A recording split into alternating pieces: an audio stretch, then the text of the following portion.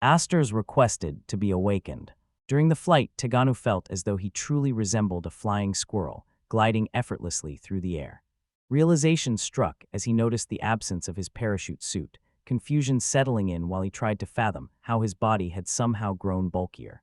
In his haste, magic surged forth before any thought of consequence could surface. The voice guiding his movements revealed itself as a blessing from one of the goddesses. The hero attempted various spells, yet none yielded any effect. Suddenly, a voice echoed from the depths of his inner world, commanding him to save Esprit, and without hesitation, he embraced this calling. At last, everything seemed to be falling into place. Still plummeting helplessly, the boy quietly and intently recited the incantation. The young man and woman settled comfortably into their seats as the airplane cabin buzzed with anticipation. With his work concluded, the journey home to Japan awaited him. Rewarded for sealing an important deal, his boss had arranged a seat in the luxurious comfort of business class, a place designed for pure relaxation in the skies. Business trips abroad had always struck him as incredibly dull, yet the young woman seated beside him brought a few vivid moments of joy into the monotony. Carol invited her to return to her seat because boarding would begin soon. An older woman stood in front of them. The girl asked if she would see her big brother again. With a reassuring smile, he answered yes, easing her worries. It wasn't just the woman who had disappeared. The entity emerged directly beneath the elderly woman onto whom she had collapsed. Time seemed to freeze for the boy, and every second stretched into an endless eternity. Within his mind, a quiet voice assured him that as long as the man believed he could accomplish the task, he was truly capable. View assured him in a calm, steady voice that this was no hallucination. Addressing him directly, she encouraged him to relax, explaining that communicating through thoughts would make their intentions clearer and easier to share. The truth of his words settled in. She truly was a goddess. Yet, despite his earlier fears that their conversation would be the end of him, he still drew breath. Endurance slipped from his grasp, haunted by tales that the gods had never aided anyone before. The boy's instincts had been right. The goddess explained that, because of the explosion that had already taken place, all the passengers were doomed. With plenty of time on her hands, she wastes no moments and gets straight to the point. Like a goddess reigning over the realm of the afterlife. The boy received his reward. Blessed by the god of this world, she gained the right to choose a partner and call upon him to become a true hero. A creeping sense of suspicion settled over the protagonist as the situation grew increasingly strange. Nothing good ever came from such an offer. The goddess longed for him to enter her world and defeat the sinister god imprisoned deep within the dungeon.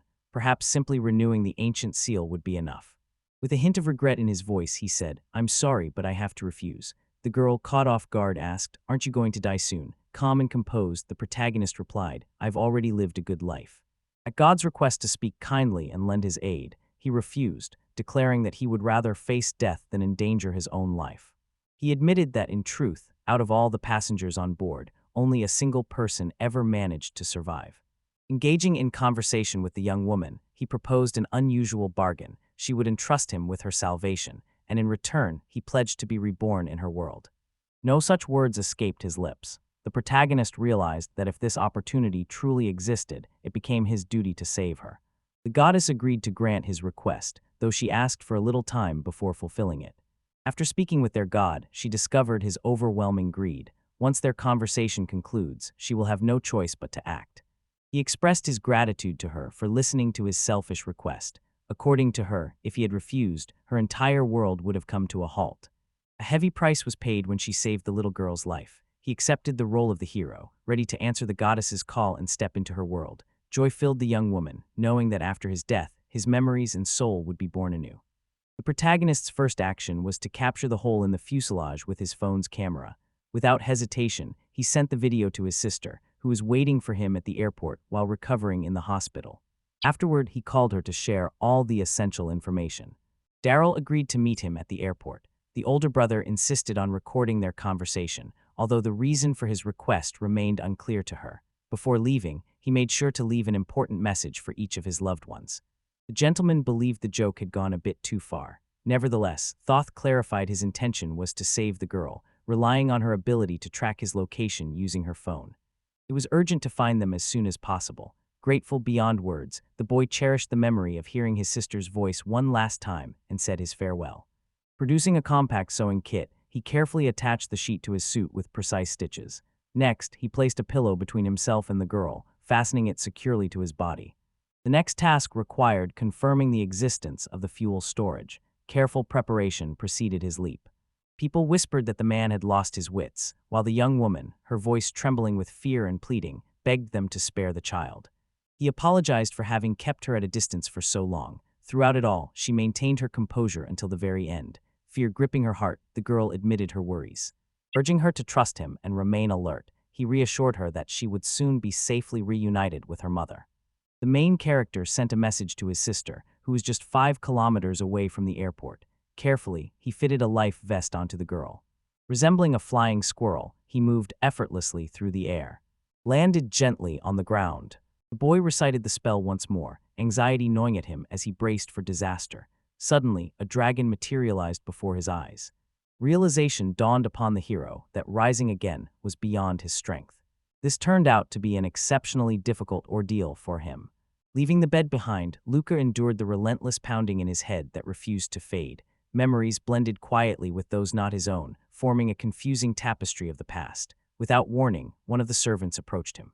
The servant, with evident concern, inquired what was wrong. He insisted that a doctor be summoned at once and that the king be informed immediately.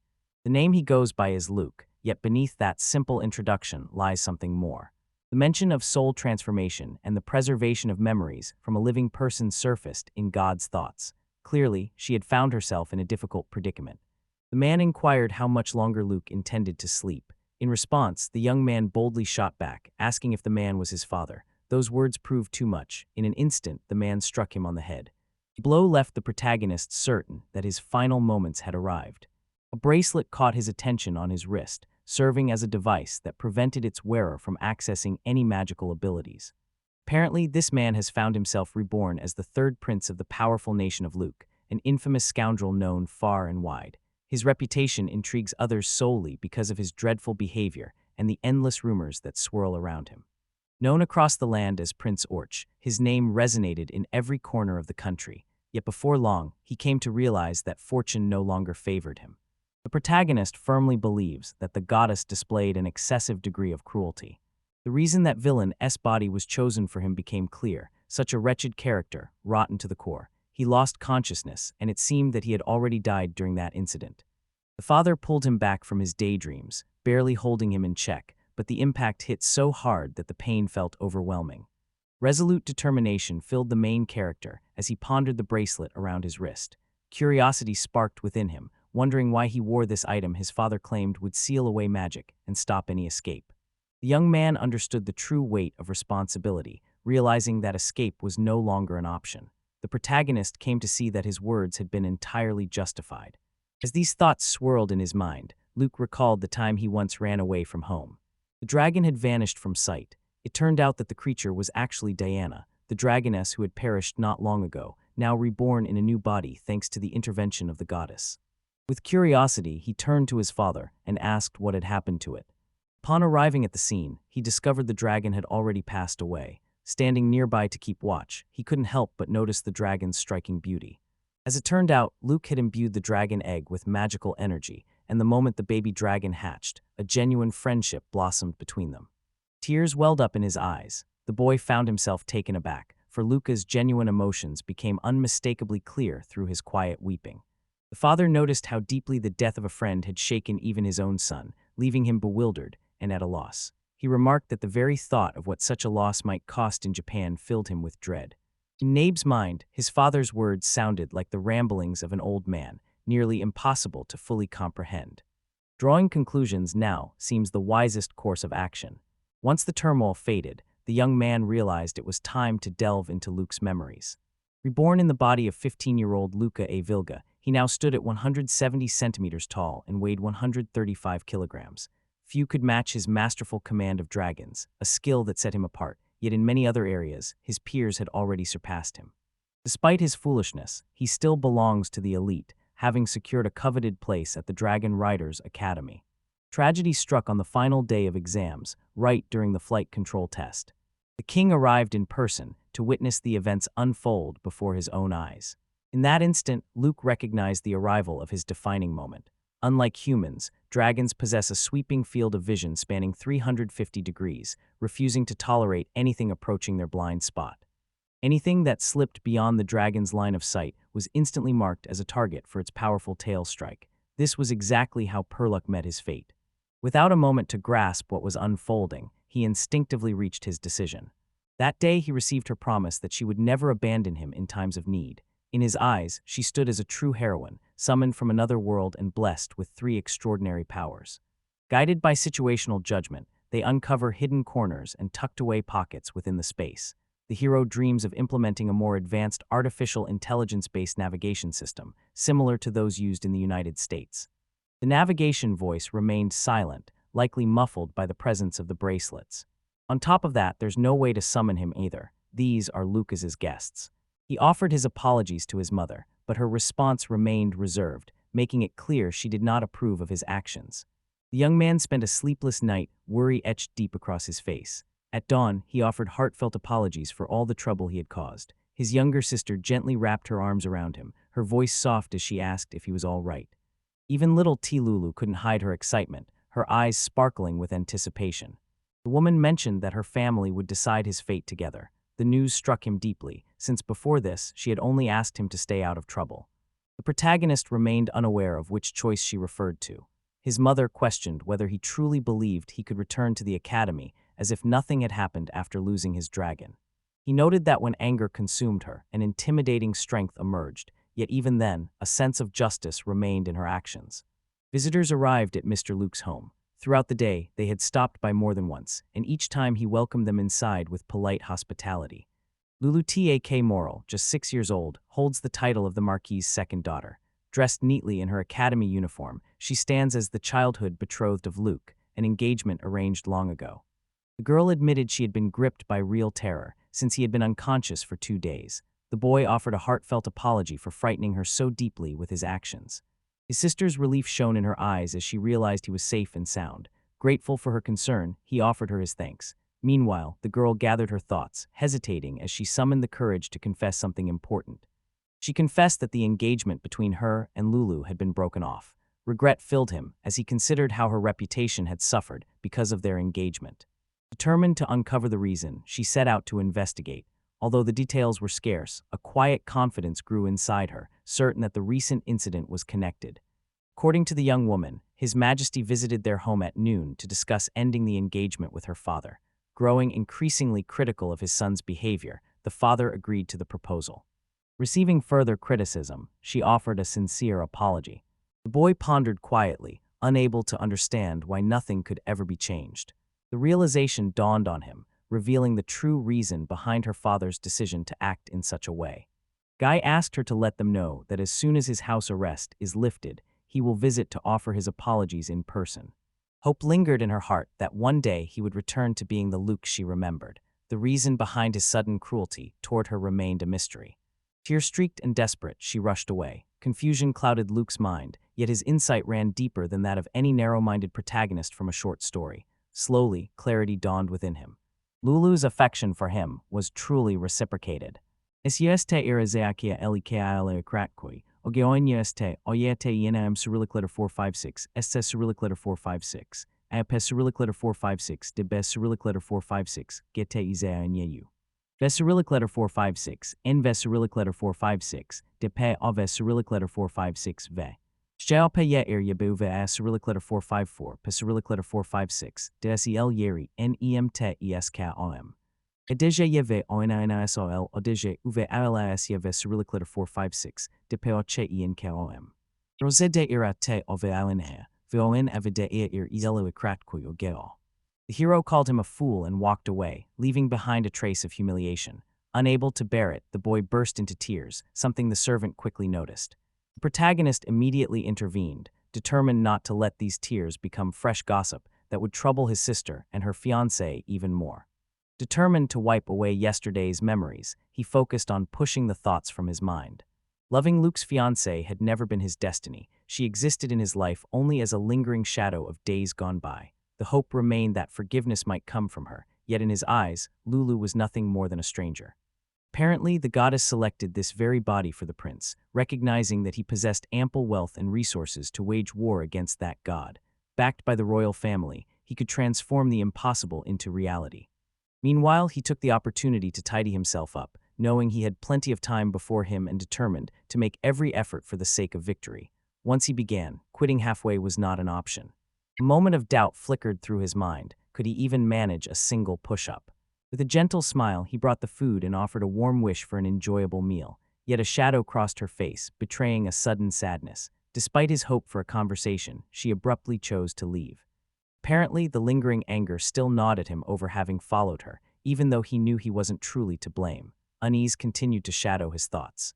A deep sense of gratitude fills his heart for the goddess who transformed him into the pig prince.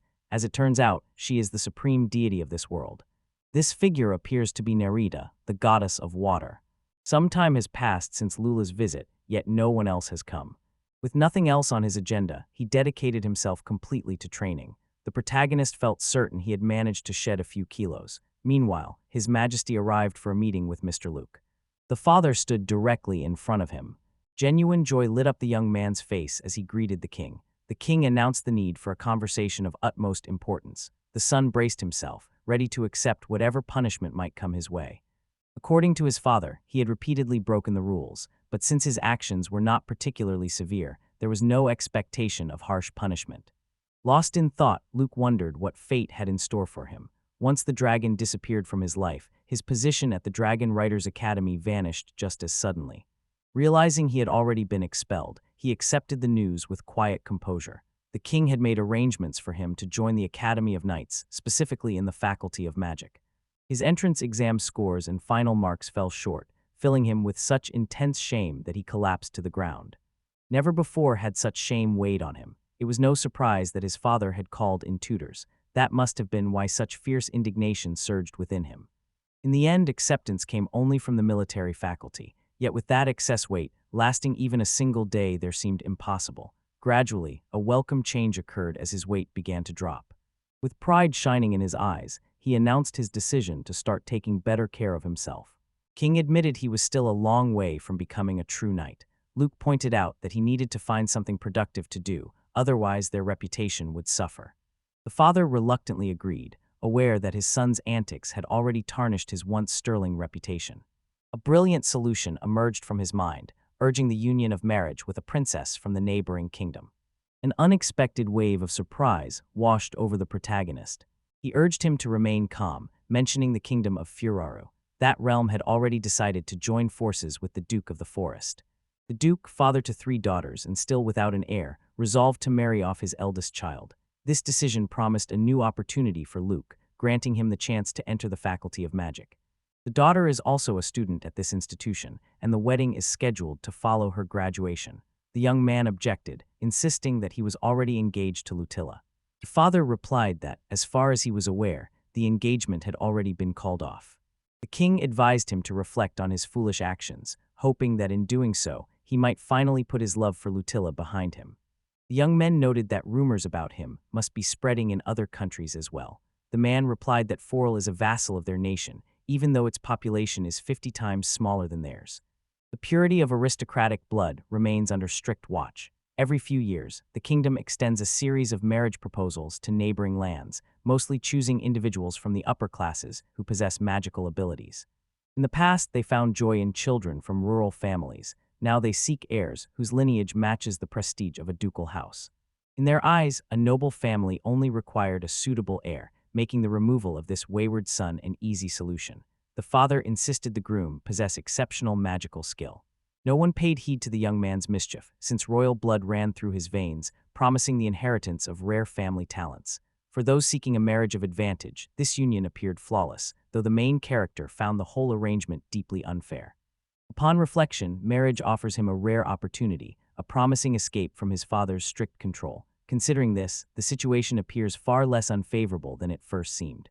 Receiving the order not to forget his duty to his father, along with the warning to prepare for departure the very next morning, caught Luke completely off guard. The announcement came without warning, leaving him reeling from the unexpected news. Accepting the path set before him, curiosity nudged him to inquire about his destined soulmate. Very little turned out to be known about her, and the meeting was set to happen without delay.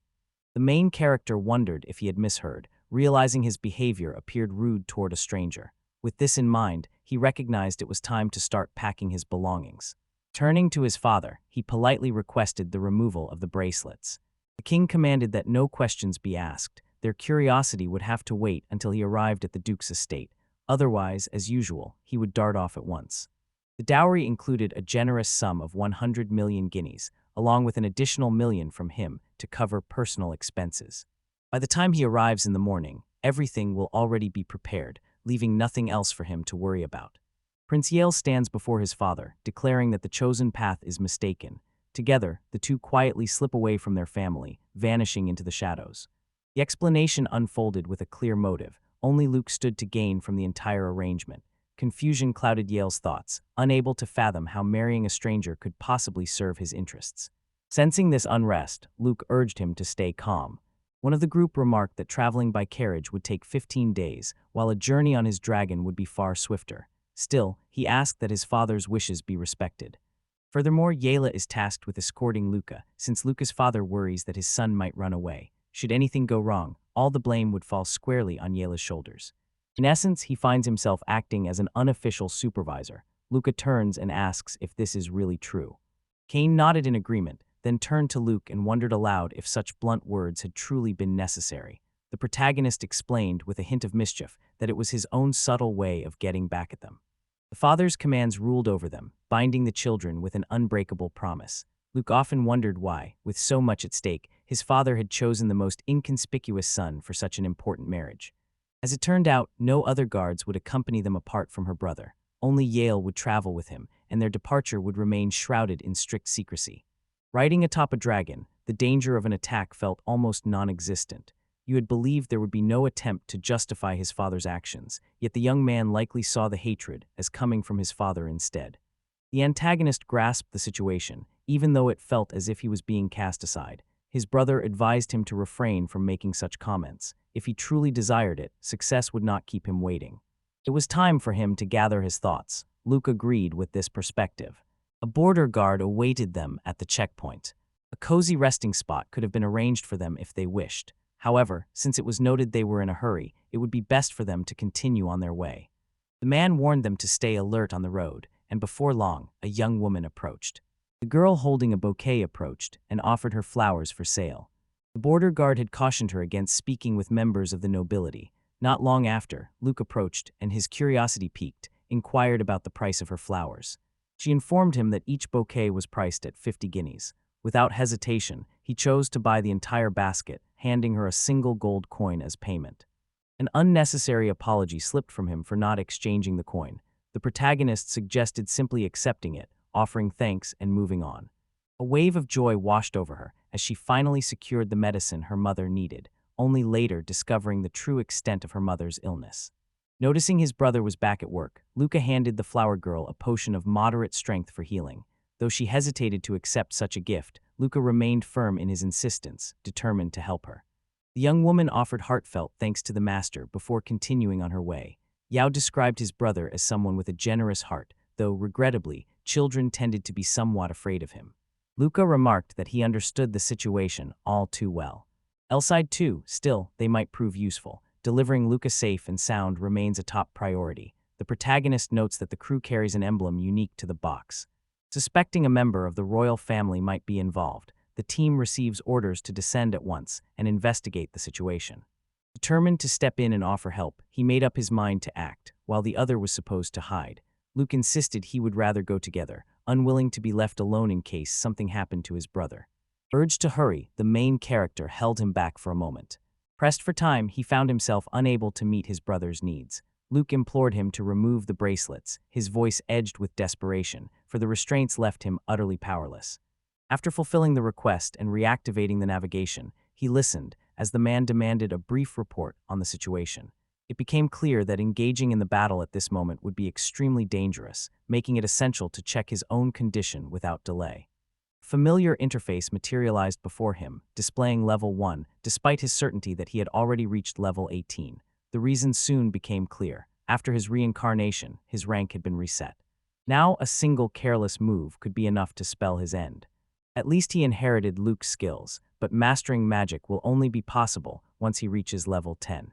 The spatial pouch brimmed with healing potions. Luke turned to his brother, asking him to take some since he already had more than enough. Yale replied, certain that these potions would prove useful sooner or later. Once renowned for masterful archery, the main character's skills now promised to be invaluable. Choosing to support his brother from above, he hands over the reins and stays at Waltz's side, while Luke prepares for the challenges ahead. At his command, a slicing hurricane materializes, tearing through the air with razor-sharp winds. A vibrant wave of emotion swept through the audience as his presence ignited genuine excitement.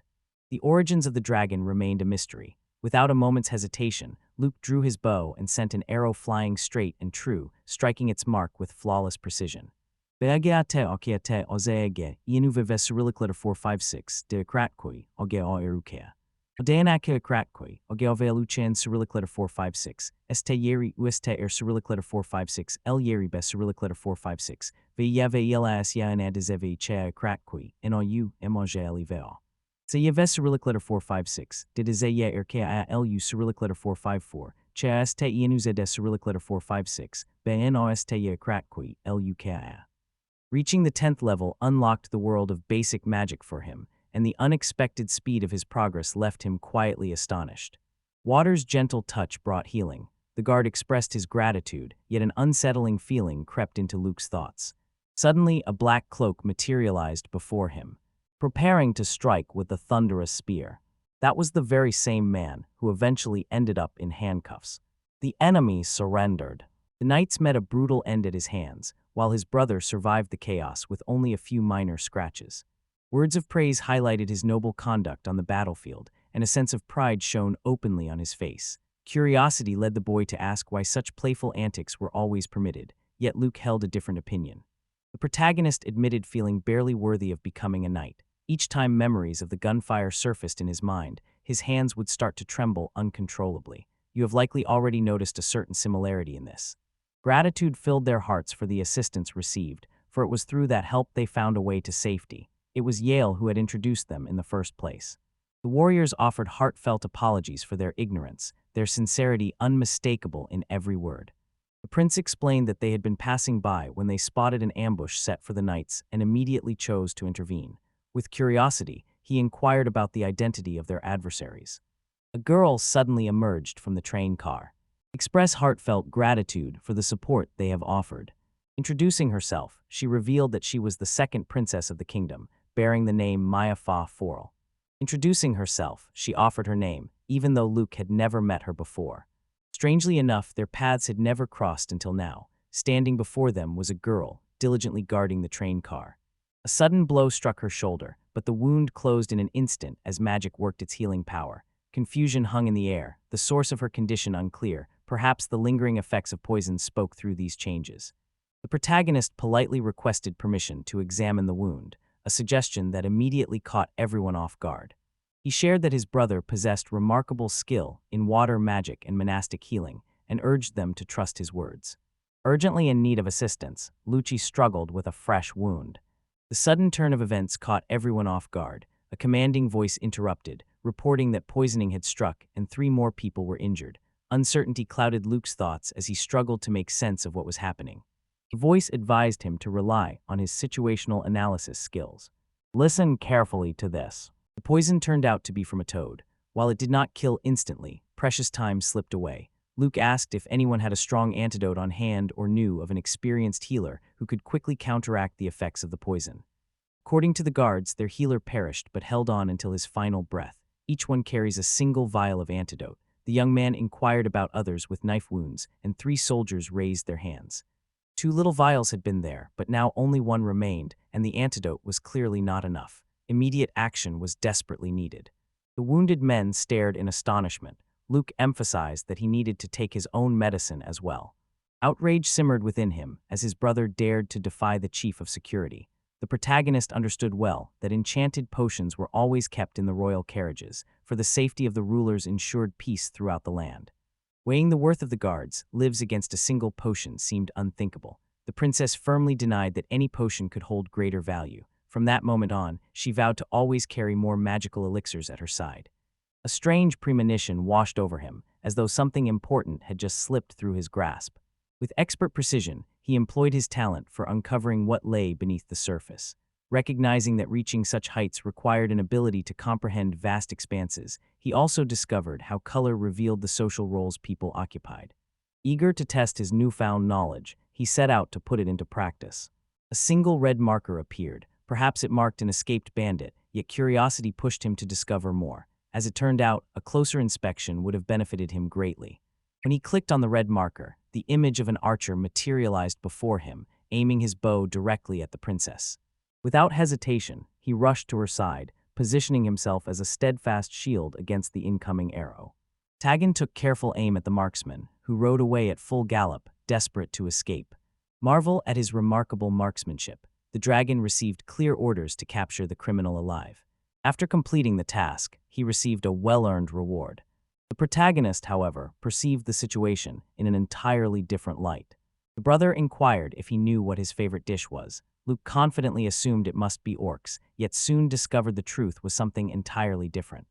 Walt secretly relished the taste of goblins, while the dragon favored more robustly flavored meats. Yale puzzled over why Waltz had kept this preference hidden for so long.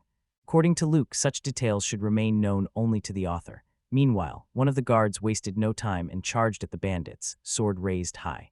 The knight's plan to condemn them to death came to light. Your intervention halted him in his tracks, leaving the chief warden taken aback. The main characters never suspected that their attackers were nothing more than ordinary bandits. We were asked who they truly were if not bandits. Judging by their attire, the answer was clear: they were killers. The plan centered on killing the princess, disguising the act as a robbery. When the guard inquired about the need for an archer, the young man suspected there might be an insurance scam involved. Still, he insisted that he had no connection to it whatsoever. According to reports, hardly anyone was aware of the princess's route, which meant there had to be an informant behind the scenes. When the plan fell apart, the bodyguard had to eliminate the mercenaries, knowing they would be interrogated immediately if captured. Asked whether he was an accomplice to the killers, the boy replied with unwavering certainty that he was not. Trusting his words would have painted everything as the very image of blessed simplicity. Displaying her diploma with quiet confidence, she confirmed her position as a top-ranking investigator. This unmistakable proof of authority discouraged anyone from daring to deceive her. Gifted by the goddess with a rare ability, she stands out as truly one of a kind. Yet, the princess herself finds it impossible to answer with falsehoods. The main character wondered whether a different interrogator would have arrived if she had been killed. A sharp observation, yet finding a replacement interrogator would take at least 2 weeks, more than enough time for all the evidence to vanish. Such were Princess O2's thoughts. Without hesitation, he admitted to being nothing more than a hired hand, with little knowledge about anything else. Yefa nodded in firm agreement, trusting his confession without doubt. An invitation to participate was extended to him, yet he declined to reveal any details. No further information could be obtained. Gripping the princess's hand with unwavering strength, he lost no time and drove his knife decisively into his opponent. She pressed for an explanation, while Luke calmly inquired whether she suffered from nearsightedness. The shapes of people appeared to her as little more than vague outlines. Perhaps that was why the prisoner was killed, yet in doing so, they managed to save him from the wrath of God. He explained to her that a peculiar movement had allowed him to slip free from the anti-magic shackles. By now, the glint of a stiletto, its blade laced with poison, had become unmistakable in his hand. With genuine surprise, Fa asked how he had managed to take off those bracelets. Luke, unfazed, suggested they try putting them back on him to see what would happen. With his hands now bound tightly behind his back, the air hangs thick with anticipation, and in just 5 seconds, something is destined to unfold. At the count of 3, Yale and the princess stood frozen in utter shock. The protagonist addressed the princess, mentioning she had lost something. With gentle care, he revealed a rose, and Yale immediately caught on to his subtle hint. Despite his reputation as a true man, it turned out his strength concealed hidden shackles shaped like bracelets. Yet with a skillful and sudden move, Luke managed to free his left hand, deftly discarding the hazardous ribbons. Fashioned a creation shaped like a delicate flower. According to Luca, the bracelet opens by means of a simple latch. It seems this was designed with the intention of targeting the princess. Today, she managed to save her own life not once, but 3 times, and overwhelming gratitude welled up inside her. It became clear that Luke had always possessed the chance to escape, yet doing so would have provoked his father to unleash his full fury upon him. At his brother's insistence, he slipped the bracelets back onto his wrists. With steady resolve, Luke assured everyone that escape was the farthest thing from his mind, especially in front of the princess. Should anyone question why he wore the bracelet again, the answer would be clear to all. If only his brother could master the art of keeping his voice down. The first prince calmly explained that he had received direct orders from his father to prevent Luke from escaping. He was assigned to escort Luke straight to the Duke of California's castle. This revelation left the girl quite taken aback. Relying on one's own son proves to be an entirely unreliable course of action. The entire affair arose because his father intended to marry him off without so much as considering his opinion. The princess, meanwhile, observed the odd situation with genuine curiosity. Yale suggested that Luke begin by making a list of his allies. The proposal caught the boy off guard, as such lists often serve as a safeguard against spies. Another person requested that he double-check everything with great care. An invitation to add her name to the list of friends places her at the very top, right beside the princess. Such recognition feels like a true honor. Joy shines through as she embraces this newfound friendship with heartfelt delight. The young woman is required to visit the Duke, a man who turns out to be her uncle. Arriving at the scene, he took in his surroundings. Curiosity lingered in the air as everyone's gaze fixed intently on him. Unable to comprehend the cold stares from the guards, he decided to bring the matter up with his brother. It became clear to her that their intention was to intimidate Luke, as their actions revealed a blatant disregard for the royal family.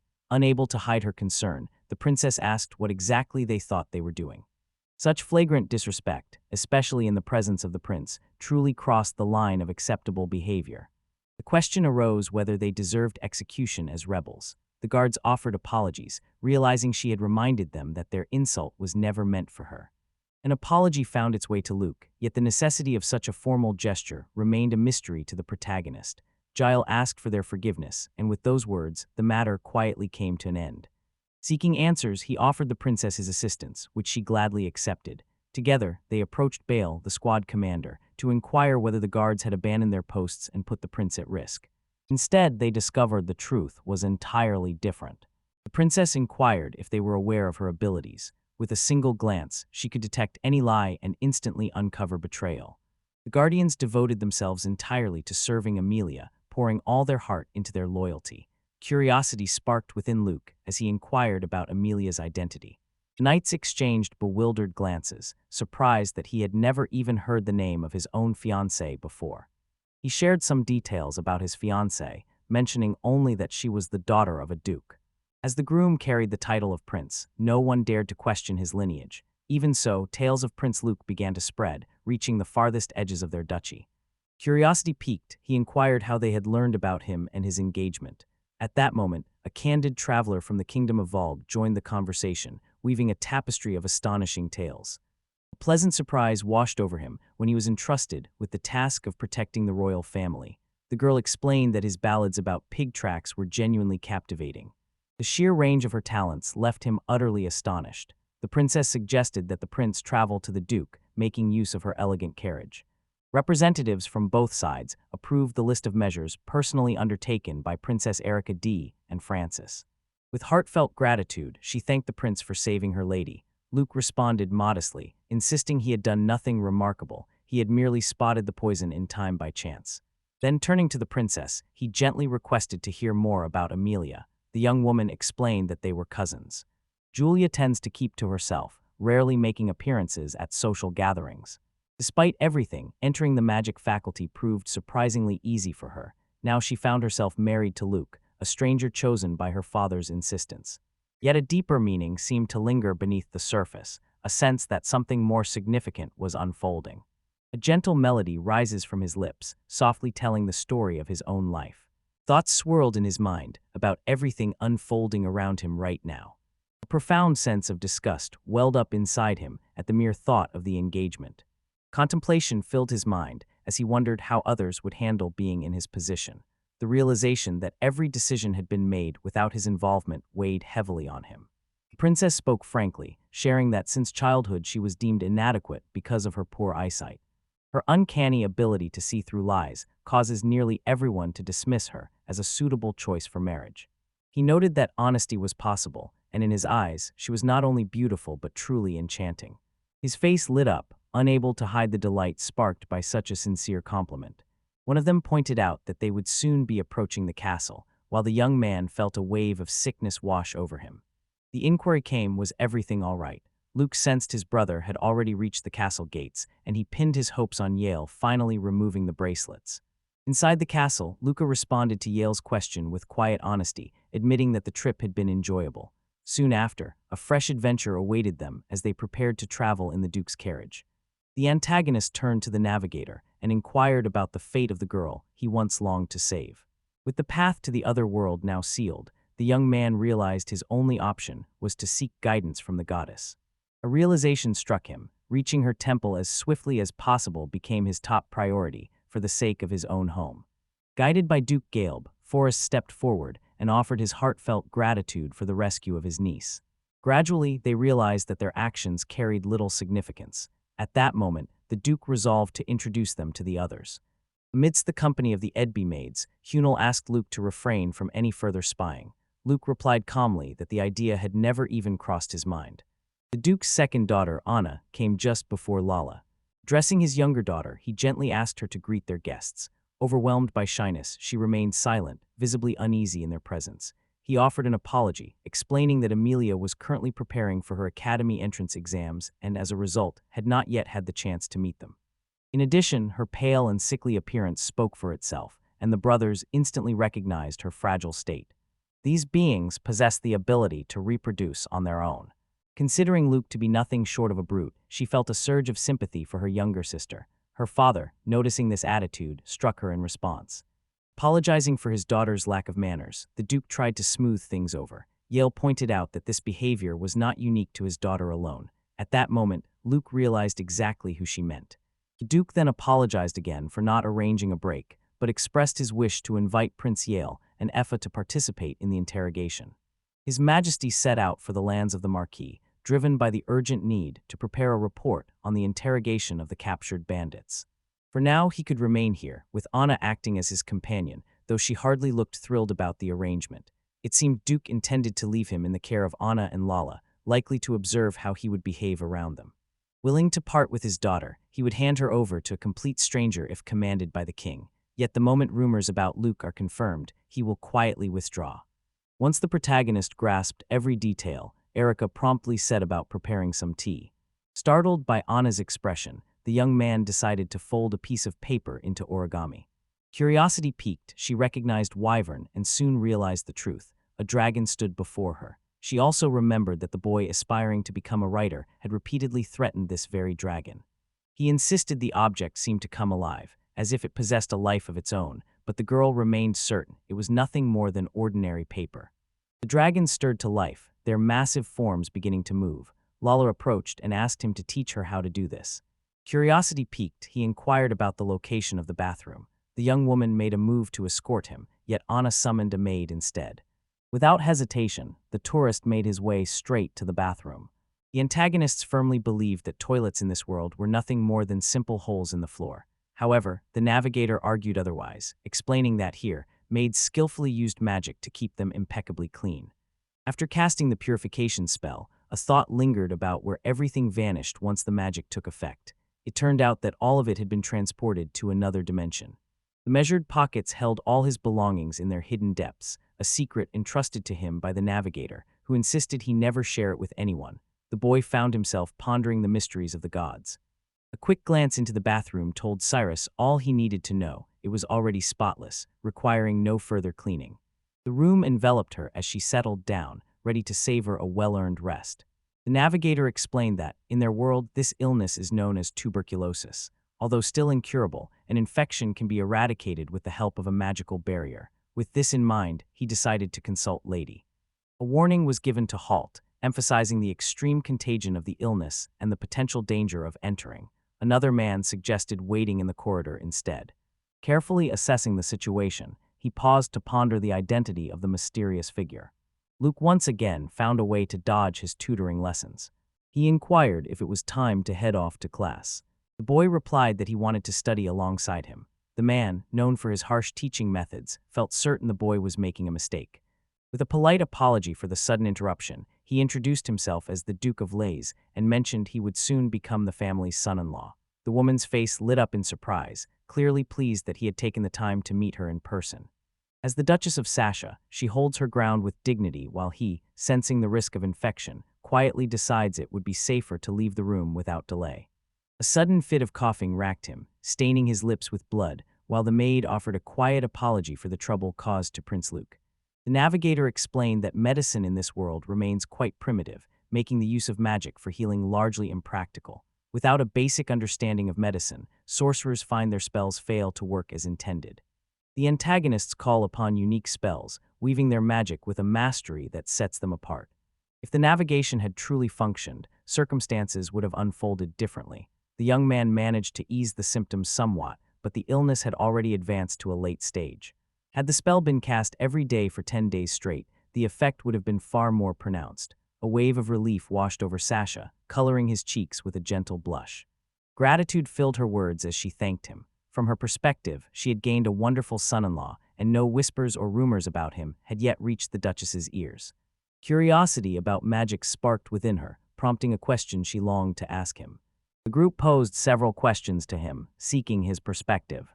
More questions followed, until their number became overwhelming. The Duchess explained that Iris had longed to become a healer. Luke opened the door and firmly stated that he had insisted on ensuring no one would be able to see his wife. She had forgotten that she was the one who summoned him. Luke, he believed, only meddled in his wife's affairs out of sheer curiosity. The woman turned back to her husband. The explanation followed that the prince had used healing magic, the fever had dropped significantly, and the cough had vanished altogether. In time, he would fully cure her companion. Gale harbored doubts, since this illness was long thought to be incurable. Astonishment swept over him, while excitement lit up your faces at the arrival of such remarkable news. Given just 10 days, Luke could have handled everything effortlessly. Yao remarked that if his father had known about this, he might never have agreed to the marriage. The main character inquired whether he could depart for the academy in 10 days. Doubt clouded the Duke's response. He believed that not even a holy healer could alter the current circumstances. Additionally, leaving now would force him to miss the academy's formal demon summoning ceremony. Luca remained puzzled, unable to grasp the true meaning behind the Duke's words. Memories surfaced of bygone days when agreements with dragons were made, but the main character chose to set aside that discussion for another time. When the stars align in a specific arrangement, the summoning circle can be used only once a year, and the ceremony must proceed without delay. Curiosity filled the air as everyone wondered what would happen if Luke paused his wife's treatment for a single day to attend the ceremony together. Luke believed that this brief interruption would not cause serious trouble, since the chances of her symptoms suddenly worsening seemed low. A few days had slipped by since the visit to the director's office, when an unexpected rumbling in the Duchess's stomach caught her off guard, leaving her deeply embarrassed. Her meals had been scarce as of late. Seeing her appetite return at last, Luke felt a quiet sense of relief and satisfaction. Prince Yale and the gentle Luca arrived as dinner guests, and his unexpected charm left the heroine quietly amazed. One day, Sasha received an invitation to join the group, even if only briefly, because everyone could feel how much Lala missed having her around. The magical barrier shields everyone from infection, ensuring that there is virtually no danger. Dreaming of reuniting with her daughters, she found an unexpected ally in the young man, who set out to make her wish come true. The need arose for a meal that would be both light and nourishing. Luke inquired about the availability of rice, prompting the Duke to confirm they had some on hand, though he remarked he had heard rice might be harsh on the stomach. These trees form the backbone of the region's cuisine. When they catch a cold, they turn to soup for comfort. The prince inquired whether he could master the art of cooking himself. Although concern flickered within him, as befitted a prince, Luke's resolve remained unshaken. He was determined to create a dish powerful enough to restore his strength. His noble upbringing suggested that his culinary skills might even benefit Sasha as well. With quiet confidence, he turned to Gale. "If you don't mind," he requested, and she graciously granted him permission to use their kitchen. Everything stood ready, and the moment had come to summon them. In the meantime, the Duchess was given a chance to rest. While the prince tidied up, Iris inquired about his choice to use the spell once more. His answer was simple. He intended to eliminate the microorganisms imperceptible to the naked eye. With a quiet resolve, the girl offered to escort him to the kitchen. In the kitchen, Luca discovered wild buffalo meat, a delicacy renowned for its exquisite flavor and notable for its steep price. Once he had settled on the menu, he began to slice through the prime cuts of meat with a lavish disregard, treating the delicacies as if there were no end to their supply. Whipped up some cutlets and generously ladled rich demi-glace sauce over them. The instructions to the cooks were delivered with precision, leaving no room for misunderstanding.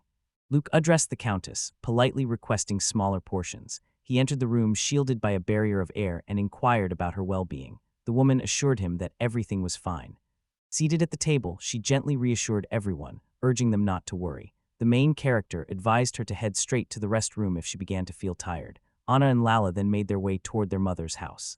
Halt their advance and cast a magic spell. At last, a moment arrived for them to embrace each other. The tour of ringing bells embraced all who listened. Luke prepared a selection of light yet nourishing dishes, inviting everyone to savor them at a leisurely pace. The first bites brought genuine delight, as each guest was pleasantly impressed by the flavors. Yet a longing stirred within me to savor the extraordinary dish crafted with skill by Prince Luke. The Duke, too, seemed eager to seize any chance to experience such remarkable cuisine. Every detail had been carefully planned in advance, with contingencies in place. The moment they desired, everything could be brought to them at once. Dishes crafted by Luke delighted everyone and left a lasting impression. Luke assumed this was a traditional dish from the Kingdom of Safes. In response, Yal jokingly revealed that his brother often sneaked into the kitchen at night to whip up delicious treats for himself, and before long, everyone discovered the culprit behind his extra pounds, much to the boy's embarrassment. At last, Sasha opened up about his feelings, noting how radiant the woman looked, as if illness had never touched her. Careful observation revealed that the effect was only temporary, since mid-level magic lacked the power to cure an illness instantly. Realization dawned on her that her mother's illness remained an unyielding presence. As it turned out, the prince would indeed continue with the treatment. Niefa realized there was no hint of deception in his words. His intentions to cure her were genuine. The Duke found genuine comfort in this. "Lalo, you have my heartfelt gratitude for everything." As a token of gratitude, she promised to give a performance just for him. The group agreed to postpone the performance, their conversation taking precedence. The Dutch representative noted that it was rare for his daughter to choose to play the piano on her own. The allure of the music's sound drew her in, resonating especially with the protagonist, who found himself captivated by the melody. The navigator explained that this piano was crafted by the most gifted artisan among dwarves and elves. Memories of childhood music lessons stirred within Luke, and an immediate desire to play the instrument took hold of him. Lala reminded him that he had mastered the game as a child, her eyes shining with anticipation to hear him play once more. He chose to perform a polonaise, while the prince suggested the girl join in, weaving her melodic voice into the music. The moment one joined his song, their voices blended seamlessly into a single, harmonious melody. Notice how Lala found immense joy in performing before an audience, her excitement radiating with every movement on stage. The piano's melody beckoned with irresistible charm. Enchanted by the spell of its notes, Luke found himself drawn to play a forgotten Chopin waltz.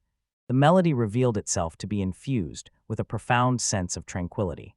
Captivated by the performance, he listened intently. Even Anna, usually reserved with her praise, admitted it was truly impressive. Curiosity led him to ask when he might find the time to master such a skill, yet the specifics remained tightly guarded secrets. According to the Duchess, several of her maids fell ill while caring for her. She insisted they should also receive medical attention, but the Duke refused outright, declaring such a request unacceptable. The man assured everyone that the examination would be quick and painless, causing no trouble at all. The real issue, however, lay elsewhere. The navigator clarified that the servants were considered the property of the family, and any display of familiarity from an aristocrat toward the staff would cast doubt on the Duke's reputation.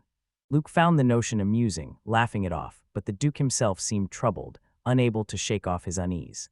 The heroes suggested that the maids might be ill, even though no outward symptoms had appeared yet. Every resident of the estate needed to be thoroughly examined. Sasha expressed her gratitude to the prince for his kindness. In return, he gently asked her to simply call him Luke, reminding her that before long, they would become family. With quiet pride, he affirmed that it was absolutely true. Curiosity stirred within me as I gazed at him in surprise. The navigator sensed that the girl was beginning to see him in a new light. A hopeful thought flickered. Perhaps he had left a good impression. Curiosity lingered in the air about what it would be like if Luck possessed an uncanny ability to tell if anyone had been infected. The main character had a similar power, almost like a spell for analyzing others. Yao believed Luck far more gifted, especially since his father had already completed the game. We were permitted to examine at least everyone present. Lala stood first in line, and Luke found her incredibly charming. Immersed in the study of the spell, he quickly realized that his skills fell short. the navigator advised him to raise his level by at least one rank. After hearing this, he methodically reviewed the requirements once more.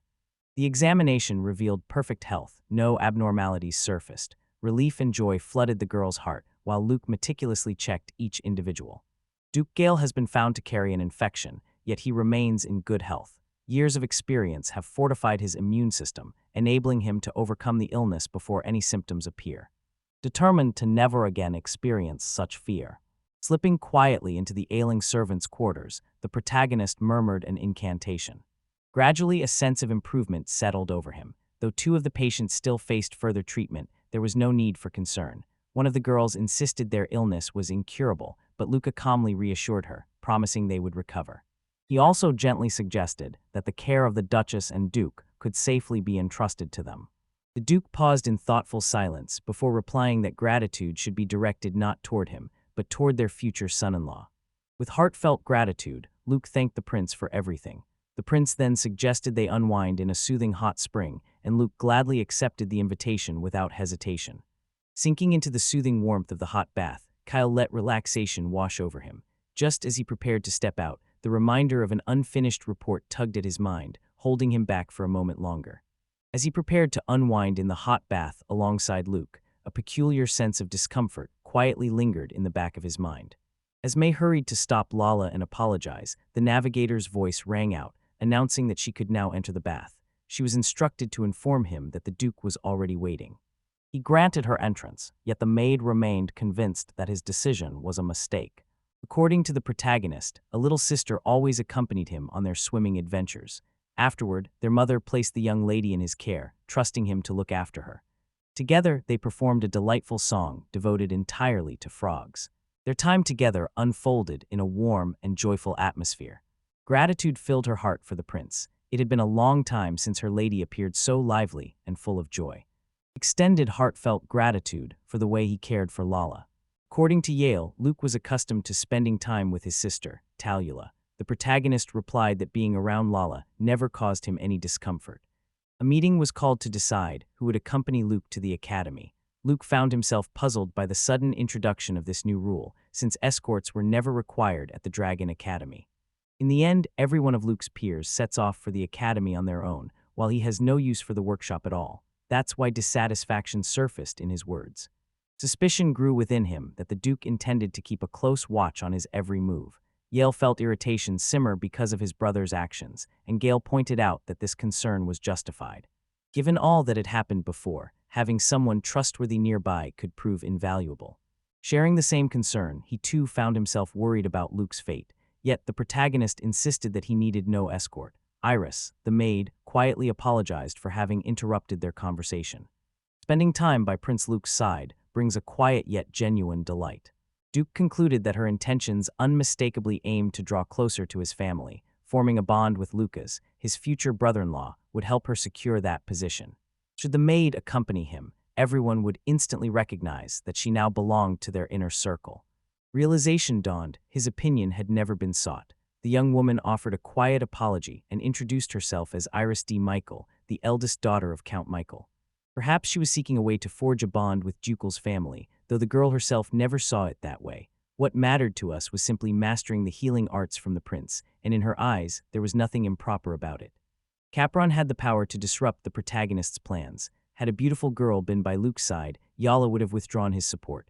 Given the late hour, the Duke suggested postponing their conversation.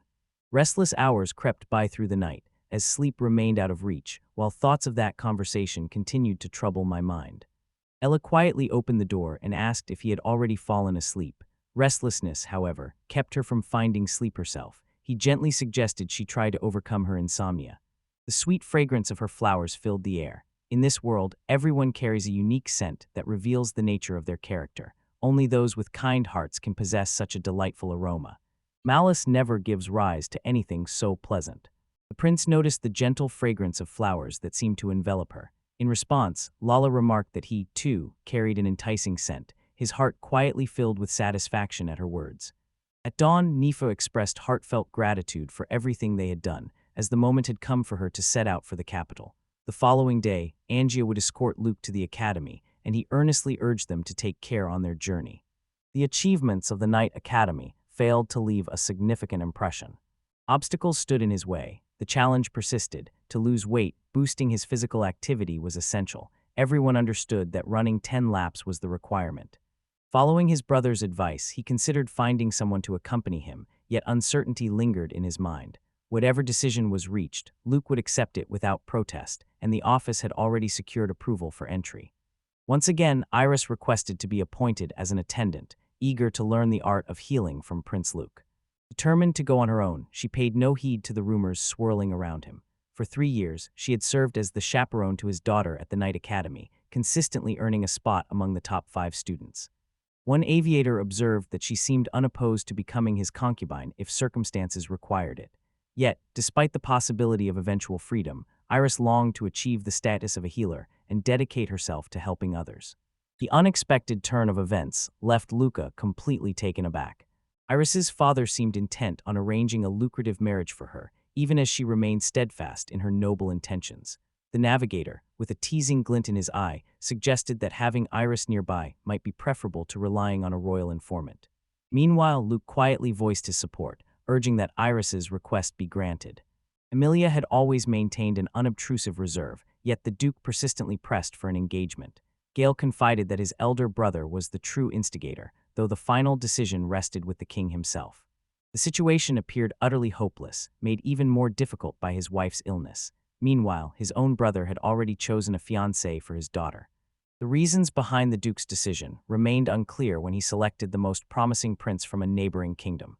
Gale admitted that, if the rumors about this prince proved true, he would indeed be a decent man, yet the Duke had still been prepared to cast him out. In contrast, Lala managed to win the Duke's heart in an instant.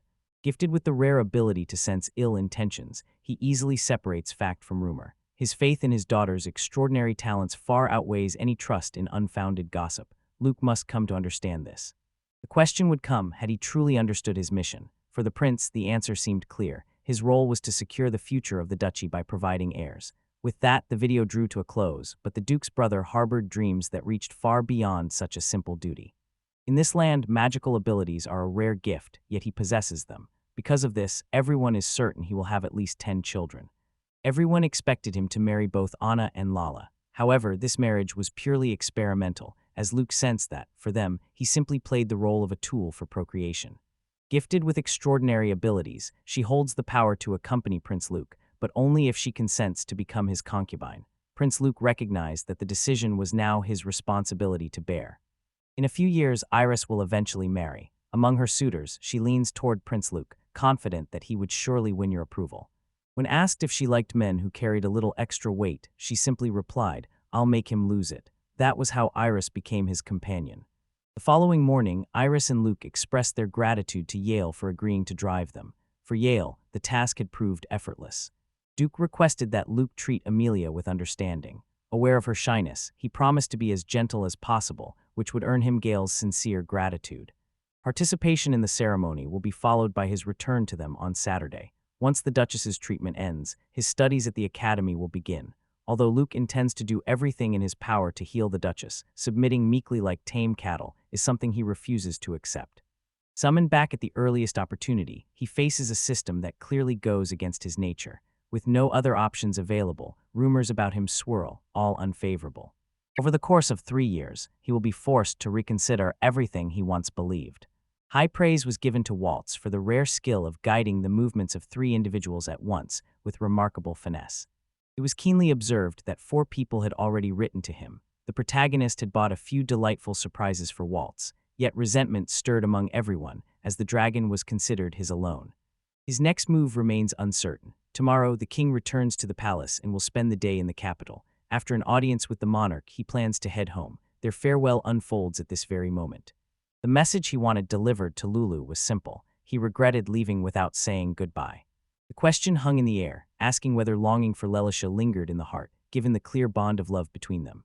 The protagonist observed that such thoughts hardly resembled those of a true heir to the throne, and expressed confidence that, without a doubt, the kingdom would one day be theirs.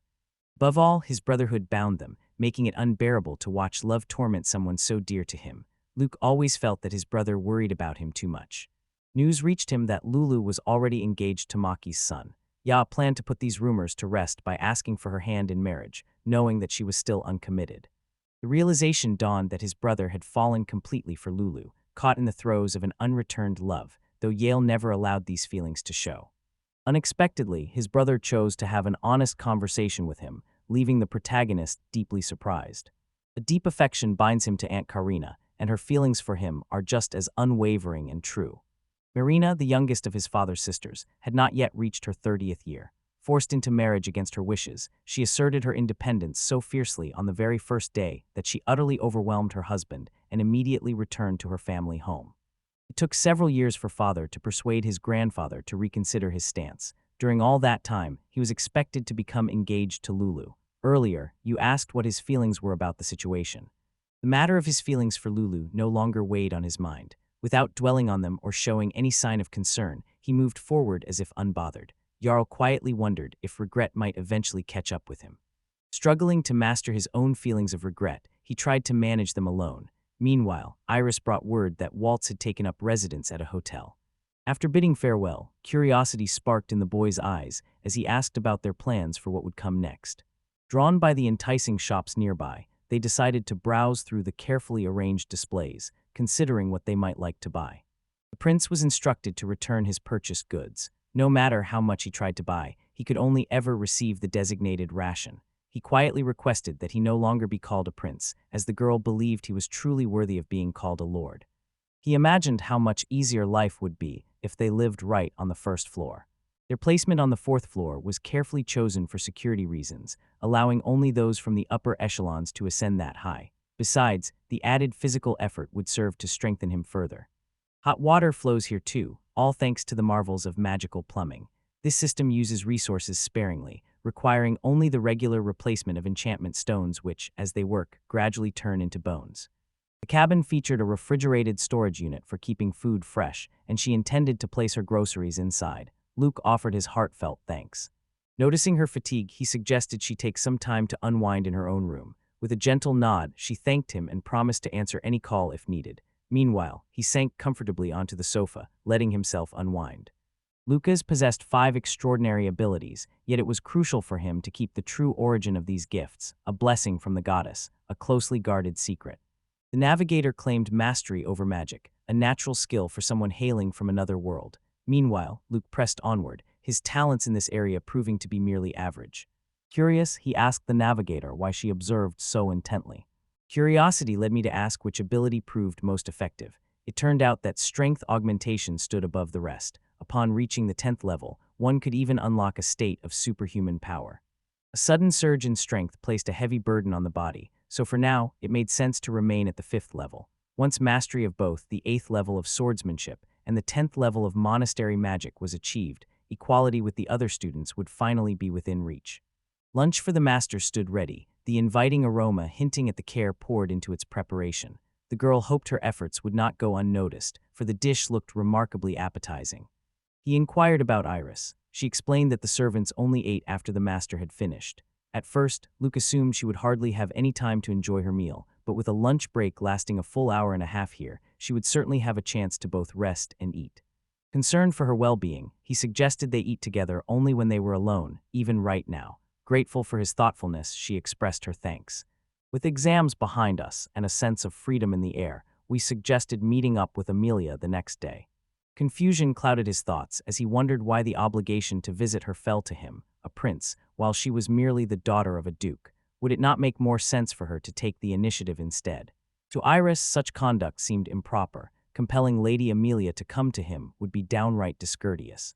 Given her reserved nature, it seemed unlikely she would make an appearance. He requested that the maid be informed of their arrival. He made it clear that there was no need for any formalities. Meeting in the classroom would be sufficient. The girl found herself surprised. He seemed nothing like the stories people had told about him. He asked if he could visit the temple tomorrow. Although Iris wished to accompany him, he firmly decided to go on his own.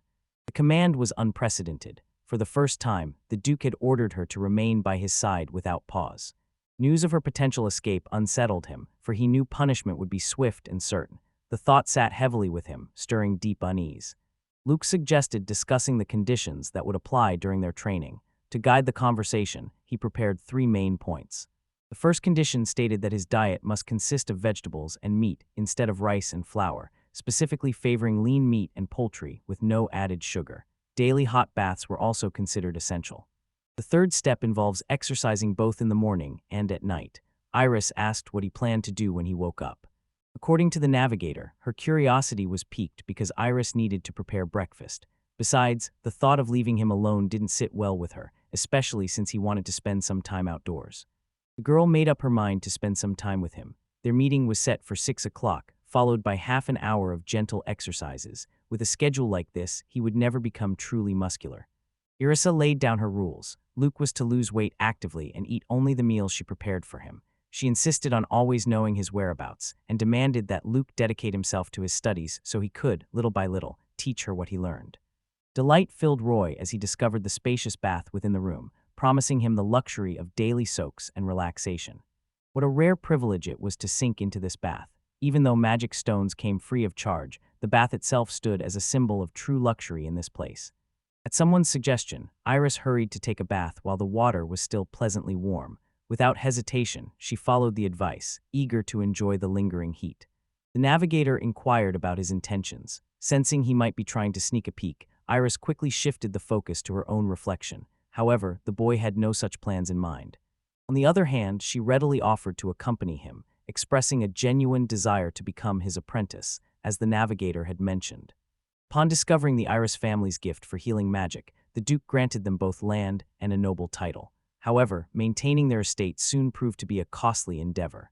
Unfortunately, Iris's father had made up his mind to marry off his daughters, believing their remarkable talents could forge highly profitable alliances. Meanwhile, one of the girls emerged from the bath, her face lit with happiness. Amazed by how quickly she moved, he joked that now she had even more time to enjoy a long bath. Iris thanked him for saving some hot water for her. I will ask why he never reached his full potential. Doubts crept into her mind about his appearance, feeling he might not be particularly attractive or a good match for her preferences. Anxieties flickered inside as she worried he might sneak a glance or even attempt something inappropriate. False accusations shadowed his name for deeds he never committed. Compelled by circumstance, he started secretly observing the maids who had fabricated lies about him, as if following a script he knew all too well. While Iris believed gossip and rumors slipped past him unnoticed, reality proved far different. These wounds ran much deeper than anyone imagined. Attempts were made to sway her, urging that she diminish her own value, yet the young woman stood firm and refused to embrace such a mindset. Many young men attempt to win her attention, but she turns each one away, steadfastly upholding her sense of dignity and self-worth, the leading heroine.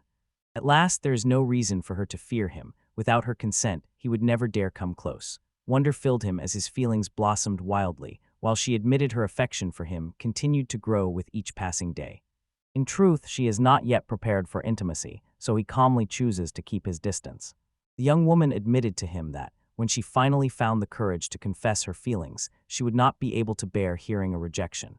The first morning in the dormitory unfolded quietly. Iris greeted the owner with gentle warmth, wishing him a wonderful start to the day, for their scheduled walk had finally arrived. The clock read 6:30, leaving the owner 30 minutes to gather his belongings.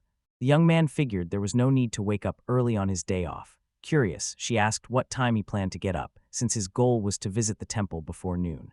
According to the navigator, Iris woke up at 5:30 to prepare breakfast for him, an act that genuinely took him by surprise. Perhaps he had planned to stay in bed a little longer or considered joining her for a morning walk. Yet when she asked if he still wanted to rest, the prince resolutely decided to rise. Rising at such an early hour seemed as though it would be a tremendous struggle for her, yet reality painted a different picture. While simple magical devices come at a modest price, ownership remains out of reach for many. Those with little means have long grown accustomed to waking at dawn, and Iris, for her part, retires to bed each night by 10. After breakfast, she suggested a visit to the temple. Iris wondered if it might be too early to head out. Moments later, she mentioned taking a short ride on the morning shuttle bus, a plan the boy readily agreed to. The flavor of this moment unfolded with astonishing richness. The enticing aroma of roast wild boar caught his attention, though that savory treat remained strictly off-limits. The girl reminded him sternly of his rigid diet. Tempted by the local cuisine, Iris sampled a bit of everything, savoring each delicacy as she strolled along. The vendor, clearly impressed by her enthusiasm, warmly invited her to return for more treats whenever she liked. The The navigator quietly hinted to Luke that plenty of delicious treats were scattered nearby.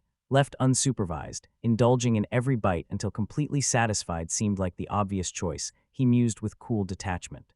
The wild boar meat tasted extraordinary. Iris suspected that it had been marinated in sake beforehand. The seller confirmed this, explaining that his friend had uncovered the trick. Soaking the meat in sake overnight gave it a truly remarkable flavor. Iris had already become a familiar presence. They arrived to perform the sacred communion ceremony, but Luke longed for a moment of solitude to offer his prayers. Fortunately, staying alone in the prayer hall was never permitted, as participation in the ceremony required an offering. Donated 2 million guineas, requesting that half be directed to the hospital and the remainder go to the church's orphanage. He stated that 10,000 would suffice. The prince was already aware of this amount, yet instead of contributing funds to the temple, he directed his support toward the orphanage and the hospital. The maid apologized, but Luca assured her that apologies were unnecessary and thanked her for the advice. They were asked to wait for a short while. Soon after, Mars, the country's pontiff, arrived to meet them and offered his apologies for the delay. The navigator explained that, in this world, nuns and a single pontiff are regarded as devoted servants of the goddess. With genuine gratitude, he thanked his companion for the remarkably generous donation to charitable causes. Although usually accompanied by Iris, today marked our first proper meeting, and I invited him to introduce himself. Mother Natasha joined the group, drawn by tales she had heard from the esteemed Aerie of the Volga kingdom. Surprise flickered in his eyes upon discovering that she knew Arya. He politely requested her help, hoping she could deliver a message on his behalf, since his transfer here had left him with no way to contact Arya himself. His request met no objection from her. Within the Wolf Kingdom, Luca learned the art of crafting healing brews. He tended to medicinal herbs with care, selling them to those in need, and faithfully donated half of his earnings to the orphanage. Through this act of kindness, a deep bond gradually formed between him and Arya. Requesting permission from the pontiff, he asked to use the hall for prayers. With so few visitors present, his wish was quietly granted. Summon her and the goddess will swiftly offer her apologies. An endless stream of questions filled his mind as he looked at her. Nareda apologized for not sharing this information earlier, but now she listened to his every wish with careful attention. Gradually, the prince realized that she possessed an uncanny ability to see into the deepest recesses of his soul, discovering parts of himself he had never known. Events spiraled far beyond the goddess's careful designs. Nowhere in her plans had she foreseen that Luke's hesitation would end in tragedy for him, sending him to a distant land. Yet despite this grim twist, hope persisted. The girl, alongside his younger sister, managed to stir a real sensation on television, capturing the attention of many. For Luke, this unexpected development lay entirely outside anything he could have imagined. In the aftermath of the plane crash, television channels launched programs with striking titles like The Flying Girl and The Suit That Saves Lives. The package he sent to his sister quickly caught attention. Inspired by it, his uncle began designing pajamas shaped like a flying squirrel. The girls starred in a pajama commercial, and sales soared to new heights almost instantly. Amazed, Luke saw his uncle as an entrepreneur blessed with a touch of genius. She realized that everything was fine with her. The boy asked why he was so overweight, wondering if she wanted him to cast away his excess pounds once and for all. After being sent to another country, he had no idea how he could now stand against the ominous god. It all made sense. At first, Nareda granted Luke's every wish, since his very first dream had been an online ordering system. The deity replied that fulfilling this request was impossible. Outraged by such an answer, the protagonist insisted she was willing to grant any wish, yet this one surpassed even her abilities. By choosing this world for her rebirth, she gained the power to control its riches. Although the goddess broke certain rules, she offered an alternative solution. This could have allowed Nebai to gather information from his own world. Intrigued, Luke asked, "Who exactly is Nebai?" Without warning, the navigator spoke up. The goddess bestowed this name upon her, although she would have preferred her master to choose one instead. Guy apologized for his lack of knowledge on the matter. In his view, the name Nebai had a delightful ring to it. Should he agree, she would gladly accept it without hesitation. Luke inquired about the origin of this information from another world, prompting the goddess to clarify that her intention was to craft an exceptionally grand workshop for him. In place of learning to create his own homunculus, the boy devoted himself to the workshop, planning its layout with careful thought and attention to every detail. Someone unearthed the secrets behind crafting soy sauce, and without hesitation, the homunculus set to work. Luke quickly realized that magic could do more than just display the recipe. Within moments, it could conjure up the delicious sauce itself. Narita, who had never considered this possibility before, praised him right away. Although she hadn't expected much more from him, she couldn't help but be impressed. Grateful, he expressed his thanks to Pantraf, who responded by introducing himself. With a calm voice, he requested that someone call his mother. Realizing the urgent need for essential supplies, he approached Nabe and asked her to investigate methods for producing soy sauce, shampoo, and medicine in the other world. The equipment for the workshop had been promised to await her in a special dimensional pocket. In return, she requested the defeat of the sinister god. Trust but do not linger near the workshop. The idea pleased her. She promised to do everything required, and with the prince's permission, the matter began at once. The day began with negotiations awaiting him. Luke offered Iris a heartfelt apology for his lateness, noticing how deeply she remained absorbed in prayer. Suddenly, someone approached her with a request, and, a hint of surprise flickering across her face, she asked what exactly was needed.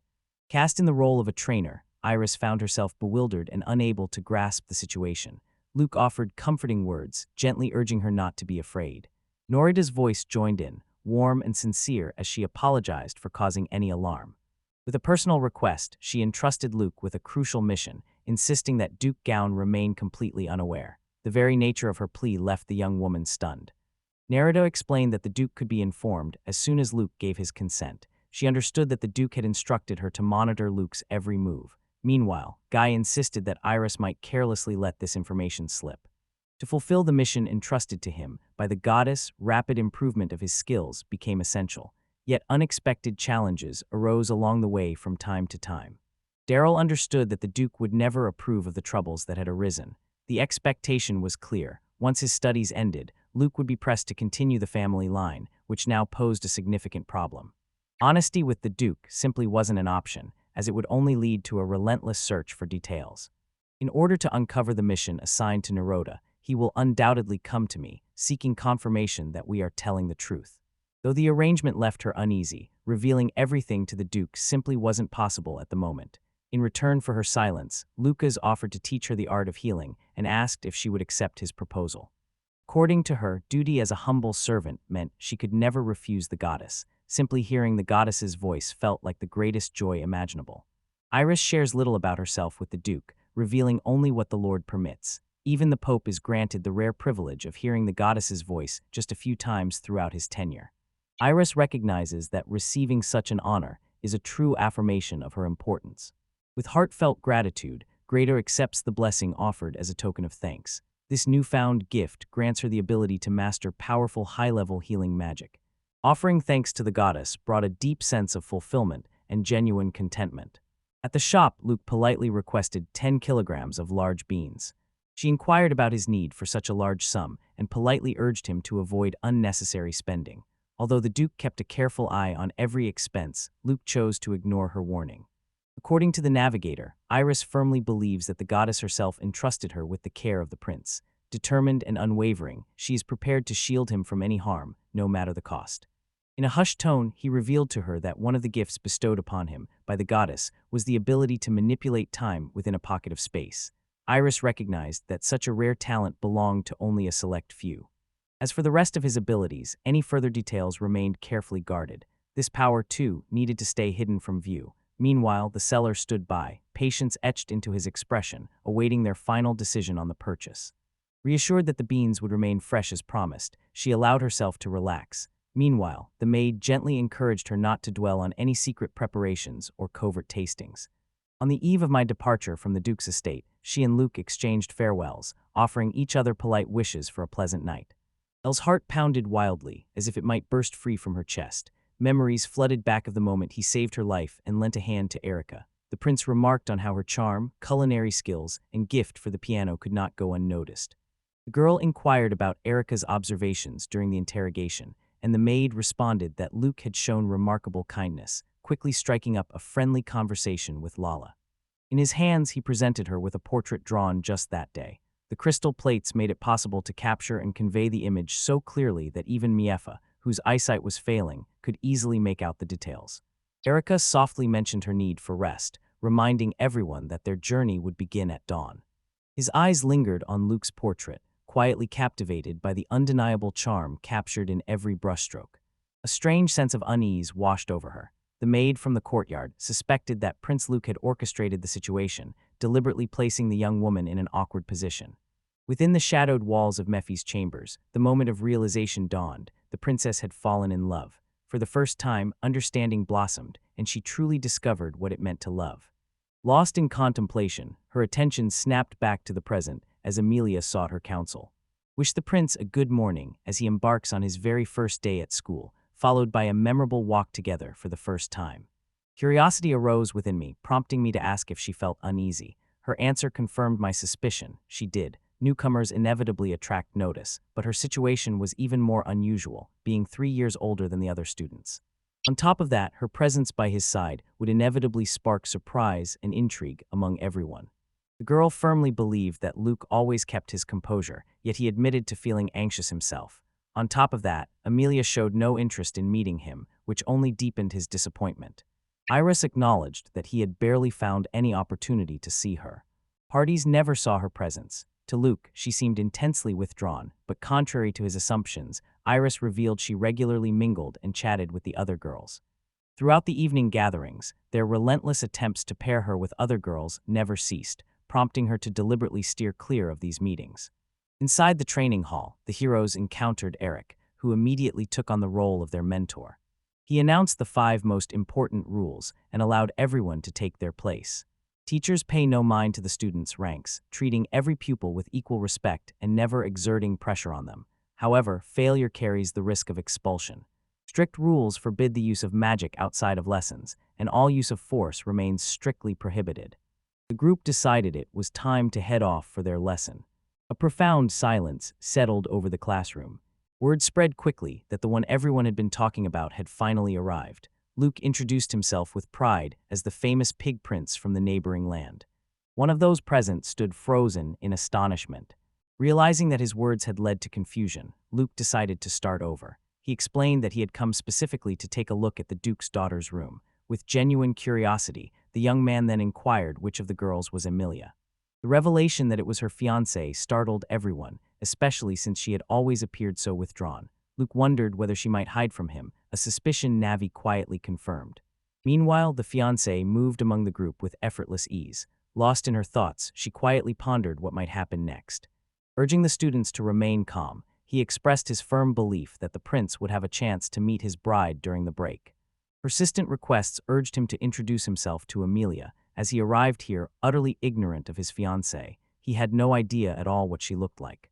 Amelia settled into a seat by the window in the back row, while his designated spot was being prepared right behind her. Offering a polite greeting, Nebai found his words met with silence as the girl ignored him entirely. Observing her quiet demeanor, Nebai concluded she must simply be shy when it comes to talking with boys. By the way, Amelia uses magic to alter her appearance. The pendant hanging from her neck is a powerful magical artifact, concealing her true face from his eyes. Apparently, that necklace only appeared around her neck during lessons. The purpose behind this little mystery remained beyond Luke's understanding. Summer tapped lightly on the door, and the tutor opened it immediately. The school principal apologized for interrupting the lesson, prompting Eric to inquire about the reason for the visit. 2 new students had also joined. For the mentor, this news came as a surprise, the first he'd heard of their arrival. Confusion crept in as he pondered the urgency behind their hasty registration, made all the more puzzling by the lack of any prior notice. Among those who arrived, 2 young women appeared at the scene. Fatch and Erica stood before them, and a sense of astonishment washed over Luke as the magic prepared to bind itself to him. The teacher received word that Duke Gale was calling for him. The principal suspected this might be the reason for the interruption. The boy explained to the Duke that he was currently in class and politely inquired whether the call was truly urgent. With a sincere apology, he explained that he had just received urgent news from his brother, the king himself. A suggestion followed to contact the prince once the lesson concluded. Convinced that his words were meant to announce Nefa's arrival, the Duke immediately inquired how this information had reached him and demanded to know who had delivered the news before he could do so himself. In that moment, Mifa and Erica materialized right before his eyes, leaving the Duke utterly amazed by the sheer swiftness of their movements. The conversation was postponed for later. The teacher mentioned that the principal appeared eager to clarify the situation. Deep gratitude fills my heart for those who have offered us their support in this world. Yafa, accompanied by her attendant Erica, will soon join our group in pursuit of shared learning. Both were placed in the same class as Luke, a decision Eric found particularly unexpected. Undoubtedly, the director encountered such an unusual event for the very first time. Still, he trusted that His Majesty possessed a compelling reason for taking such a step. A deep sense of satisfaction warmed him as they finally reunited after so long apart. The memory resurfaced of her explaining she wouldn't apply because of her vision problems. At that moment, supported by Erica, the girl seemed on the verge of a confession. Prince Luke called her attractive. Those words left his lips without much thought, unaware of the impact they would have on her heart. Eager for everyone to know his opinion, he spoke them out loud, making sure his voice carried through the room. At my request, Luke immediately obliged and repeated her words without hesitation. After careful consideration, he realized there had been no trace of deception in that moment. The boy insisted that deceiving her would be impossible. The princess made sure to remember that well.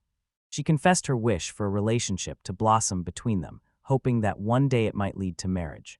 The arrival of the princess's letter took everyone by surprise, adding an unexpected twist to the day. Confusion lingered on Bobby's face, unchanged and unwavering. Curiosity flickered in his eyes as he inquired about her sudden mention of marriage, wondering aloud if it was a command from the king. The girl quietly assured him it was not. The day their paths crossed for the first time marked her heart forever. Since that moment, thoughts of him lingered with her, never letting go even for a second. A restless ache pulsed through the heart. Then, Erica confessed that she might be in love. Mifa suddenly realized the maid had been right all along. Erica seemed completely consumed by her feelings for him. The revelation left the boy genuinely astonished.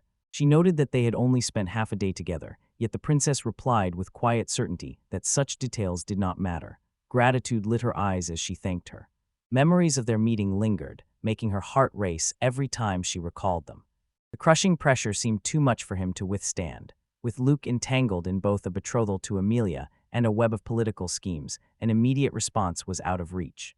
Neefly also found himself growing uneasy about the situation. Amelia confided that she found it impossible to even say hello to him. This struggle weighed on her, and it was the reason she decided to enroll in the academy the previous night. Communication proved difficult for her, even with her own mother. Meanwhile, Neefly believed that marrying her would be the best solution for everyone. At dawn, she hurried to her father, her heart brimming with hope. For the first time, she voiced a request that sprang from her own desires. The princess asked for permission to leave the palace, confessing her wish to marry Prince Luke. Yet the king, fully aware of Luke's engagement to Amelia, listened in silence. With firm resolve, she declared that she would never marry another. To demonstrate his support of her determination, her father made arrangements for her to enroll in the academy. Thoughts drifted to whether Duke Gal was aware, for it was clear his own presence here had been earned through determination and effort. Displeasure from the Duke seemed inevitable to Gal. The heroine, once frightened by the dreadful rumors that branded him the Swine Prince, at last came to see that outward appearances held no sway over her heart. What truly mattered was the depth of a person's character. The principal announced that class would begin shortly and suggested postponing their lively conversation until later. A polite request to excuse oneself followed. She confessed that she did not feel worthy of him. Luke found himself moved by her honesty. Nevertheless, he prefers not to rush into marriage, choosing instead to meet several times to get to know each other first. The students struggled to hide their astonishment. It seemed as though sparing his feelings was the last thing on anyone's mind. Turning to the vice principal, he explained the importance of discussing matters concerning the Duke and the king away from prying ears. Politely, he requested a private meeting that would include only himself, Amelia, and Niefa. Though their conversation strayed from academic matters, permission was granted for them to continue talking. With the lecture on magical summoning about to begin, they needed to wrap up their conversation before the second class started. An offer is extended for him to bring her along, her noble lineage clearly evident despite her current status as a student. Grateful for the prince's warm understanding of her feelings, she gently requested that he call her by her first name. The moment took him by surprise, stirring within a tentative sense of delight. Najfa, seemingly unaware of her own outward beauty, captivates with her gentle nature, warm-heartedness, and remarkable talent. The princess pointed out that her rare gift for exposing lies usually drove people away, yet in his eyes, this trait was far from a flaw. Sometimes being next to her brings a hint of awkwardness, yet Luke finds that honesty comes quite effortlessly. Genuine happiness fills her heart as she finds the courage to finally confess. By now, the prince had already spent 2 nights with Iris, prompting her to wonder if genuine feelings were beginning to blossom between them. He replied that nothing had happened between them. Relief washed over the princess, glad to know she still had plenty of time. According to Erica, the princess discovered that his companion was not a palace attendant but an attractive young woman.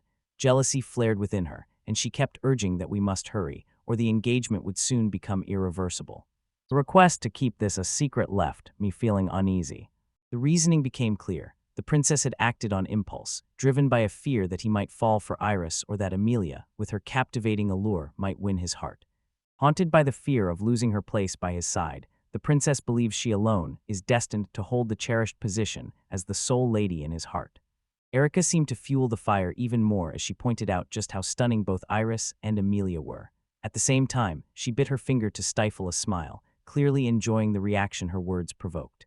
The suggestion arose to begin at once, since time was running short. He informed the Duke that it would be possible to skip the first lesson. It became clear to me that Luke had accepted my offer, the one I had marked with the letter F. By now, he understood everything. He chose to bring happiness to the one who truly cared for him, rather than force Amelia to marry against her wishes. Luke had already developed a certain fondness for him, so giving up was out of the question. Noticing the subtle shift, he realized his conversation partner was beginning to negotiate. The king settled on a compromise. As agreed, once the academy is finished, the hero will be granted the title of Marquis, provided that I, F.A., become his wife. In addition, the king asked the prince to take Amelia as his mistress.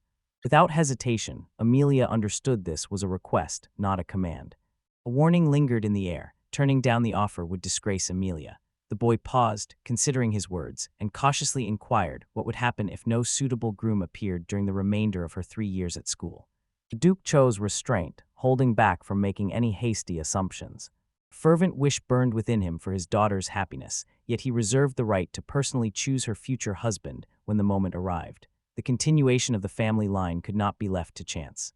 Luke realized that for aristocrats, such customs were entirely commonplace. The strength of Amelia's shyness never failed to catch attention, a trait that the Duke understood completely. Nevertheless, her sense of duty toward her family always took precedence. The young man, in contrast, considered the Duke to be out of reach. For the past 5 years, Gil had pursued a solution with unwavering determination, yet all his efforts proved fruitless. Should Amelia become his concubine, there would be no need to force her into motherhood.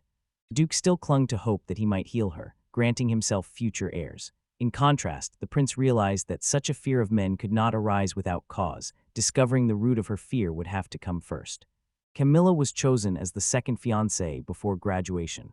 If he manages to cure her and they have a child together, that child will become his successor and inherit the duchy. Consultation with Princess Maida became essential, so Luke requested a little time to carefully consider his next move.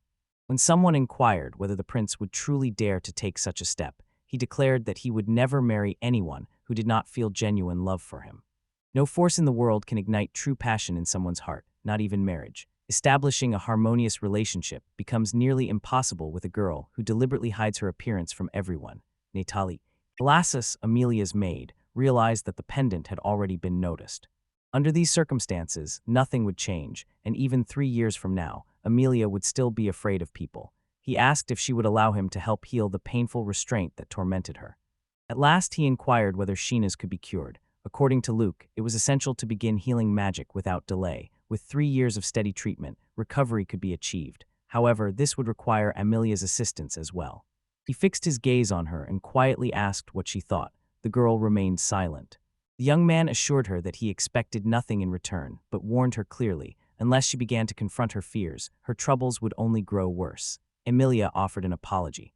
With her engagement already announced, the advances of other would-be suitors will come to an end. Once she recovers, the path to finding true love will open before her. He promises to end the current engagement as soon as possible. The girl expressed her heartfelt gratitude for his care. Hearing that her mother's condition was gradually improving filled her with an overwhelming sense of relief. Lala and Anna shared in her joy, excited by the thought that soon they would once again embrace their mother. Gratefulness warmed her heart, yet fear held her frozen in place, making every step toward him impossible. There was no need for any sacrifices. Luke suggested they add each other to their list of close friends and start with some friendly chats. In the end, it didn't seem so intimidating. Amelia, albeit with a hint of hesitation, agreed to the idea. The girls admired him, and with each passing day, Iris found herself growing more and more fond of him. Meanwhile, Luke became convinced that she remained oblivious to what was truly going on. Their engagement will be announced before Miefa and Emilia. 3 years later, after graduating from the academy, they will consider marriage. Miefa admits that while her value may appear modest, she is determined from the start to give her utmost effort to become an excellent partner. Someone leaned close and whispered softly to the princess, while Nefer informed the prince that his father had summoned him to the royal palace. Indeed, the young man realized he needed to speak honestly, but his first stop must be the duke's residence. The girls recognized that caring for the duchess now demanded extra measures. She assured them it would only take a moment, and promised that Naifa would deliver the message. The first class came to an end, and he suggested they head off to their next lesson. The teacher suggested working in groups, assigning Luke, Mifa, and Emilia to form one team, while the rest of the students would organize themselves. However, one student objected, insisting that he wanted Emilia to remain in his group as before. It turned out that the young man was well aware of Emilia's true appearance, and still hoped their friendship would one day grow into marriage. Luke admitted the situation genuinely troubled him. However, the chances of Emilia returning those feelings seemed slim, a sentiment Nabai also shared. As the fourth son of the Duke, he knew the title of heir would never be his. That was why the chance to share a class with Emilia filled him with excitement. His temperament defied any description of malice. Compassion ran deep in Luca, but the tutor firmly reminded him that the headmaster had already made the decision, and there would be no further discussion, trusting that Luca would understand. Fortunately, he separated everyone into groups just in time, eliminating any chance someone might attack Naifa out of fear of her abilities. With curiosity, the boy asked Nebai what would happen if a killer managed to sneak into the school disguised as a student. Nebai simply asked him to trust her, explaining that she relied on the Idrisil system and intended to thoroughly monitor their surroundings. The gods of this world designed this system to store information about every living being, and she can access and review all the data it holds. None of the students in his class harbor any suspicion. Luke requested regular updates on the situation. Tomorrow marks the beginning of a rare event that graces the land only once each year. Grand celebrations will unfold at the academy, the royal castle, the temple, and the guild. Tomorrow, the first-year students would participate. The following day, it would be the turn of the second and third-year students, and on the final day, ordinary citizens would be welcomed. The prince found it surprising that members of the general public had also been invited to join. The next step involves giving instructions. The summoned creature forms a pact with its master and sustains itself by drawing on the master's magical energy, for which the summoner remains entirely responsible. The master covers the cost of accommodations for summoned creatures. Those of a higher rank qualify for government support. Smaller summoned beings typically share living space with their master. An ordinary creature transforms into a familiar once chosen by a master, but strict rules forbid exploiting its abilities. After summoning, the master alone decides whether to form a contract for shared existence or to dismiss the creature immediately. Most novices summon familiars of a lower rank. There have been instances where even such seemingly harmless creatures caused harm to skilled mages and, on rare occasions, claimed the lives of their own masters. Students are urged to approach this matter with utmost seriousness. Loyal companions remain steadfastly by your side. When the moment comes to let go of someone, they will gently warn you in advance. With everything prepared, the plan was set. After lunch, everyone would change into their sportswear and gather at the stadium. A suggestion to visit the cafeteria was met with Iris's gentle refusal, as she explained her reasons for being unable to join. She remembered her own words, remarking that for 500 guineas, the food there promised to be exceptional. Sampling it just once seemed worthwhile. The idea made sense, and yet immediately everyone would start gossiping about the traces left by pigs, all eyes and fingers pointing her way. Still, none of that was enough to dissuade her. Bold as he may be, access to the dining hall remains off-limits. The lifestyle of carelessness does not suit him. Maintaining a strict diet is second nature. At last, right there is the very spot where Emilia always enjoys her lunch. Unfortunately, the maid always took her meals in her own room. Luke noticed that the dining hall remained almost completely empty. She inquired whether he might like to join Princess Mifel at the table. Yet, the real issue lay in preparing a meal for the princess, a task that felt entirely foreign to him. He interrupted her, assuring that royal cooks handled all the meals at the castle, so Erica need not worry about preparing food. Her original plan was to dine alone in the banquet hall. After that, she inquired whether Iris could look after Lady Maefa, and Luke turned to Erica, interested in her thoughts on the matter. Everest, unsure of what delights a princess's taste, resolved to do everything she could to please them. Preparing another batch for Erica presented no difficulty, especially since she'd invited Erica to join her. Gratefulness shone through as Erica accepted her offer. Amelia was asked if she would like to join them for lunch, especially since Natalie was such a wonderful cook. By working together with Iris, the meal could be prepared more quickly and easily. Amelia, however, politely requested that they not worry about her. In response to her question, Natalie explained that having Iris by her side would make cooking much easier. The menu would become far more diverse. Shopping for groceries, washing dishes, and cooking meals promised to be much simpler. Amelia agreed to the plan. Erica had heard that young men were seldom allowed into the girls' dormitory, so instead they gathered in Mr. Luke's room. He found himself pleasantly surprised by Amelia's firm handshake. Iris decided to prepare a light meal for lunch, and the boys genuinely appreciated her thoughtful choice. Apologized to the boy from Amelia for arriving so unexpectedly, like a snowball suddenly tumbling into his world. He replied that it was nothing out of the ordinary. Still, a slight nervousness lingered as he found himself in the company of 5 girls.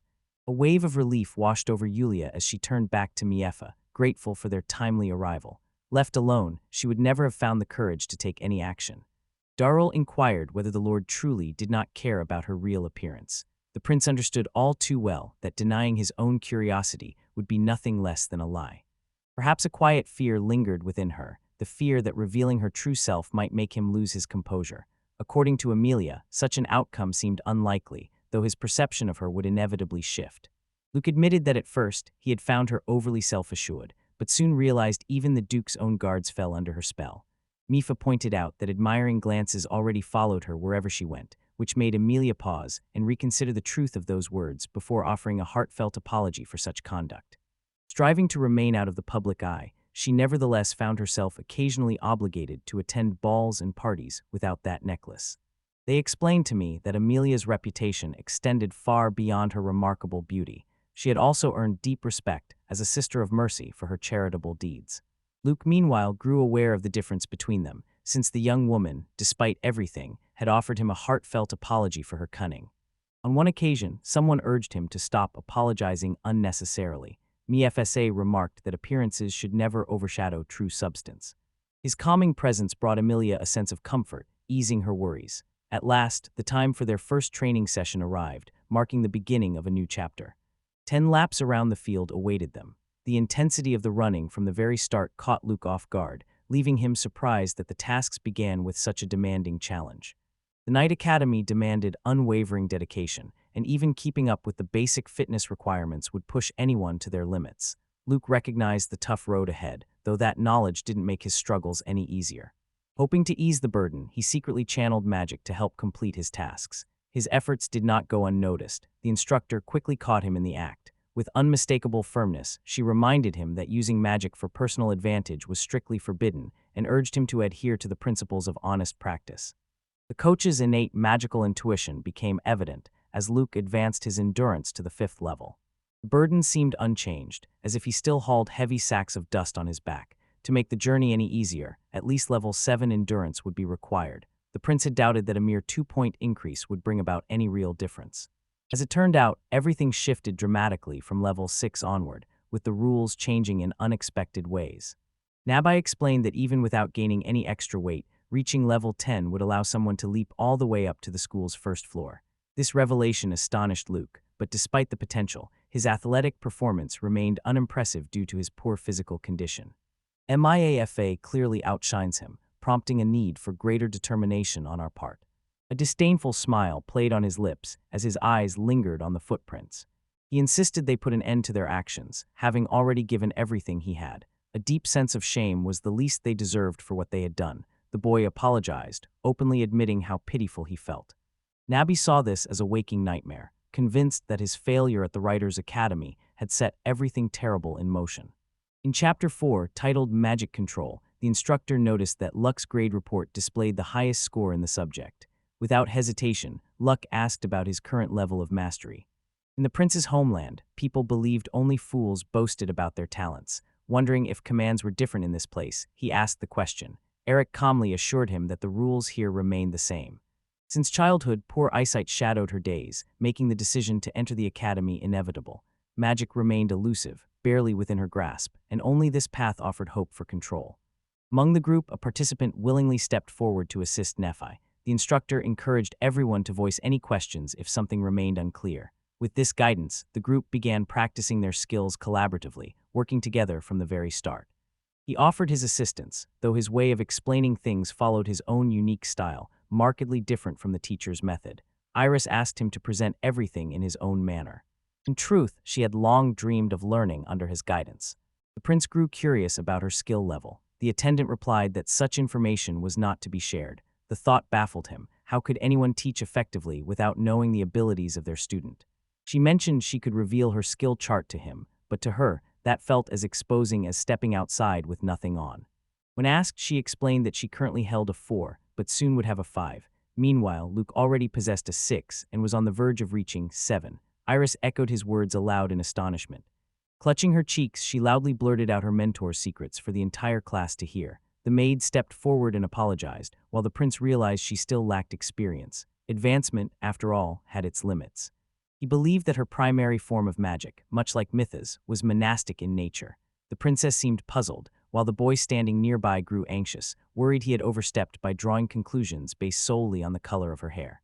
In truth, her abilities extended far beyond that. She wielded the forces of water, lightning, and fire. The main character realized that the task ahead would not be an easy one. Merging fire with water, or water with lightning, seemed nearly impossible. The girl doubted her abilities, but the boy encouraged her not to jump to conclusions and took it upon himself to attempt the fusion of the elements. Iris's world radiated with light. Luke once assumed Myth struggled with her vision, yet she managed to catch the subtle merging of green and red hues. That very blend, she realized, intensified the spell. To the princess, magic appeared as a vivid tapestry, woven from shifting stains of color. She unraveled human emotions with ease, reading each feeling in the language of delicate shades. It became clear to me that this talent was characteristic of the albino people. Miafa approached him, eager to learn a few tips for mastering the art of magic. Training and even more training. The girls exchanged surprised glances at his words. He implied that practice should continue even in their dreams. After refining the monastery's magic with a simple household spell for light, it became clear that the brightness of the glow depended entirely on the amount of magical energy used. With enough skill, the light could even be rendered invisible. Given the straightforward nature of the spell, it proved perfect for regular practice sessions. Focus power into your hand, and soon the glow will linger far longer than before. One practitioner managed to maintain it for 8 hours straight. Fire magic would benefit from a warmth incantation, while cooling requires a water spell. To calm winds, use a web of lightning, and for summoning darkness, a special enchantment is needed. Although the exercise itself is simple, its results astonish. As for earth magic, he realized small stones would have to be conjured. Practicing household enchantments brought tangible benefits. Progress in mastering the fundamentals of magic unlocked the potential to explore new branches. Satisfaction lingered on Iris's face, while Luke eagerly suggested they experiment with every spell they could find. During dinner, the girls gathered around the table, their conversation revolving around the upcoming event that would soon take place, a ritual to summon a familiar. A knock sounded at the door. The visitors apologized for their delay. Behind them stood the king himself, offering his regrets for the unexpected visit. Together with his wife, he waited with eager anticipation to meet Luke, while the young man found himself surprised by how hurriedly they had come to see him. Allow them inside. The king has stated this is a private meeting, so there is no cause for concern. Zeno arrived not as a ruler, but guided by the heart of a caring father. With genuine gratitude, he thanked Luke for saving Miafa from the bandits' assault. The prince declined to bow, choosing instead to explain his point of view. He introduced himself, making clear that meeting him was a rare honor. Upon learning that Luke had agreed to marry Nepha, the king insisted on meeting him face to face. She appeared without warning, and the queen offered an earnest apology for having brought her to this place. Printer worried whether the prince truly understood the extent of Miafa's power. The boy firmly believed she could sense any lie, while the princess felt such caution was no longer needed. The queen insisted they talk the matter through, convinced she would regret it later if she kept silent now. The woman firmly insisted that Iris give them some privacy. Luca grew uneasy with her constant presence, while the king remained resolute in his belief that she should not hear the subject of their conversation. Every action had been taken with his best interests at heart. Still, should he wish it, Iris could remain by his side. It seemed to me that he was tempting fate, as if walking on thin ice, yet so far everything was unfolding smoothly. When asked, Luke assured me that my passionate demeanor caused him no discomfort. He described her as an extraordinarily charming young woman and considered it a true privilege to be able to spend time with her. Delight filled the princess, her radiant smile telling the king all he needed to know. No further proof was necessary. As a father, the king had long harbored concern over Miefa's remarkable talents. Over time, her siblings had grown wary of her, and recently, their conversations had dwindled to almost nothing. The realization dawned that people naturally tended to lie. The ruler, curious, inquired if this troubled him. No compelling reason existed to deceive Miefu. Her love remained steadfast even in the shadow of his questionable reputation. The desire to be worthy of the trust she so freely gave became his quiet resolve. Another question lingered in his mind. Whispers suggested that the king himself was eager to welcome him into the royal family as a son-in-law. Could this eagerness stem from the fact that so few in this nation inherited monastic magic? Zenon dismissed the idea. What truly captivated him was the prospect of uniting his fate with someone who possessed mastery over all 5 forms of magic at once. Moreover, the ruler realized that the prince was nothing like the image created of him. His command of magic, mastery of alchemy, and skill in the healing arts all spoke of years of careful training. It appeared that none other than the legendary sage and sorcerer Edward had personally overseen his education. Luke began to understand that he knew everything there was to know about the prince. The existence of the mentor had to remain an absolute secret.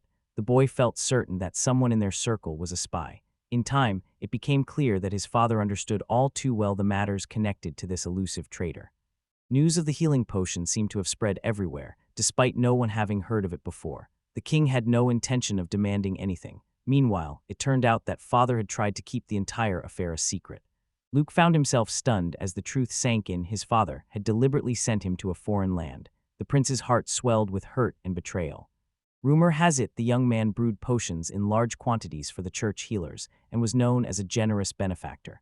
By aiding in the recovery of the sick, the prince quietly strengthened the ties between the church and the ruling powers. Luke remains determined to carry on his work, and the king voices his complete encouragement. Should Luke wish to brew potions within the kingdom, full backing will be offered to him. In addition, the monarch will not stand in the way of anyone who wishes to care for his daughter. Before long, the subject of heirs was bound to arise. Zeno replied that it would depend entirely on his own decision. Mifa found the space to share her thoughts openly because of him.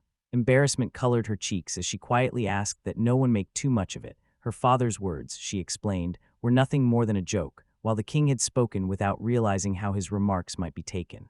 When Nyfer approached her father to seek his approval for their relationship, she employed a calculated strategy. She promised that she would bear many children and serve as a shining example for Erica and Emilia.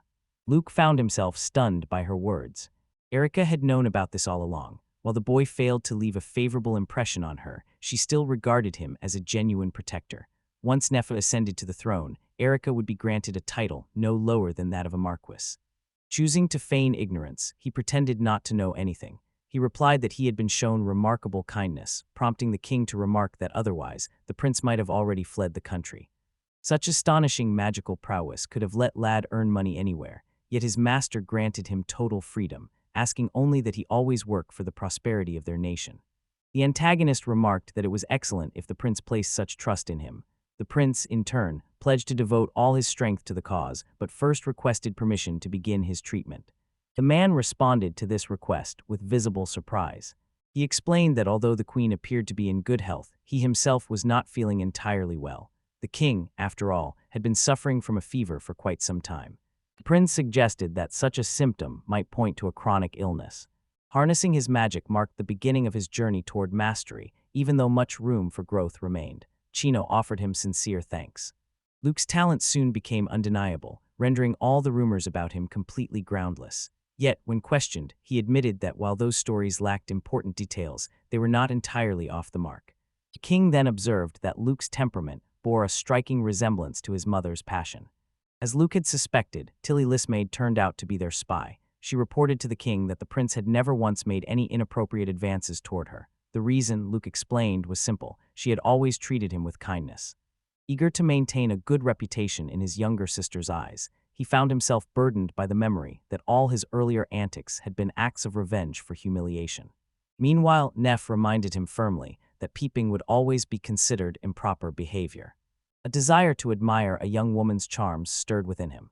permit him this brief moment to appreciate her beauty. At this moment, he remained the sole person indispensable to the protagonist. The king urged him to keep T12 firmly in mind, while the girl's attitude revealed a profound aversion toward him. Emerging from the bath with a contented look, he radiated satisfaction. Watching him, Iris concluded that bathing was a true delight for him. The exhausting run left his legs burning with fatigue, and all the boy could think about was a relaxing massage. The suggestion delighted the girl, but the prince insisted on a session with healing magic instead. The maid saw this as a wonderful opportunity unfolding before her. Only then did he realize that Edward had been his mentor all along. As it turned out, the teacher always insisted he never took on students, a private rule of his own making. The girl inquired about the reason, and Edward explained quietly that people simply died too soon. The maid grasped the truth of his words at once. She resolved to showcase her massage technique to her. First, though warming up the muscles thoroughly was essential for the best results. Mastery of this technique requires a fundamental command of water magic or monk training, along with reaching the third level of energy control. The realization left her pleasantly surprised. Noticing the inflammation on her leg and the clear tension rippling through her muscles, he carefully pressed his fingers against the affected spot. A sharp pain shot through the maid, making her flinch. Gently, he invited her to picture a blue current of healing energy pulsing at her fingertips, then quietly asked whether she could sense its presence. A wave of remarkable pleasure washed over. Luke suggested activating the magical sense, as the spell created tiny ripples, leaving gentle circles in its wake. Mastering this technique demanded remarkable skill. He inquired once more about the sensations stirring within her. With renewed vigor, the girl remarked that her muscles had finally ceased their protests. Now embracing her own moment, she resolved to give it a try. Vince advised her not to channel magic too deeply into her body. Instead, he suggested casting spells one at a time, without forcing herself. Iris soon realized this was no simple feat. Sensing her struggle, Vince offered a new perspective. When she dried her hair, she would use an air spell for nearly 10 minutes straight. The same principle applied here, and his insight struck Iris profoundly. Determined to master the technique, Iris resolved to try again, yet success eluded her for the rest of that day. An apology was owed to him, accompanied by a remark that, despite his talent for clear explanations, she still struggled to achieve her goal. Luca calmly explained that success rarely came instantly and recalled how he once had to hone his own skills through persistent effort. He also expressed his gratitude for the massage she had given. Luke suggested a bit of practice, catching the prince off guard. Training right after a bath was unexpected. This was all part of Luke's plan to slim down. According to the girl, he would definitely return, so there was nothing to worry about.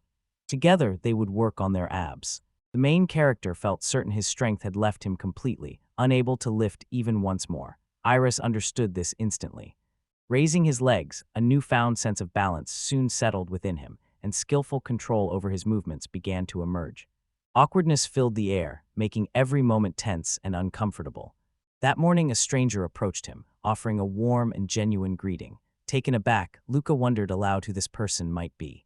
Effa appeared beside him, boldly declaring herself his wife. The young man quickly objected, pointing out that they were not yet married. With surprise, he inquired about the reason for her early arrival. Without meaning to, Erica remembered how they used to go out for morning walks every day. Nafa didn't treat this as any kind of secret, and Luke instantly caught on to Erica's desire to join them. Her movements could benefit from a touch, more energy and fluidity. While the others made their way forward, Iris busied herself with preparing breakfast. Erica watched thoughtfully. The day of the summoning ceremony had finally arrived, an event Jafar had been eagerly anticipating.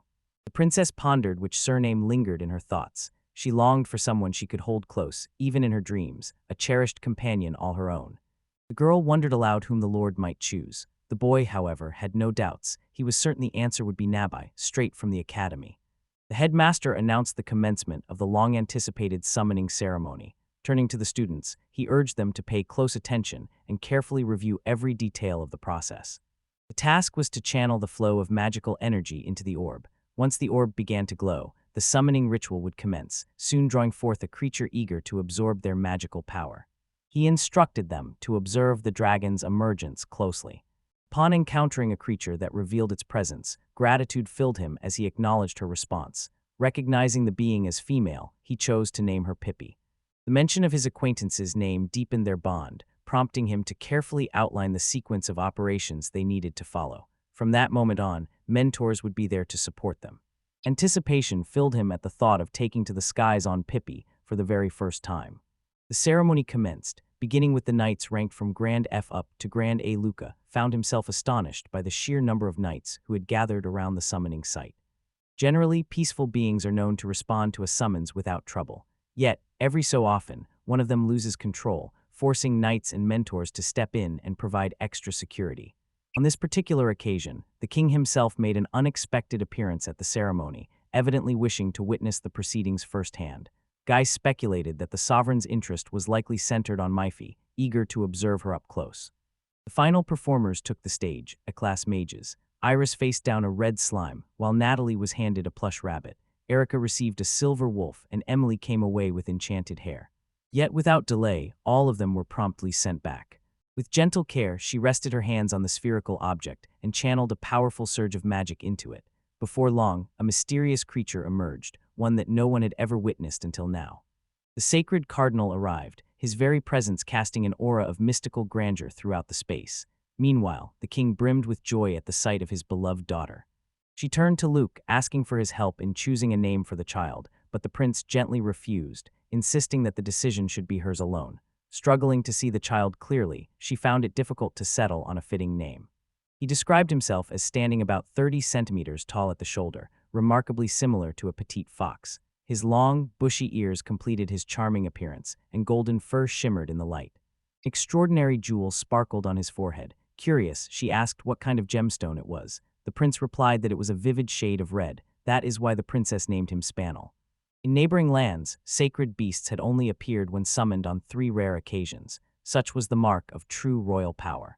There could be no doubt that the prince would rise to the occasion. The final person summoned to call forth the sacred beasts was Prince Luke A. Walg.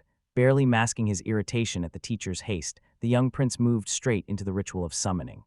The students failed to notice any sign of a creature and assumed the ritual had not worked. However, their attention soon shifted to a tiny pixie fairy fluttering nearby. Nabai had made her appearance. Their laughter rang out, genuine and unrestrained. Luke struggled to comprehend how anyone could mock the gentle fairy with such boldness. The fairy hid herself from view. The boy, puzzled, wondered aloud what had brought her here, but she refused to reveal her presence. After being mocked, she made up her mind to claim that spot for herself. An unstoppable fury burned within her. In a quiet voice, Nebai murmured, "Next time." Since the first encounter with the goddess, anticipation for this moment had steadily grown within them. The sudden arrival of a dragon, summoned by the call, sent a shockwave of astonishment through all the onlookers. Diana demonstrated her loyalty by gently licking her master, yet he firmly urged her to stop and immediately begin the purification ritual. The king inquired whether she had come in response to his summons. Luke confirmed that she had indeed arrived. Having long since completed the naming ritual, she instantly recognized when she was being addressed. Everything about her suggested a lineage tracing back to one of the ancient breeds of black dragons. It became immediately clear to me that something was definitely wrong. A massive creature's head emerged before his eyes, so large that it seemed cramped within the confines of the chamber. The hall was clearly too small to accommodate such a being. Choosing this room for the summoning had clearly been a mistake, and the prince suspected that a dog might have been responsible for the decision. Fury crackled within the creature, and it would never allow itself to become the target of mockery. Luke wondered whether this being possessed the ability to peer into the minds of humans. Anna resolved to strike. The creature stood stunned, unaccustomed to anyone raising their voice at it for 1,000 years. His name was Fenra, and nestled beside him lay his newborn child. The child lay frail and unable to drink her milk. The boy suspected she had summoned him here for this very reason, giving him the chance to feed the baby through magical means.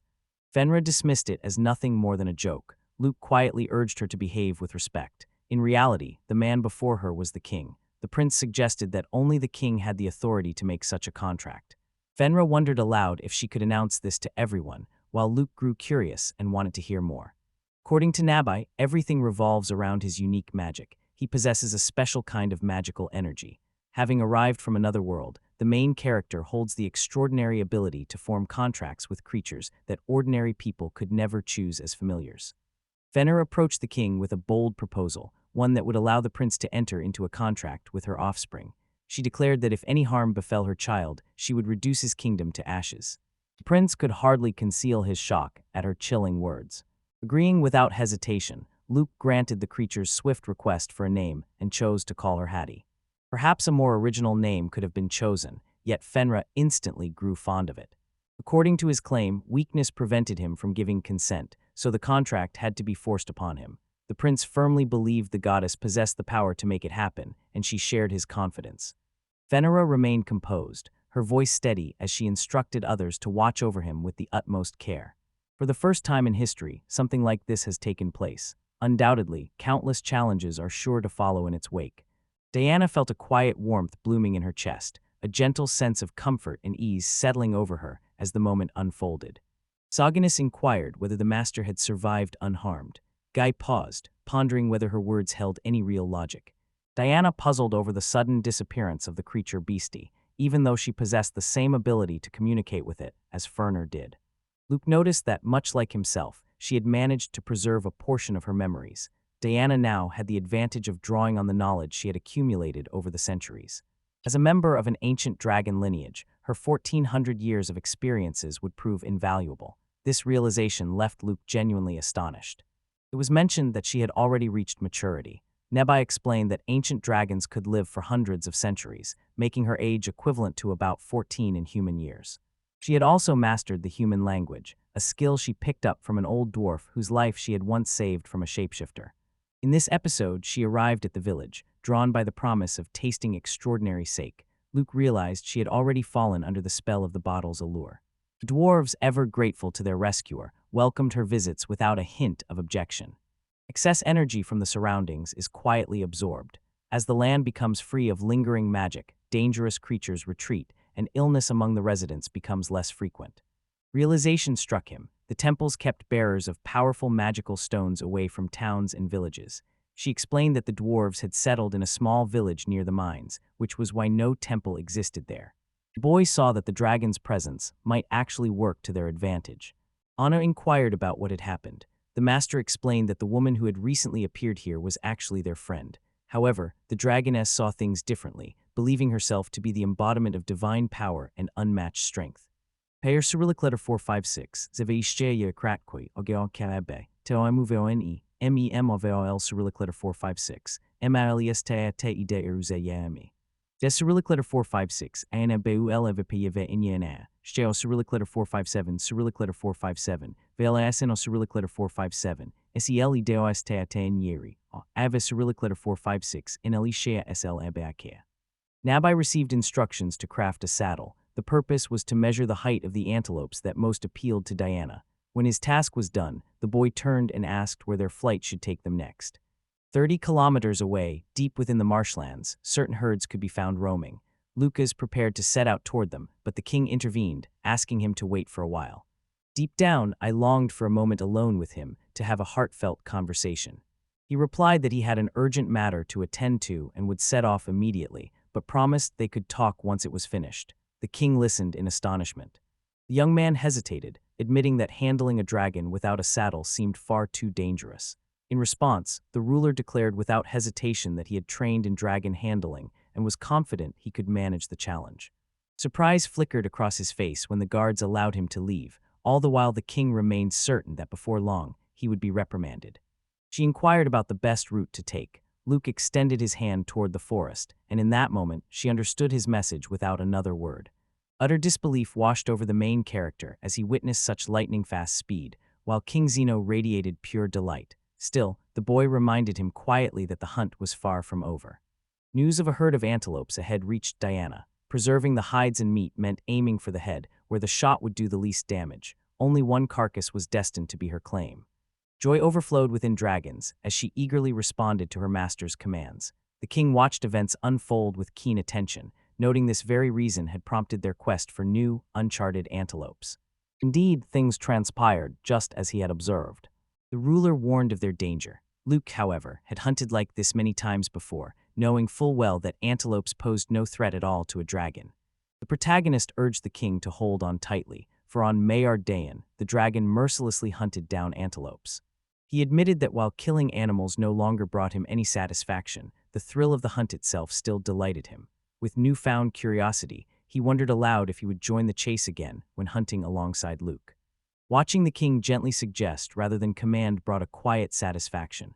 Once the matter was settled, the group swept homeward as if carried by wings, where a tender bison steak awaited them. Once again, heartfelt apologies were offered for having Luke take on the cooking duties for everyone. With a calm smile, he assured them it was truly no trouble at all. Addressing the prince, she explained that students whose dragons served as familiars would be transferred to the Academy of Dragon Riders. Since he had previously studied there, the girl felt certain he would be among those reassigned. In their homeland, every prince receives a dragon egg during childhood, a tradition that determines the course of their education and leaves them with no choice about where to study. Upon hearing this, the king remarked that their own circumstances were no different. Life at the Dragon Academy failed to suit the prince. Although he had chosen martial arts as his primary focus and combat magic as his secondary, the administration promptly replaced his first choice with healing magic. All Luke truly desired was to become a genuine battle mage. The vision of this boy as a dragon rider lingers in Dino's mind, yet respect for his decision prevails. For this, Luke offered his heartfelt gratitude. After all, King Julius eagerly awaited their meeting. Understanding dawned on him. The king spoke specifically of Diana and Fenderer, not any other matter. According to the king, although the young man had already won the status of future son-in-law by conquering both the ancient dragon and the little Fenderer as his familiars, he could also expect to be granted the title of duke. Mifa realized that the prince might remain in their country. Naturally, he is part of the family, cherished and accepted as an essential member within these walls. Truthfully, Luca had no desire to leave this place, as he confessed to the princess.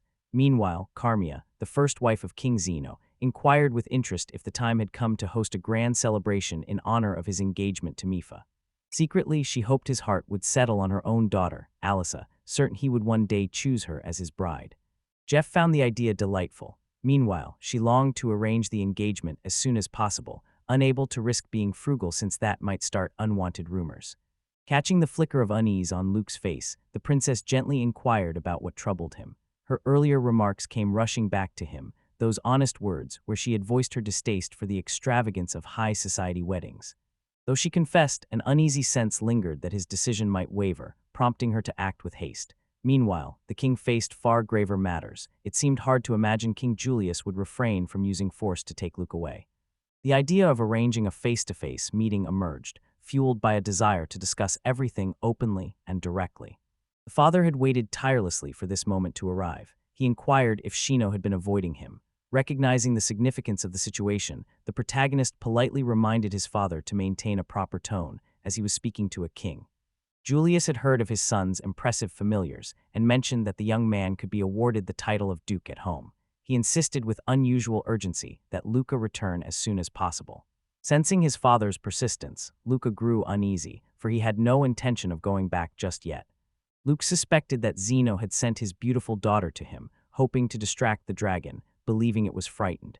He also realized that his encounter with Maeafa had begun even before the summoning ceremony took place. Of all people, it was his father who seemed most in need of his spirit heir support. The king insisted he was doing everything within his power for him, yet the woman dismissed him, turning her attention instead to Luca. Recognition lit up her eyes as she saw her mother. According to her father, Emilia had wept until she could weep no more. At the very least, she might recall her mother. The young man realized the true reason behind her tears. His own secret efforts to send him away from the country had caused her heartbreak. He reassured her, promising that everything was fine. Everyone here treated him with genuine kindness, and he had found a girl who truly cared for him. No thoughts of returning home troubled him now. It became clear to the woman that his presence here was entirely his own choice. The princess held the esteemed title of highest-ranking inquisitor. After offering a polite apology for interrupting, she introduced herself. Recently, she and Luxan had become a couple. A wide smile lit up her face as she turned toward them, her happiness at this long-awaited reunion shining brightly. With a spark of curiosity, Emilia inquired about her intentions. The princess, well-versed in court gossip, remained certain that Mr. Luke was an honorable man. After he saved her life, even a brief conversation with him became the spark that made her fall for him completely. The princess now gives her heart to Prince Luke. Recognizing that resistance would be futile in the face of such determination, the girl offered her heartfelt thanks. Someone asked Luca about Lula, reminding him of their past love and wedding plans.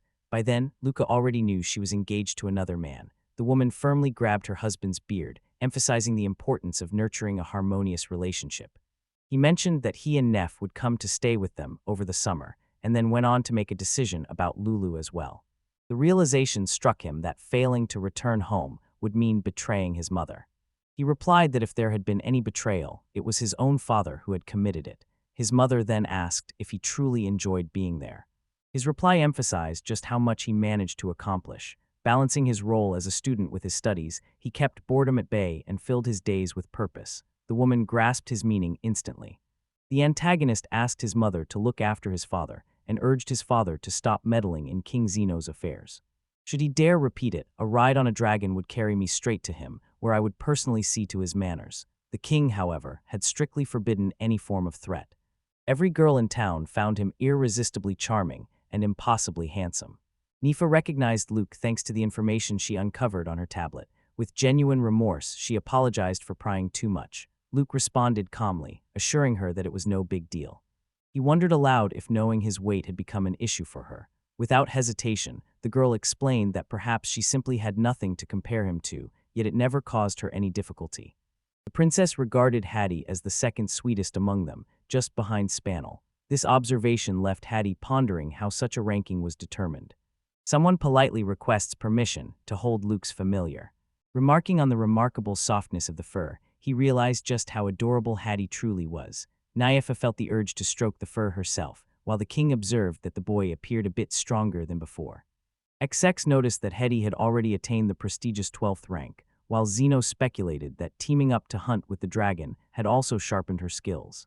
Julia remembered that Luca-san owned a fairy. Instantly, the boy realized she was referring to Nabai, who had just appeared in response to the summons. Nabe agreed and suggested she pick out something charming for herself. Upon inquiry about her silence, it became clear that her voice was simply too soft to be heard. Her small stature rendered her words almost inaudible. The prince remained certain she would tear apart anyone who dared to lay a hand on her. Calmly, Nabe disagreed, gently pointing out that she had never done such a thing. With care, he asked if he might be allowed to touch her. The sorceress explained that it would only be permitted with her own consent. A soft warmth washed over Luke, as if brushing against the gentlest of feathers, and a faint scent of vanilla drifted in the air. Amelia inquired if she could have it as well. He replied by asking whether Nabai minded. As for sweet Amelia, she agreed, but the prince requested that she not be called by that name. With genuine remorse, she apologized, overcome by emotions she could no longer contain. In Amelia's imagination, Pixie Fairy appears exactly as she once pictured her, and for Pixie herself, altering her appearance comes as naturally as breathing. With friendship blooming between her and Amelia, their meetings have become much more frequent. Perhaps, in time, this growing bond will help her slowly learn to trust him. A sweet fragrance hung in the air around the princess, enveloping her senses. The man calmly revealed that the scent of vanilla brought a soothing effect. Amelia found herself impressed by the depth of his knowledge, while Nabai looked on with pride at her chosen master, confident in the choice she had made. Sleep crept over him, and soon the king decided it would be best for everyone to retire as well. Wishing not to disturb the peaceful slumber, he quietly suggested turning in for the night, a sentiment his queen wholeheartedly shared. Nelia turned to them, her voice quiet but resolute. Though she had planned to remain silent, she realized that wearing the necklace in the presence of His Majesty would be considered disrespectful. With genuine remorse, she apologized, explaining she could not appear in public without it, even though she used to wear it only during lessons. Camilla pointed out that she had never revealed her face to Luke. After making this comment, she turned to Amelia and inquired about her plans for marriage. It was announced that the girl would reveal her face only when she felt ready. The woman inquired whether he was curious about her appearance. Luke was indeed interested, yet he understood she could not be forced into anything. Nabai added with quiet determination that if anyone dared to hurt her, she would not hesitate to demonstrate exactly what they were dealing with. At that moment, Amelia stepped in and offered her thanks. She asked about Luke's latest endeavor, curious about his plans to develop a new hair shampoo. A sense of satisfaction washed over her, knowing they could finally do without the fragrant oil they had relied on before. The prospect struck her as a wonderful improvement. According to her, the process is simple. First, shampoo washes away all traces of dirt, then conditioner restores strength and vitality to the hair. Lotions and face creams are now being produced, essentials that every true beauty relies on. She, too, longed to experience their effects firsthand. Luke struggled to mask his astonishment. He patiently walked her through the proper use of each cosmetic product, then suggested preparing a bath. Iris listened intently to every instruction, her curiosity piqued, and proposed they practice first. The prince agreed without objection. With the intention of strengthening his abs, he wasted no time and began the workout immediately. Luke requested that she not resist if he suddenly reached for her. Iris prepared herself for that possibility. Realization dawned within her that she was truly ready, and she found herself considering him as a possible companion. The decisive factor appeared to be his familiars. The most important thing was to choose the one who could truly bring him happiness. Gradually, Luke came to understand that this should be the guiding force in finding a partner. The thought of selecting someone based on joy alone felt incredibly appealing to him. While some feared Miefa might grow to hate them once they became a couple, this worry never found its way into Iris's heart. What truly unsettled her instead was the strength of her own fear. With 4 more attempts, he would reach 30. The challenge weighed heavily on him, yet determination burned in his eyes as he readied himself for what came next. The final training session came to a close. The girl acknowledged his progress and reminded him that they would meet again the next day to continue their lessons. Luke expressed his heartfelt gratitude for her guidance, and Iris suggested they have some water first before heading to the changing room. The main character suggested they start by slipping into the hot water, and the girl eagerly agreed with his plan. Asked whether he wished to take concubines, Luke declined. The delicate balance of his relationships with both his father and King Zeno weighed heavily on his mind, and he had barely begun to understand the complexities involved. Realizing that family conflicts were all too common, he made a conscious effort to avoid causing them himself. A question was raised about whether relationships must always deteriorate. The prince responded that, in general, they do not. For example, Princess Miefa shares a close friendship with Erica, a bond untouched by anything that might drive them apart. The mutual trust between them only strengthens her sense of self-assurance.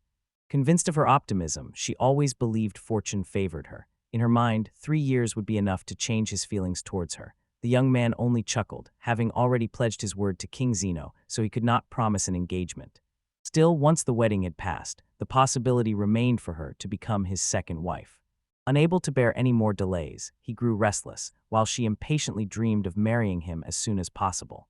He announced that it was time to wash her hair. To teach her the proper way to use shampoo, he decided to demonstrate the process himself, carefully working the suds through her hair. The experience left a deep impression on the girl. She stood firmly opposed to the idea. If anyone ever discovered the prince aiding her with her hair care, her fate would be sealed. A sentence of death by burning would await her.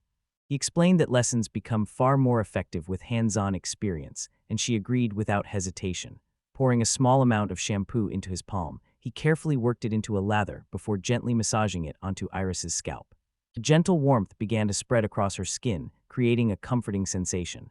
The prince patiently walked her through the process, detailing how to use her fingertips to properly massage the scalp. The conditioner seeps deep into each strand of hair and rinses out effortlessly. Enough in store for now. A gentle softness spread through Iris's hair, transforming each strand to silk beneath her fingers. All that remained was to rinse it clean. She sprinkled foam onto a soft towel and gently massaged it across her face. Her skin felt clean and refreshed, free from any tightness or dryness. Contact with oil and drying her hair were to be strictly avoided. The unexpected advice left her pleasantly surprised. The thought crossed her mind, so that's how hair can end up ruined. With a gentle pat on the couch, the young man invited her to sit beside him. Uttering a spell, he left the maid visibly stunned, her curiosity now piqued.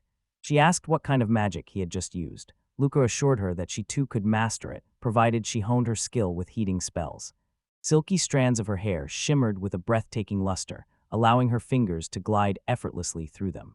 Stepping aside for a moment, the prince struggled to make sense of her destination. After all, it was already 8 o'clock, and his purpose was simply to request a massage. Shortly after, the girl returned, accompanied by Miefel and Erica. Their sudden appearance left Luke profoundly impressed. A longing to try the shampoo stirred within her, along with a desire to test every other product as well. Girls everywhere yearned for unmatched beauty, no matter which world they called home. The image captured a serene moment, with Nebai resting peacefully alongside Hetty and Spannel. Everyone soon realized their hair had become soft and light to the touch. Satisfaction flickered in Luke's eyes as the outcome far surpassed their expectations.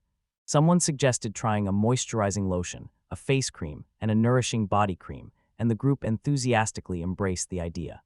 This formula delivers optimal hydration without increasing oiliness, helping to achieve the perfect balance for your skin.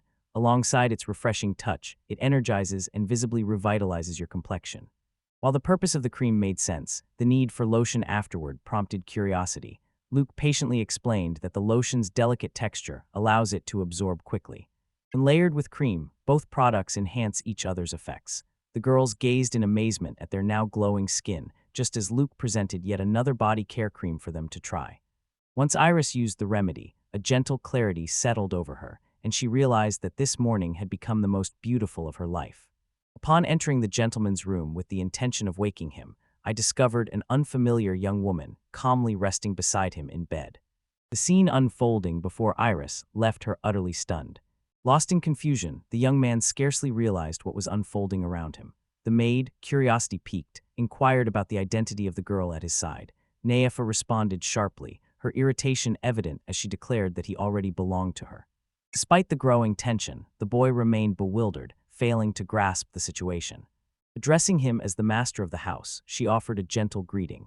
In that moment, the young man realized Diana stood before him. To his surprise, he had never suspected the existence of a magical bond between them, nor did he know that dragons possess the ability to take human form. Iris offered to lend him part of her clothing. Surprise flickered across her face as she asked how she ended up here. In response, Diana silently gestured toward the shattered window. According to the girl, none of this was her fault. Darkness had claimed every room. Wandering around unclothed was hardly an option. The moment she managed to locate the master's room, she slipped inside without delay. Sleep held him so tightly that not a sound reached him. Even when someone spoke to him, his slumber remained undisturbed, and he did not wake at all. While changing, the young woman stretched her underwear absent-mindedly, as if unaware of what she was doing. The maid, maintaining her composure, gently cautioned her against such behavior. With a polite greeting, the young man addressed Hetty and offered his apologies for causing a disturbance. Once everyone felt prepared, they would set out together for a walk. The king knocked gently at the door, offering an apology for his unusually early visit. Curiosity sparked in Luke as he inquired about the reason behind the king's early arrival. Zeno, anticipating the moment, apologized in advance to my Eiffel, ensuring that Luke would have no doubts about the sincerity of his words. Reassured by their advice, he found comfort in knowing his magical energy had surged after acquiring familiars. Along with this new power came passive abilities that hastened and strengthened his own recovery. With these newfound gifts, healing as many people as he wished became effortless. Only one lecture was scheduled for today, so Luke agreed. The king was quite pleased by this, but Luke had conditions of his own. When pressed for details, he explained. His identity must remain secret, and noble patients receiving treatment should make voluntary contributions. The funds collected would then be used to build hospitals. The king was taken aback, since the prince stood to gain no direct benefit. What he sought instead was the chance to earn worldwide acclaim. There's no point in considering that at all. The best approach would be to clear out a spacious house with several rooms and gather all the sick people there, organizing them into separate groups. Upon hearing the king's question, the young man replied that the number of participants could be completely arbitrary. Luke possessed the ability to teach others the art of healing, which led the prince to wonder aloud if the king could gather 5 temple mages, each adept in 5th-level magic control and masters of the most advanced arcane powers. Luke doubted that such a skill could truly be passed on to others, and wondered if it was right to let such invaluable knowledge fade away. Personal gain held no interest for him in the face of saving lives, so he chose to share this art with the nuns. All charitable donations from those healed would go directly to support hospitals and orphanages. The governor pledged to reward Luke generously for his efforts, while the girls admired him with genuine enthusiasm. Within the royal guard's residence, laboratory tests confirmed tuberculosis in the patient, whose condition hovered dangerously close to critical. Unfortunately, they arrived too late. Without wasting a moment, he began the cleansing procedure and instructed the others to remove the patient's clothing. One of those nearby noticed the deep ulcers and turned to Iris, requesting a scalpel. The king, his voice edged with indignation, demanded to know why the healer hadn't been brought sooner, while the girl's heart ached with a profound sense of regret. Breaking through their tension, luck reminded them both that although the situation weighed heavily on everyone, their focus must remain on caring for the patient. The ruler offered a sincere apology, admitting that his emotions had gotten the better of him. During their student days at the Night Academy, this man had been his close companion, and after graduation, his friend went on to join the ranks of the Royal Guard. The scar stretching across his back, earned while trying to shield a friend during an assassination attempt, quietly spoke volumes of his past. Recognition dawned instantly for Luke, who realized this suffering man was his long-lost companion. He knew all too well that without swift medical attention, the poisoned blade would leave a mark resembling a burn. In response to Iris's question, the young man explained that he had used a restorative nutritional compound designed to supply the body with vital nutrients all day long. The king immediately recognized it as the secret elixir created by Edward.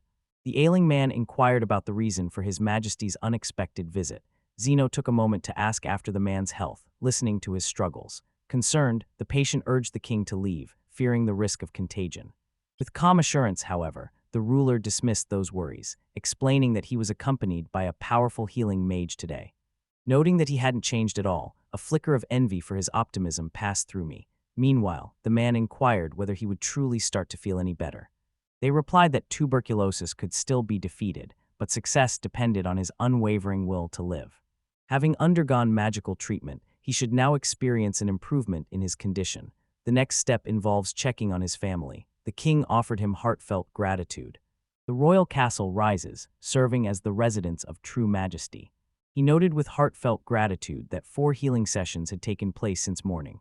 The next day, 7 guests were expected to arrive at his castle, nuns and pontiffs blessed with miraculous abilities. When asked how he intended to help them, the young man explained that he would gladly teach them the art of healing. After pouring so much energy into the day, both muscles and mind working overtime, Luke finally reached the well-earned pause he had longed for. It was the promise of a hearty dinner that marked the turning point. Suddenly, the door before him swung open, and the king himself beckoned Luke to enter, inviting him to fully savor every dish awaiting him. It became clear to him that Luke had already grown accustomed to Diana's enchanting presence. Once, in the city of Geralt, she held the illustrious role of guardian of dragons. The prince never anticipated such a revelation, and as it turned out, the tale of her deeds had become a widely celebrated legend. 100 years ago, nestled in the mountains, there was a village called Harold. One fateful day, a black dragon soared down to rescue the villagers from cunning magical beasts. Grateful for their salvation, the villagers presented the dragon with 3 barrels of their finest wine. Soon after, the dragon descended to the earth, and before everyone's eyes, transformed into a beautiful young woman. The villagers greeted her with deep respect, their voices trembling as they celebrated a victory achieved by the narrowest margin. The dragon's kindness and strength became the talk of the entire settlement. Before long, the people of Gerlia began forging remarkable armor and weapons from the scales left behind after the transformation. With these newfound treasures, the once humble village rapidly flourished into a thriving city. It seemed King Zen would not mind claiming a few dragon scales for himself, and Luke also found the idea tempting. Dragons must make nests, after all. Indeed, they do. Luke's true goal was to discover Diana's nest, and the king understood this without needing any explanation. The elves' renowned longevity meant the children of those Gerlians were likely still alive. Confidence filled him that they would gladly welcome Diana. Should the young man discover the scales, they could be crafted into something valuable. The maid joined the queens as they set off on their journey in a horse-drawn carriage. Kenya suggested paying a visit to the home of her acquaintance, a woman who was both a relative and a close friend. Luke quickly agreed. For him, the opportunity to meet family held some appeal, but the political stakes mattered far more. Curious, he asked what exactly this entailed. Honor explained that political factions continuously compete with one another, and while the men usually remain reserved, their wives, sipping tea and enjoying themselves, might carelessly let a secret slip. The revelation of a secret wives' society stunned him, the shock unmistakable in his expression. Catching his reaction at once, Mifa's mother gently reassured him, saying there was no need for concern. The group simply enjoyed tea and shared laughter. Their conversations revolved around sharing grievances and exchanging news, weaving a rather eerie atmosphere. Within aristocratic circles, hidden schemes often lurked beneath the surface, making it vital for a wife to detect any sinister undercurrents and promptly warn her husband. One witness pointed out that such matters were beyond Mif's abilities. The prince remembered that Mif Al was always quickly noticed by Alay. Indeed, as soon as the invitations were sent, everyone declined immediately. Realizing that her presence was the reason, Mif Al herself stopped attending the gatherings. After some thought, the young man concluded that, given the circumstances, none of them would have been invited. Beyond that, Nabai could easily provide any information he required. Still, with his elevated status granting such privileges, Nabai seemed determined to keep him far removed from that particular world. Witnessing this, Queen Carmio could not hide her astonishment. Back when Cassino held him in his ruthless grip, she dismissed it as a pointless waste of time. Now, however, the truth had dawned on her. he saw not just one person in those like her, but two distinct souls. Trusting his own judgment, he would move forward, certain of their unwavering support in every endeavor. Luke expressed his heartfelt gratitude. At the same moment, Carmian pointed out, with quiet observation, that no trace of the applied oil could be seen on Iris's hair. Lost in thought, she pondered why they appeared so polished and gleaming. Milana noticed it as well, her silence betraying an uncertainty about what she could possibly say. At the academy, the queens watched in awe as they took in his remarkable skills and impressive resources. They offered their gratitude to Iris for unveiling such potential. While the women applied their body care products, Vyafa and Erica suddenly entered the room. Luke inquired about the situation concerning the princess's family name, and the girl assured him that everything was fine. Yet her curiosity seemed drawn to something entirely different. Curiosity sparked in her voice as she inquired about her mother's activities in this place. Let me explain. They had washed their hair and tried out some skincare products, which turned out to be remarkably convenient. Nyafa's curiosity got the better of her, and she asked who had introduced them to these modern wonders. The woman admitted that Iris was the one who had revealed this secret. The queen felt uneasy about how Iris managed to hide all these astonishing inventions and use them in secret. An unspeakable sadness and disappointment weighed heavily on her heart in that moment. Her response revealed she hadn't managed to inform Amelia and Natalia yet. The queens, it seemed, had simply been given the privilege of sampling the cosmetics before anyone else. Realization struck him. These ingredients were truly rare, yet he wondered if he could let her experience even a hint of their flavor. Unexpectedly, she spoke up on her own, catching him off guard. Surprisingly, even Nabai approached him with a request for the cream. She concluded that Amelia had lost herself completely, her fears slipping away in the excitement. Luke saw this as an encouraging sign, proof that Nabai recognized the powerful allure cosmetics held over the girls. Naturally, he intended to share the products with both Nabai and Natalie. Their gratitude knew no bounds. The man also requested something extraordinary as a gift for her. Milana instantly recognized the truth. Standing before her was a dragon disguised as a human. Meanwhile, Diana assumed this was my real mother, since they resembled each other like two peas in a pod. This means they are getting acquainted by introducing themselves. The thought of applying elaborate makeup never crossed his mind, even though plenty of volunteers surrounded him, eager to assist. Despite the tempting offers, he hesitated, questioning whether the moment had come to accept such help and wondering whom he could trust with the task. Before long, his mind wandered back to matters of business and trade, a concern that refused to let go. The suggestion arose to entrust this task to the Iris family. The prince recalled that their estate had been expanded a few years prior, offering plenty of space for new endeavors. The question remained where to source the necessary materials. They considered cultivating their own crops, which would ultimately help keep the prices of goods affordable. The question about what kind of person Iris's father, Count Mikkel, had been left Iris puzzled, as she struggled to grasp the meaning behind it. Meanwhile, the prince considered whether he should entrust her family with the production of shampoo and other cosmetics. This unexpected prospect took Iris by surprise. According to Mifa, Iris's father stood out as an exceptional man. He earned his title of count by establishing a new settlement on untouched land. Iris felt a deep sense of joy when Lucas entrusted such an important responsibility to their family. As the week drew to a close, he set his sights on visiting Duchess Sasha, hoping for a chance to meet her father. However, a maid cautioned him against such a move. After some thought, the prince concluded that assigning clear responsibilities would be the most effective approach. Perhaps Duke Gale could oversee some of the tasks, with Count Mikkel handling production, while Duke Gale managed the distribution of goods. This arrangement would allow them to create efficient sales channels.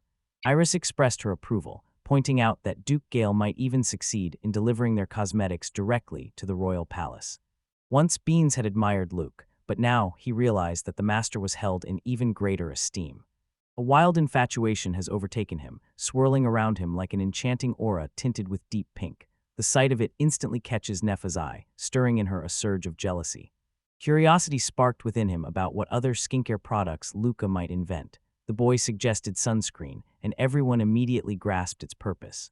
The prince inquired if they took any precautions to protect their skin from the sun's rays. Queen Milana assured him that they certainly did. Parasols were a common choice, for instance. Even so, spending long hours outdoors never offered complete safety. Healing magic provided some relief, yet the danger persisted. Milana, with her fair complexion, found herself especially prone to sunburns. However, this cream accelerates the aging of the skin. It was precisely this product that the queens requested. A knock sounded at the door. The courier arrived bearing news. His Majesty had commanded both of his lovers to return to the palace. Displeasure flashed across the women's faces as they learned of his order. By royal command, the gift was handed over to Luke. The prince immediately sensed it was meant for Hetty and asked that his gratitude be conveyed as well. The belt now fit more loosely, a clear sign that his waist had grown slimmer. Iris offered him a warm and heartfelt compliment on his transformation. Before long, someone approached him. Julia expressed heartfelt gratitude for the wonderful remedies, while a sense of fulfillment washed over Luke as he realized his efforts had truly been appreciated. At last, a voice broke the silence and addressed him, a small spark of hope flickering to life. Carefully, he channeled healing magic, gradually intensifying its power with each step.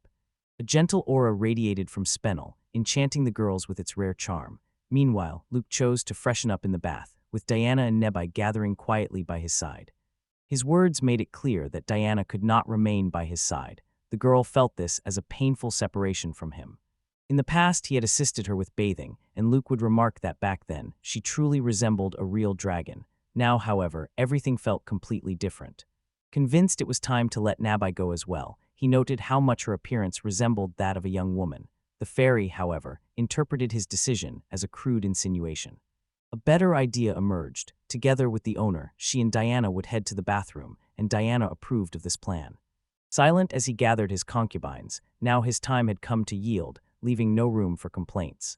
As Hannah relished the soothing rhythm of washing her hair, Luke took note of the genuine modesty radiating from everyone in the room. Sensing this quiet grace, he found himself appreciating it as well. Their responsibilities included caring for the master. Gratefulness filled Diana's heart as she silently thanked the goddess for the blessing of becoming human.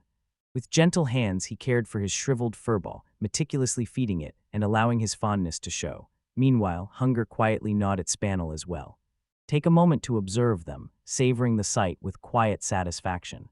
Whenever signs of laziness began to show on Spanel, he had already drifted off to bed. Meanwhile, Iris chose to indulge in a warm bath. After exchanging farewells, everyone went their separate ways, leaving Luca with one last task to complete. News arrived that the wax crayons were now ready, prompting a discussion about adding more colors. Some believed that starting with 6 shades would be perfectly adequate. Every request he made yesterday had been fulfilled. Fairy inquired whether he was pleased with the outcome, to which Luke replied that everything was in order. Luke expressed his gratitude to her and permitted her to take a rest. With a satisfied nod, he wished everyone good night, then pulled out a booklet devoted to viruses and microbes. Upon learning about the existence of microbes, the local doctors began conducting thorough research into their nature. Lost in thought, he pondered his current occupation. Meanwhile, Luke devoted himself to preparing a detailed brochure for healers, carefully outlining various methods for treating illnesses. Irritation creased his face as he inquired about the commotion, then granted permission for the precious information to be shared with her. The prince responded with a calm assertion that he would be the one to present the booklet to her first. She clarified that the issue becomes much easier to grasp when colorful illustrations are used, and Iris added that the vividness of these drawings truly leaves an impression. Confidence filled the air as they agreed there would be enough images. He took his time guiding her through each detail, and she absorbed every explanation with intense focus. He pointed out the black specks expelled with each cough, explaining that these particles could be the very pathogens responsible for the illness she suspected. To clarify his point, the protagonist drew an illustration of them, though he noted that in reality, such details are invisible to the naked eye and require specialized equipment and training to detect. A single image is chosen to be revealed to her, though the secrecy of this act must be carefully guarded. The realization dawned that they were the very source of all illnesses. The scene resembled an abstract painting, as if a blanket of thorns covered every surface. Tiny, invisible particles responsible for common colds also caused tuberculosis. Iris noticed the absence of thorns, while Luke mentioned that these particles can appear in countless shapes and colors. Phil firmly believed that everyone needed to see this, yet the prince disagreed. In his eyes, doctors should focus on their own duties, and he saw no reason to waste time explaining every single detail. Cyrus pondered how he had acquired such profound knowledge, mastering every nuance. It became clear to him that the secret lay in the wisdom imparted by his mentor. He explained that he had already unraveled most of the mystery. In a different world, however, even the wisest individuals might remain unaware of such things. Gifted with extraordinary strength and a remarkable command of the unique skill known as Nabai, he stands apart from others. Although Luke later entrusted a few healers with his knowledge, he insisted they keep their conversations strictly confidential. Grateful for his trust, she felt a deep sense of emotion welling up inside her. He suggested that, during the healing ritual, she should picture herself driving the source of her illness out from her body. The girls seemed to instantly grasp what he meant. The main character's familiars drifted into sleep, exchanging gentle goodnights as they quietly bid each other farewell for the night. The events of tomorrow weighed heavily on Luke's mind. The fate of many rested on this meeting, which would bring together the most powerful figures. Filled with a sense of urgency, the young man resolved to create a cure. A knock sounded at the door, yet Luke barely paid it any attention. Grantold Iris stepped into the room, immediately taking in the scene. The boy was fully absorbed in preparing medicine, making it clear that her presence was uninvited. As turmeric crumbled beneath her hands, its benefit to the stomach and liver became immediately clear. Red pepper, garlic, coriander, and cumin each carried their own healing properties as well. With a deep understanding of magical practices, she quickly assessed the unique power contained within every ingredient. Conviction guided him, leaving no reason to hide anything. Had Iris truly proven herself valuable, he would have revealed the recipe without hesitation. This straightforward decision caught the girl off guard, leaving her quietly surprised. The young man intended to reduce everything to powder, likely relying on magic to accomplish this task. Iris speculated that the process would involve either grinding or crushing the materials. Mastering those skills had always been her goal during training, but every attempt ended in frustration. Thoughts circled in her mind, searching for a reason behind this stubborn difficulty. Could it have something to do with tomorrow's meeting with the healers, she wondered. However, the true cause turned out to be something entirely different. Without warning, a sudden idea struck Luck. It is worth recalling his rare mastery of transmutation. With a swift, practiced motion, the young man reduced all the ingredients to a fine powder in an instant. The results he received were carefully distributed among various banks.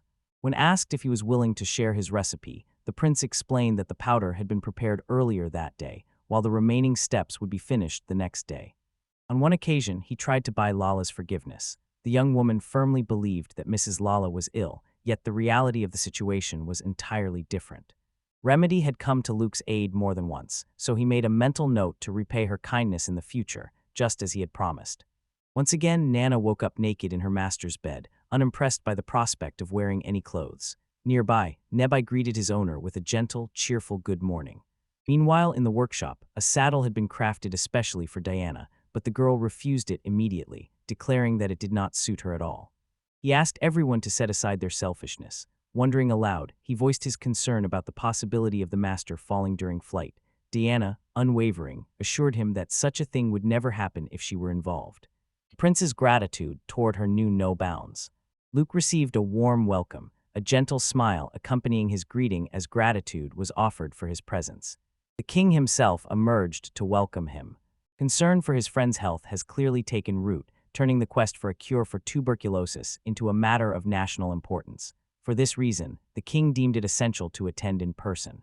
She inquired whether her companion believed the king feared someone might use the newfound knowledge against others. Xenon never trusted him, and now, such suspicions seem more than justified.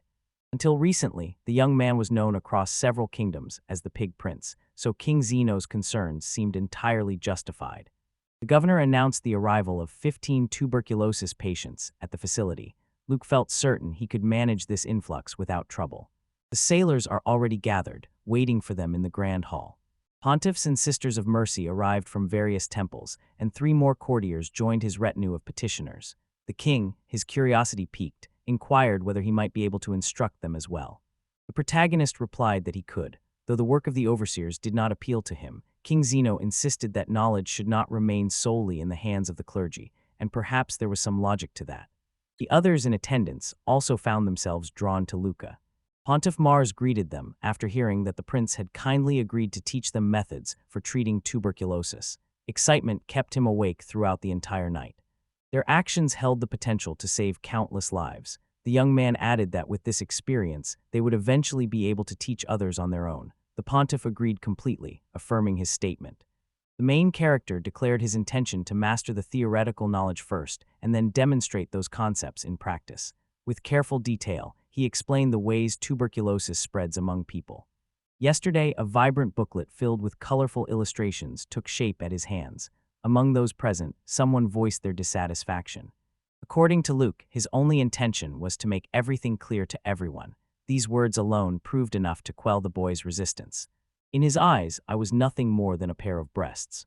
That remark left him deeply discouraged. The king's wives and daughters always received care from women healers. In fact, one of those very healers happened to be present among them today.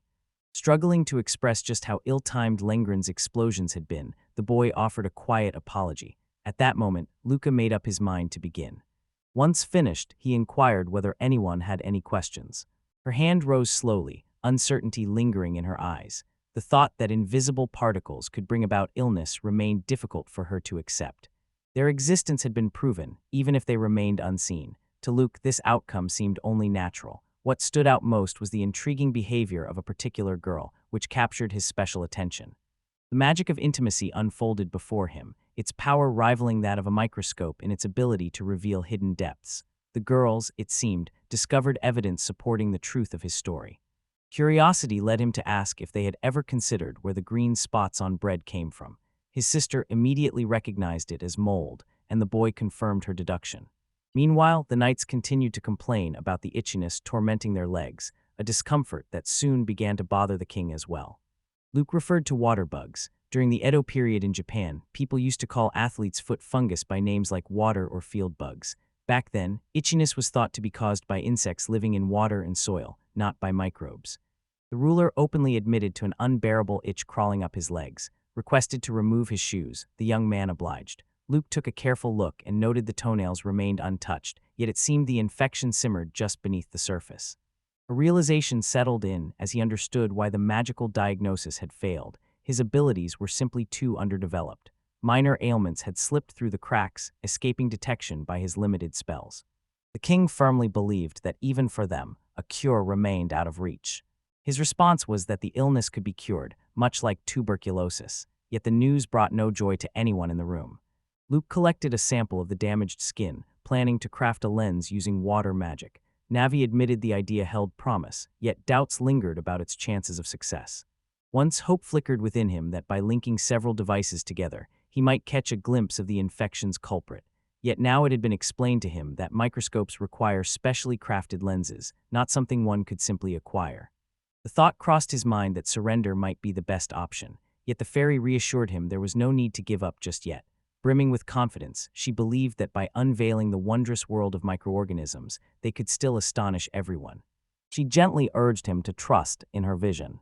Harnessing steam magic, he lifted a strip of leather into the air and directed a beam of light from below. Turning to water magic, he shaped 4 lenses, carefully adjusting their form with precision before stacking them one atop the other. An air of surprise swept through the crowd. The girl, who had been watching every move with keen attention, achieved the exact same outcome.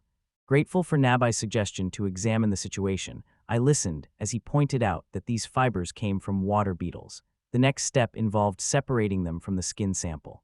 The proposal was for Iris to go first, instructing her to imagine wiping out dangerous germs while directing her healing magic. The microorganisms responsible for the illness had been eliminated. Iris, thrilled by the accomplishment, immediately inquired if tuberculosis could be treated in the same way. As it turned out, that was exactly the case. The results were clear to anyone with even basic knowledge. Luke explained to the king that wearing the same shoes again would inevitably cause the fungus to return. Inside the healing workshop, Luke noticed his sister's extraordinary magical ability. Curiosity sparked in his eyes as he wondered if this was some rare form of magic. His sister nodded in quiet confirmation, and the pontiff stood stunned, overwhelmed by the prince's remarkable command of magic. The remedy proved highly effective against the flu. Luke believed it could be used for other illnesses as well, although each case would demand a tailored approach.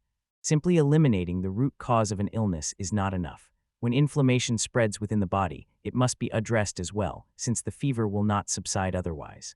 In cases of tuberculosis, inflammation concentrates in the lungs, making it essential throughout treatment to visualize how this inflammation gradually fades away. Yet highly skilled healers who have mastered this technique possess the ability to cure even the most advanced cases of tuberculosis with remarkable speed. Nabi mentioned that their skills far surpassed his own. That was the truth. Fairy asked if he wanted to raise the level of his magic. Although his knowledge of the causes of illness was deeper than theirs, the gap between mid-level mages and high-class experts stood out clearly.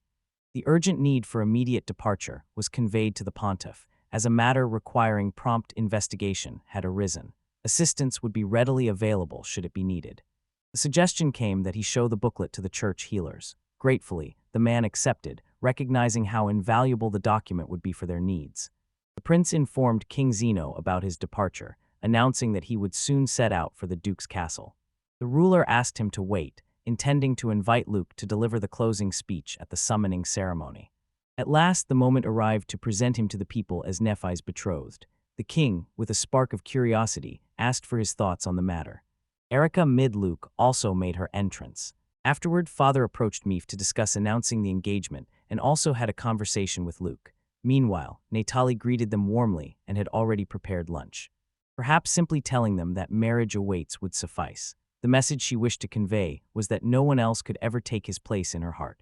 With a gentle apology, the princess admitted if her words had sounded overly grand. The realization dawned that soon it would be his turn to speak honestly about his own feelings. Initially, it seemed his hesitation to discuss marriage might stem from her shortcomings, but the truth lay elsewhere. His heart yearned for a union built on love, while she ultimately concluded that he harbored no genuine affection for her. Apparently, he still holds lingering feelings for Lilithia, his former fiancée. At the same time, his heart is also drawn to Iris. The reason soon became clear. He had fallen in love with Iris, and his feelings were returned in kind.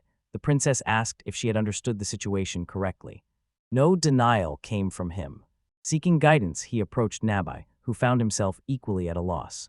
Resolute in his decision, he knew the moment had come to destroy that sinister god. Only after accomplishing this would he consider marriage. Nebai advised that mastering his emotions would be possible only once this was done, allowing him to choose wisely. The prince replied that Iris would make the perfect wife for him. Her culinary skills and remarkable talent as a housekeeper impressed him, and her passion for healing magic promised endless engaging conversations for their future together. The NFO possessed certain virtues that took the girl by surprise. What strikes him most is her unwavering honesty, not because she detects lies in others, but because deceit has simply never touched her own words. Whenever the subject arose about Mif's feelings for him, the princess would respond with steady assurance that Mif indeed cared for him.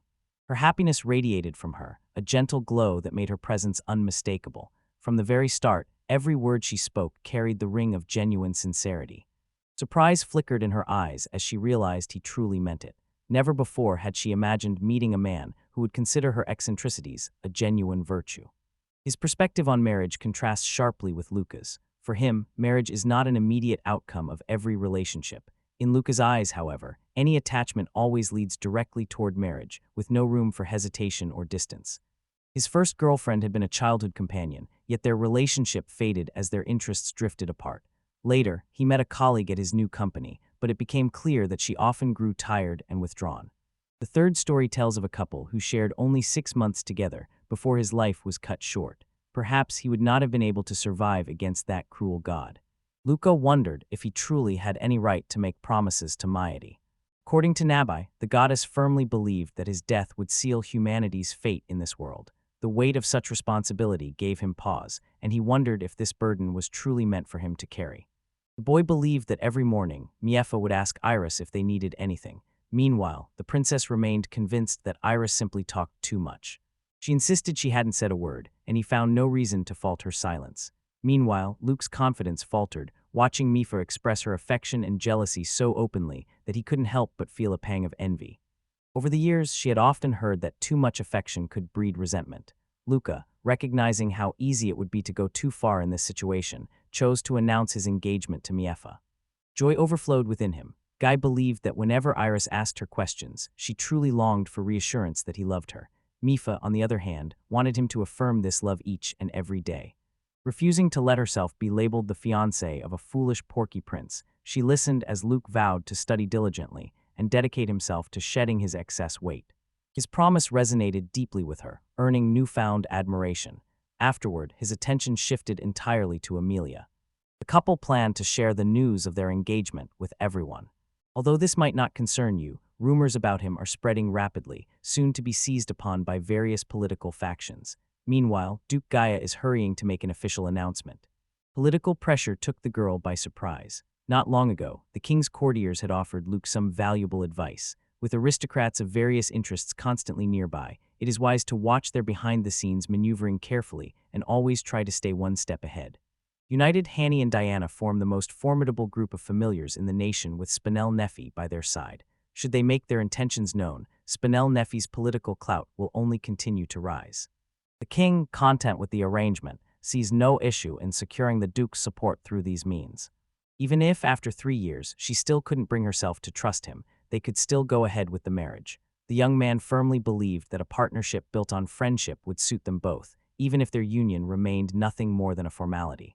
Killian understood that her father would soon turn his attention to the children. What explanation would they offer when he asked? According to the prince, they would tell him that children are a true blessing from the gods. After all, correcting her father's mistakes is not her responsibility, especially since he never even married his lover. A deep understanding existed between them. The moment to move on had arrived for both. Amelia held on to the hope that one day she would reveal her true self and share the reasons behind her decision to distance herself from men. She approached him with a heartfelt request, asking to become his betrothed. Amazement flickered in the air as Nebai realized her true desire, to join in his game wholeheartedly. Emilia, on the other hand, seemed certain that no one can hide behind another's appearance forever and wished to show her gratitude for the kindness she had received. He mentioned that Iris would need to wait, as an introduction to her parents still awaited them. Even though the affection they shared was mutual, announcing an engagement at this stage remained impossible. Furthermore, Nefa's approval was essential before moving forward. No ill will stirred in her heart toward Iris, yet the thought that anyone could freely take a concubine held no appeal for her.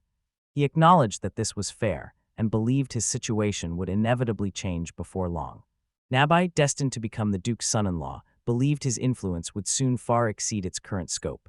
Meanwhile, Guy prepared to call King Zeno, ready to confirm his agreement on making the engagement announcement official during the upcoming ceremony.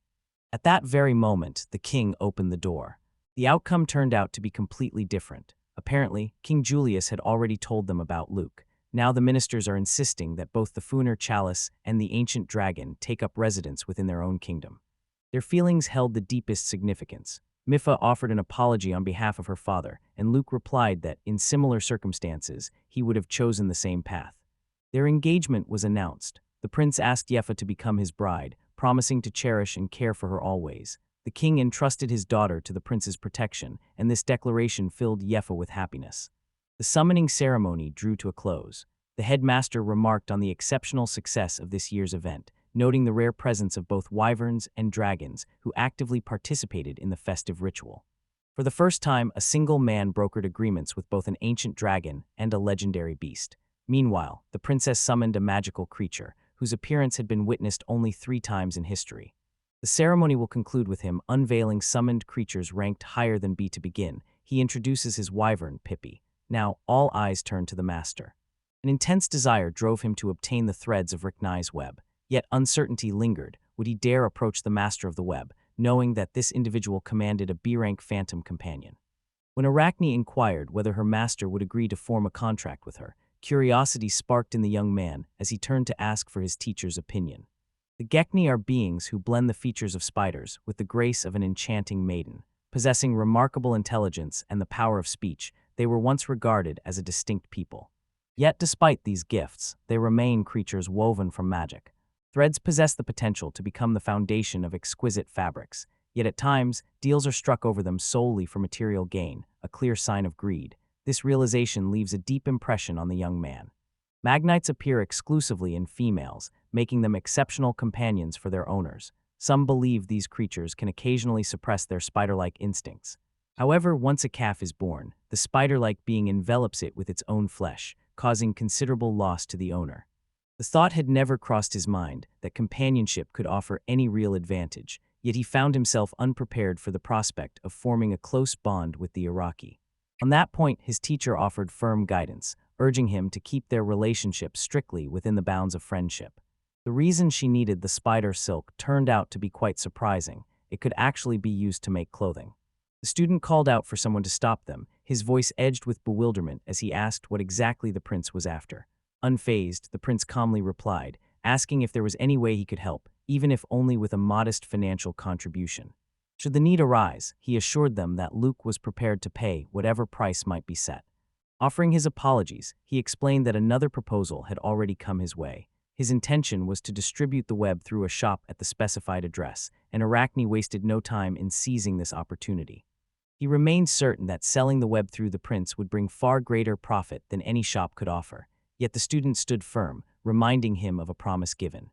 Noticing the spider-like creature clutching onto something with determination, he realized in a flash that forming a friendship with the prince offered far greater advantages than any trade agreement ever could. The moment had nearly arrived for him to begin his speech. This year brought the acquisition of several extraordinarily rare familiars, collected beyond the academy's borders. At present, an ogre lurks in the royal castle, while a fire dragon has appeared at the temple. Although word of these events has likely spread, making an official announcement remains important. He summoned Luke, Neff, and Emilia. The third prince of the Valk kingdom, his daughter, the second Princess Miefa, and the eldest daughter of Duke Forest have formally announced their engagement. In this way, Lucas became the future son-in-law of the king of the vassal state of Forel during the summoning ceremony. The news spread rapidly, echoing through the country and far beyond its borders. He inquired whether everything was prepared for the test flight. Instantly, the princess sensed his true intention to persuade Diana to take to the skies once more. With unwavering confidence, he assured that Diana would handle it effortlessly. She explained that her tough, armored scales protected her so well, she barely noticed the presence of the saddle or the efforts of the saddlers. King Zenov paused in thought, pondering how Luck managed to craft such a remarkable saddle in only the 2 short days since the ceremony. On the left, uncertainty lingered as he tried to decipher the creation Navi had crafted in the enchanted workshop. Curiosity led him to ask whether she practiced swordsmanship daily. It turned out she did not. Finding a sparring partner proved a challenge, and solo training simply didn't appeal to her. Luck then resolved to bring Diana into the fold, convinced that with her involvement, their skills would flourish together, even in the heat of summer. My efforts revealed that the clothes had been left untouched for far too long, and now carried an odd scent. He wondered if Nabai could craft a ring from mithril. With calm assurance, the fairy confirmed it could be done and soon sent him the finished piece. Amazed, he realized he could adjust the size himself. Determined to control both shape and size, he slipped into the base by harnessing his power of metal transformation. Responding to the call from Mifa and Emilia, the young man slipped the ring onto his finger, fully aware that this was only the first step on a much longer journey. The item is imbued with spells of purification and poison protection. The protective charm remains active at all times, gradually consuming magical energy. In contrast, the purification process activates only in the presence of a steady flow of magic, making it much easier to use. He halted them in their tracks, calmly explaining that he had a far greater need for protection against poison. Afterward, he suggested that Mifi give the ring to her father instead, as this gift served as a symbol of their engagement. Later explained that he also needed protection from poison. The bracelet offered more than just a safeguarding spell. Its considerable weight, nearly a kilogram, made it particularly formidable. According to him, only simple, minor enchantments could be applied to items here, while stronger artifacts would never belong in these dungeons. Hearing this, genuine indignation surged within Luke. A catastrophic error slipped through his grasp as he unleashed far more magic than he intended. The prince chose to present the king with a chain adorned with a pendant, a gesture that filled the ruler with genuine admiration. Every possession Luke owned had come to him through King Julius. With unwavering certainty, the boy stated that these things belonged to him. Nefet chose to simply spill some blood on him, and the maid promptly hurried to assist her. The sight of yet another ring unsettled the king, stirring within him a desire for one of his own. She mentioned her intention to present the ring as a gift from the duchy, but Luke emphasized its true meaning as a symbol of their engagement. With practiced ease, Natali lends a hand in placing the blood seal, her cleansing spell proving exceptionally useful and requiring hardly any effort at all. Visualizing the desired effect in her mind, Miefa carefully channeled a stream of magical energy into the ring. She resolved to give it a try and cast the spell. Heartfelt thanks for watching. The moment to depart arrived, and Diana was greeted warmly by the girls. He promised her a generous serving of meat as a token of gratitude after the flight. The dragon-like creature radiated pure joy at the prospect. She resolved to create an even more flavorful dish, determined to achieve the perfect sear. With calm conviction, the young woman assured them she would make it happen. Recognizing that winning Diana over with bribes would be futile, Luke simply fastened his seatbelt. The journey began. From his vantage point, the figures clashing with goblins below caught his attention. The great distance blurred the details of their struggle, prompting him to request a closer look. At the local Three Wagens show, a dozen men patrol the grounds, keeping watchful eyes on the crowd. The number of goblins is estimated at around 20, though it seems a few may have already been dealt with. Certain of their abilities, he chose to wait and observe for now. Quietly, he asked the others if they agreed with this course of action. United by a common belief, they were always prepared to offer help no matter the situation. Her admiration for Prince Luke grew from his kindness and sensitivity, yet a wave of embarrassment washed over the young man. While waiting, he decided to present the others with rings identical to the engagement ones, each bearing the same enchantments. The girls found themselves completely taken aback by this unexpected gesture. The prince insisted that they serve him for at least 3 more years. The rings, he declared, must always be worn on the right hand. Everyone pondered in silence, quietly wondering just how many rings he truly possessed. A sense of isolation settled over her. Luke approached, leaned in, and whispered softly that a special ring awaited her, one designed to amplify her healing powers and strengthen her spells.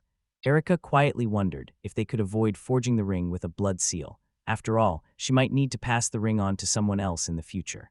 As it turned out, she would not be able to use it in the future. Typically, artifacts like this require sealing.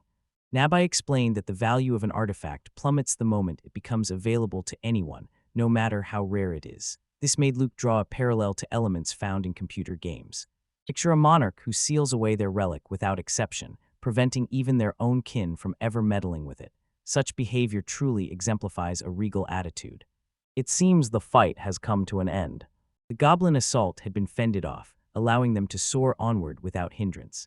A request came for them to veer slightly off course. Curiosity filled Luca as he asked if something unusual had happened. Later, the reason became clear. She hoped to gather clay from the riverbank to craft kitchenware. The timing of this desire puzzled Luca, leaving him unable to grasp why it needed to happen right then. She explained that by doing so, she could serve the freshest spread for breakfast, and both of them were already imagining enjoying pizza for lunch.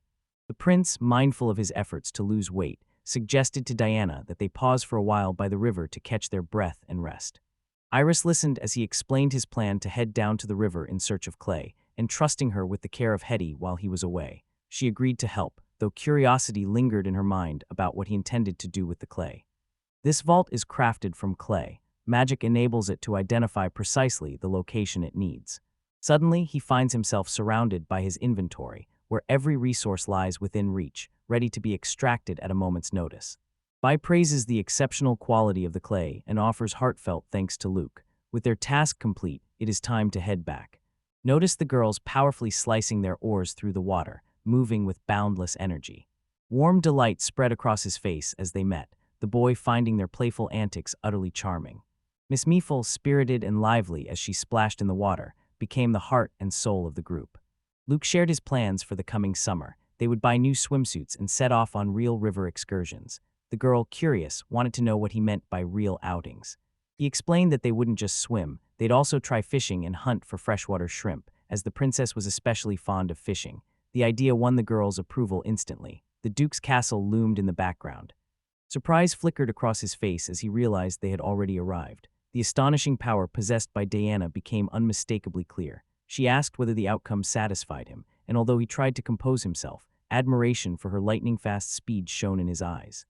Assuming the form of a young woman, Luke turned to Iris and politely requested that she bring him some of her clothes. Each time she transformed, appearing naked simply wasn't an option. Diana replied with a shrug that there was no getting around it. Dragons never wore clothes, and it was a pity that humans couldn't do the same. The prince inquired whether Nabai possessed any powerful spells. The fairy replied that while she did not know any spells, there existed artifacts in the dungeons capable of instantly removing or putting on clothes. Intrigued, the young man asked where one could obtain such an item. She pointed out that such artifacts were far too rare to purchase, nearly impossible to find for sale. Yet she remained certain that with his magical talents, he could craft an item with similar qualities. In response, Luke looked at her in surprise, asking if she truly believed that. According to her, magic requires a clear mental image of the object to take effect.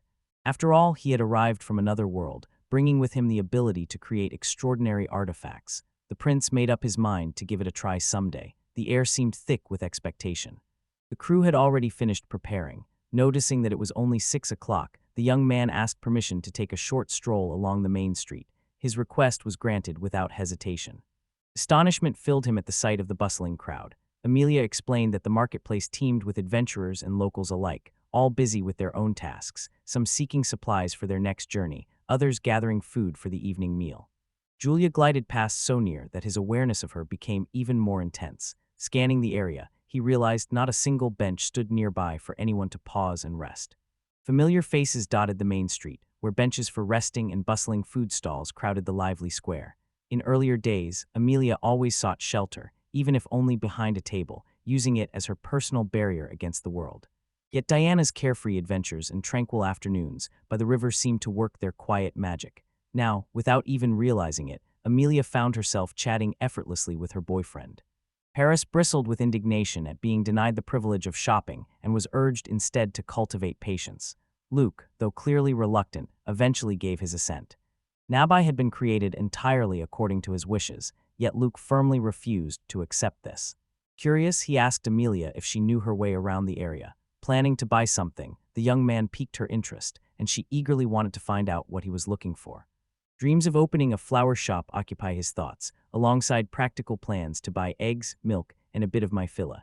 Amelia's curiosity is piqued by his talk of a floral store, prompting him to explain how flowers and herbs serve as essential ingredients in the making of shampoos and other cosmetics.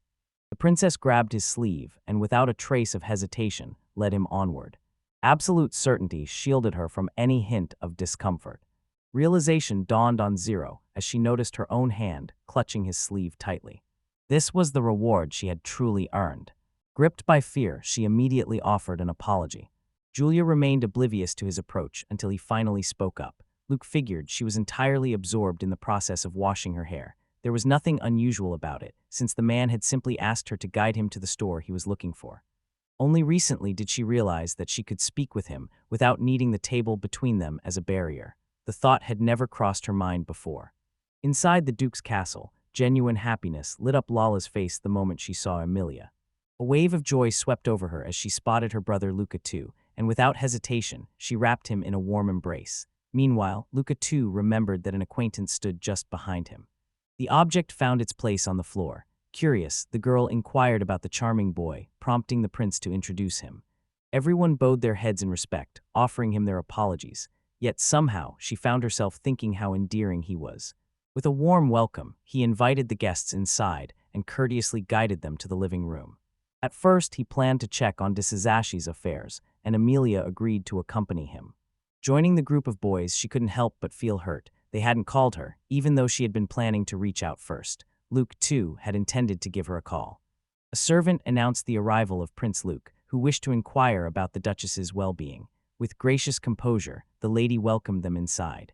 With his magical shield shimmering into existence, the Duchess addressed him in a warm and welcoming tone. Skipping the academy for her sake seemed inappropriate, though the young man disagreed, certain they would soon become family. Meanwhile, he had already set up a protective barrier. Noticed that every possible measure had been taken to help fight his mother's illness. Sasha opened the window and performed a cleansing ritual. A fresh sense of relief washed over him, leaving him feeling far better than before. She mentioned that her cough had disappeared and the pain in her chest had eased considerably. After hearing this, Luke introduced her to a new treatment. Later, the woman admitted she was always astonished by his remarkable talent for healing. The fever had completely faded away, leaving the body filled with an unbelievable lightness. Lala wrapped her arms gently around Luke. Gratitude filled the prince as he paused, recognizing that the girl before him was a true angel. The best approach was to simply ask if she could join them for dinner that evening. The young man felt certain that nothing could possibly go wrong. They had been reminded of their promise to arrive by 9. Up until just 2 hours ago, everything was perfectly prepared for the guest's visit. The duration of the dragon's flight slipped his mind. Eventually, it dawned on him that he should have warned them while they were still in the city. Lala mentioned catching sight of them through the black dragon's window. At first glance from the window, the dragon appeared tiny. In truth, its size was immense, and soon they would soar through the sky together on its powerful back. Taking in the faces of the other castle dwellers as he glanced around, he turned to Lala and gently asked her to watch over the child for a while, passing little Hetty into her care. Contentment radiated from the young woman. The familiar creature appeared to have grown fond of her, though it was unfortunate that it had to remain perched on the princess's back at all times. A realization dawned on Ruchus. He was the kitten of a magical creature. Luke pointed out that, given his youth, there was no need for concern, Permission was granted for the woman to hold him gently. Care was taken to avoid exhausting the Duchess. Julia expressed her gratitude to Luke for healing her mother. She chose to accompany him for a while, knowing she would soon reunite with her mother over dinner. The young woman wished to express her gratitude to the maids who had cared for her, prompting the Duchess to remark on their remarkable kindness. One of the maids, still weakened by illness, managed to remain on her feet. Sensing her discomfort, Sasha suggested examining her condition. The decision was made to accompany them. Concern lingered for the timid Emilia, while Luke remembered to call Iris, knowing their visit to the patients could upset her if she felt left out. Inside the maid's house, Luke inquired about her well-being. The girl assured him that she felt fine, with her condition remaining steady. Noticing her slightly elevated temperature, he wasted no time in starting treatment. The girls were deeply grateful to him. He asked if she would truly recover. While Luke had no medical training, his confidence in her recovery never wavered. Quietly, he assured himself that in just 2 more days, she would feel much better. Lost in thought, the man fell silent until the boy spoke up and asked what was wrong. Anxiety crept in as thoughts turned to what might unfold once the Duchess made a full recovery. One of the other maids remarked that Prince Luke should have held his tongue instead of speaking out. Luke's question met only silence, compelling him to turn to Nebai in search of answers. The girls had only been purchased because the Duchess had fallen ill. Technically, they lived under lifelong servitude, a status almost indistinguishable from slavery. Yet in this world, the aristocracy seldom relied on forced labor. Girls occupied the lowest rung in society. Even the other hired workers in the Duke's palace referred to them as mere servants, since their lives and deaths rest entirely in the hands of their masters. Society believed that these girls were fated to die from tuberculosis. In response, Duke Gale ordered that, at the very least, they be given proper meals, hoping to cleanse their souls of sin. Apparently, one of the castle staff had let this secret slip. The question of whether slavery existed everywhere began to loom over them. From what Luca could tell, fear had already settled in, and they all dreaded the moment they would soon be forced to leave.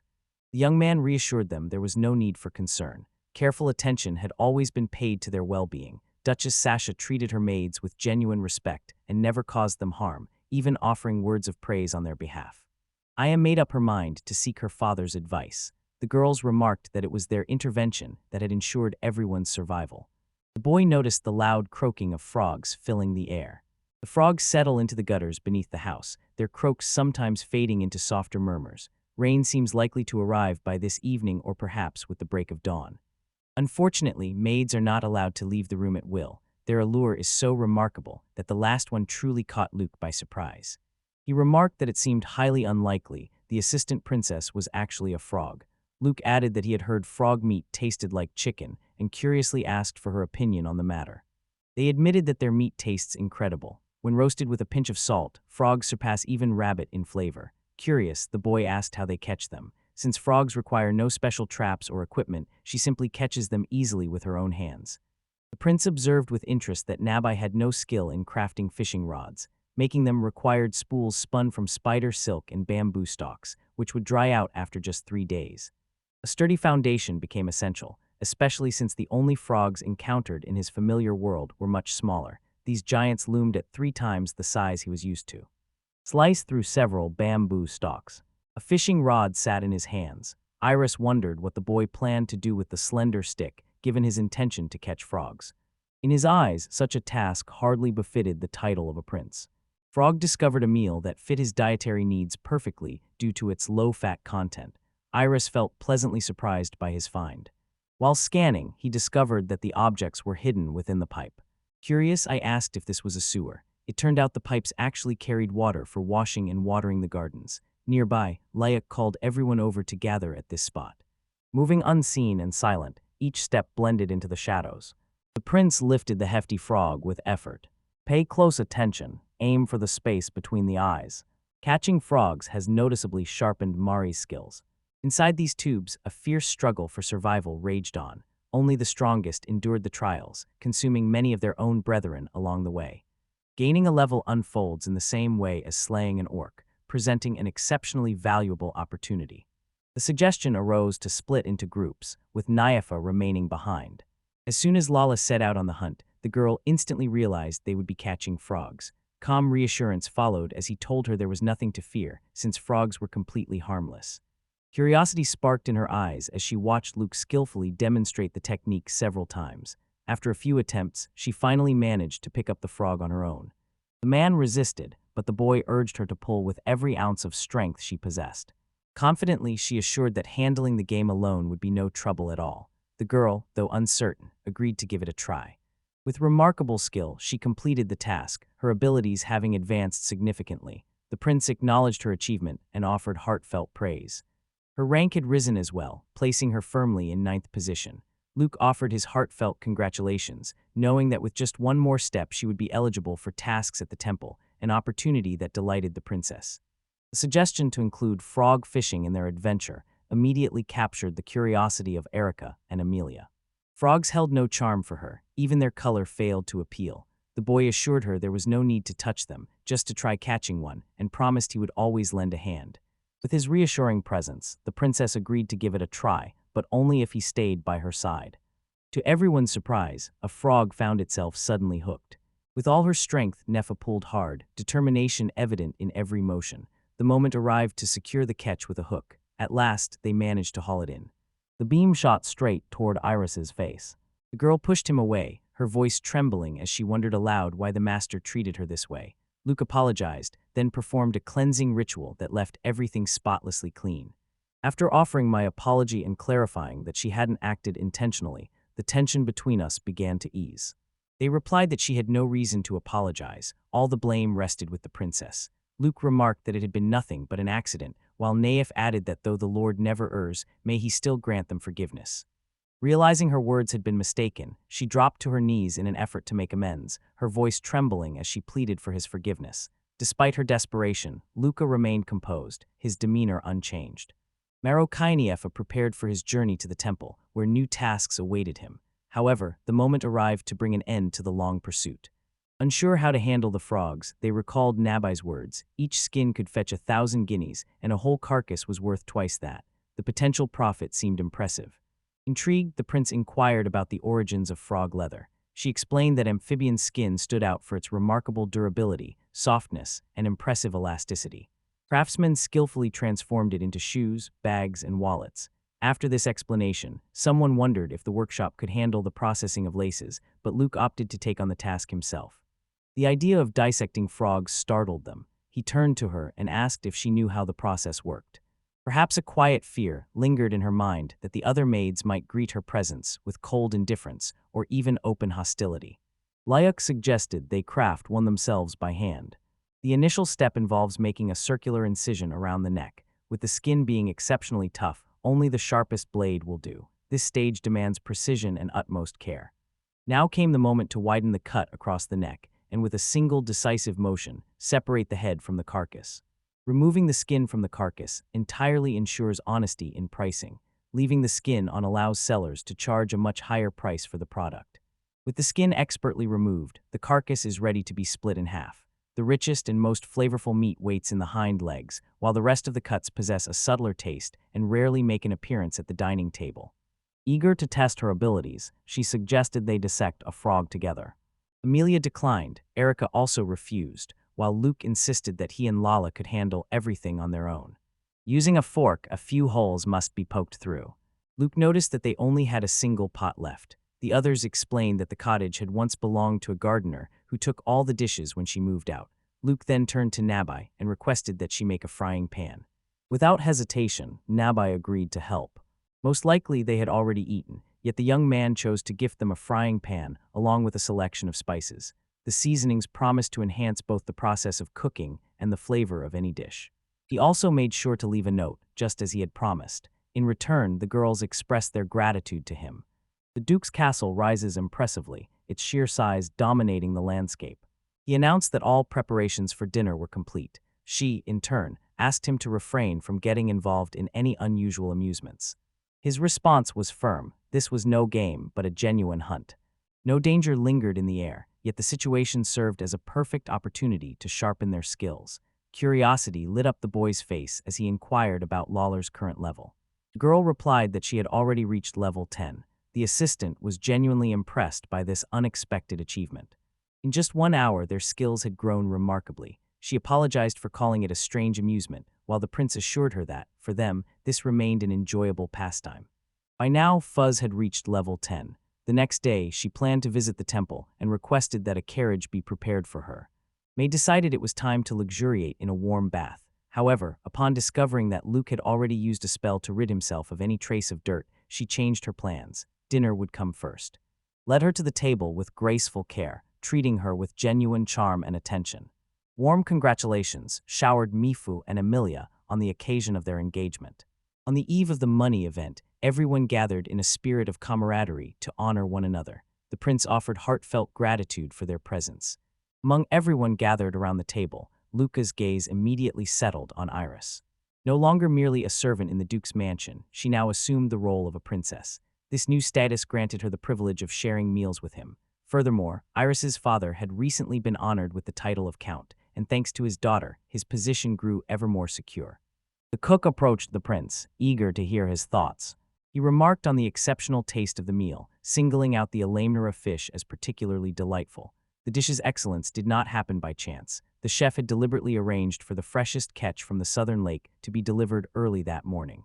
The place appeared meticulously prepared for Luke's arrival. A memory surfaced of him, perhaps requesting fresh fish, reminding him to choose his words with care. "Thank you for watching." A request came for some fresh milk, eggs, and cheese to be set aside. The cook quickly realized the young man wished to return to his culinary pursuits and chose to encourage him. Luke felt a deep sense of gratitude for this support.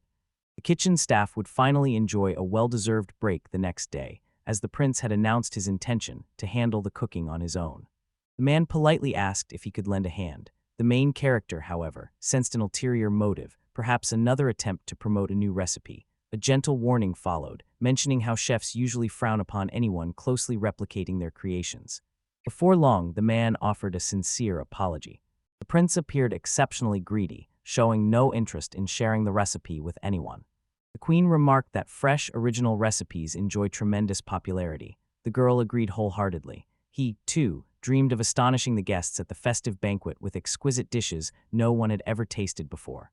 Naturally, the aristocracy holds truly talented chefs in the highest esteem.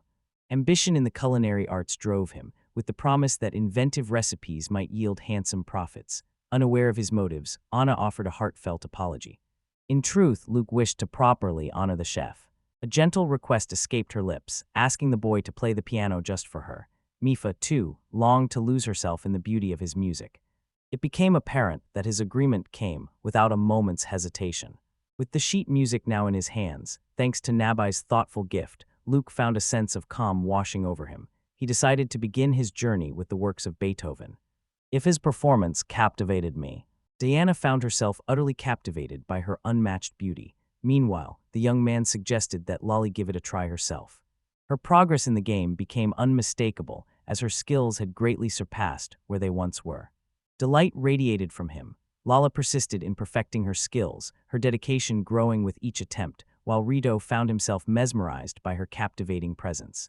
When asked, Lala confessed her deep fondness for playing the piano and shared her dream of mastering the instrument just as her brother Luke had.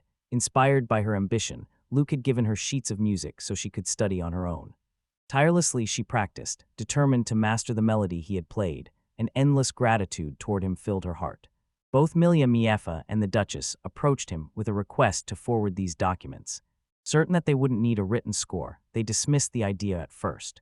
Yet when he offered to send over the melody they had played today, they agreed without hesitation. Resting his head on Iris's lap, drifted off into a gentle slumber. Observing this, the prince decided it was time to begin preparing for bed. Curiosity sparked in Anna's eyes as she asked about the master's pursuits. He was engrossed in conducting experiments with assignment magic. Soon, she pressed further, wanting to know exactly what that entailed. Luke set his sights on building a safe storage in subspace. The girl recognized at once that, given his skill, this would be a simple task for him. He replied that he would only know once he tried. After a thorough examination, an odd detail caught his attention. This ring featured just a single slot, whereas the ones he had given to the girls each had a separate slot for every wearer. Amid the expropriation, an accumulation ring took shape within a subspace, designed to hold 5 objects, each weighing 10 kilograms, quite an impressive outcome.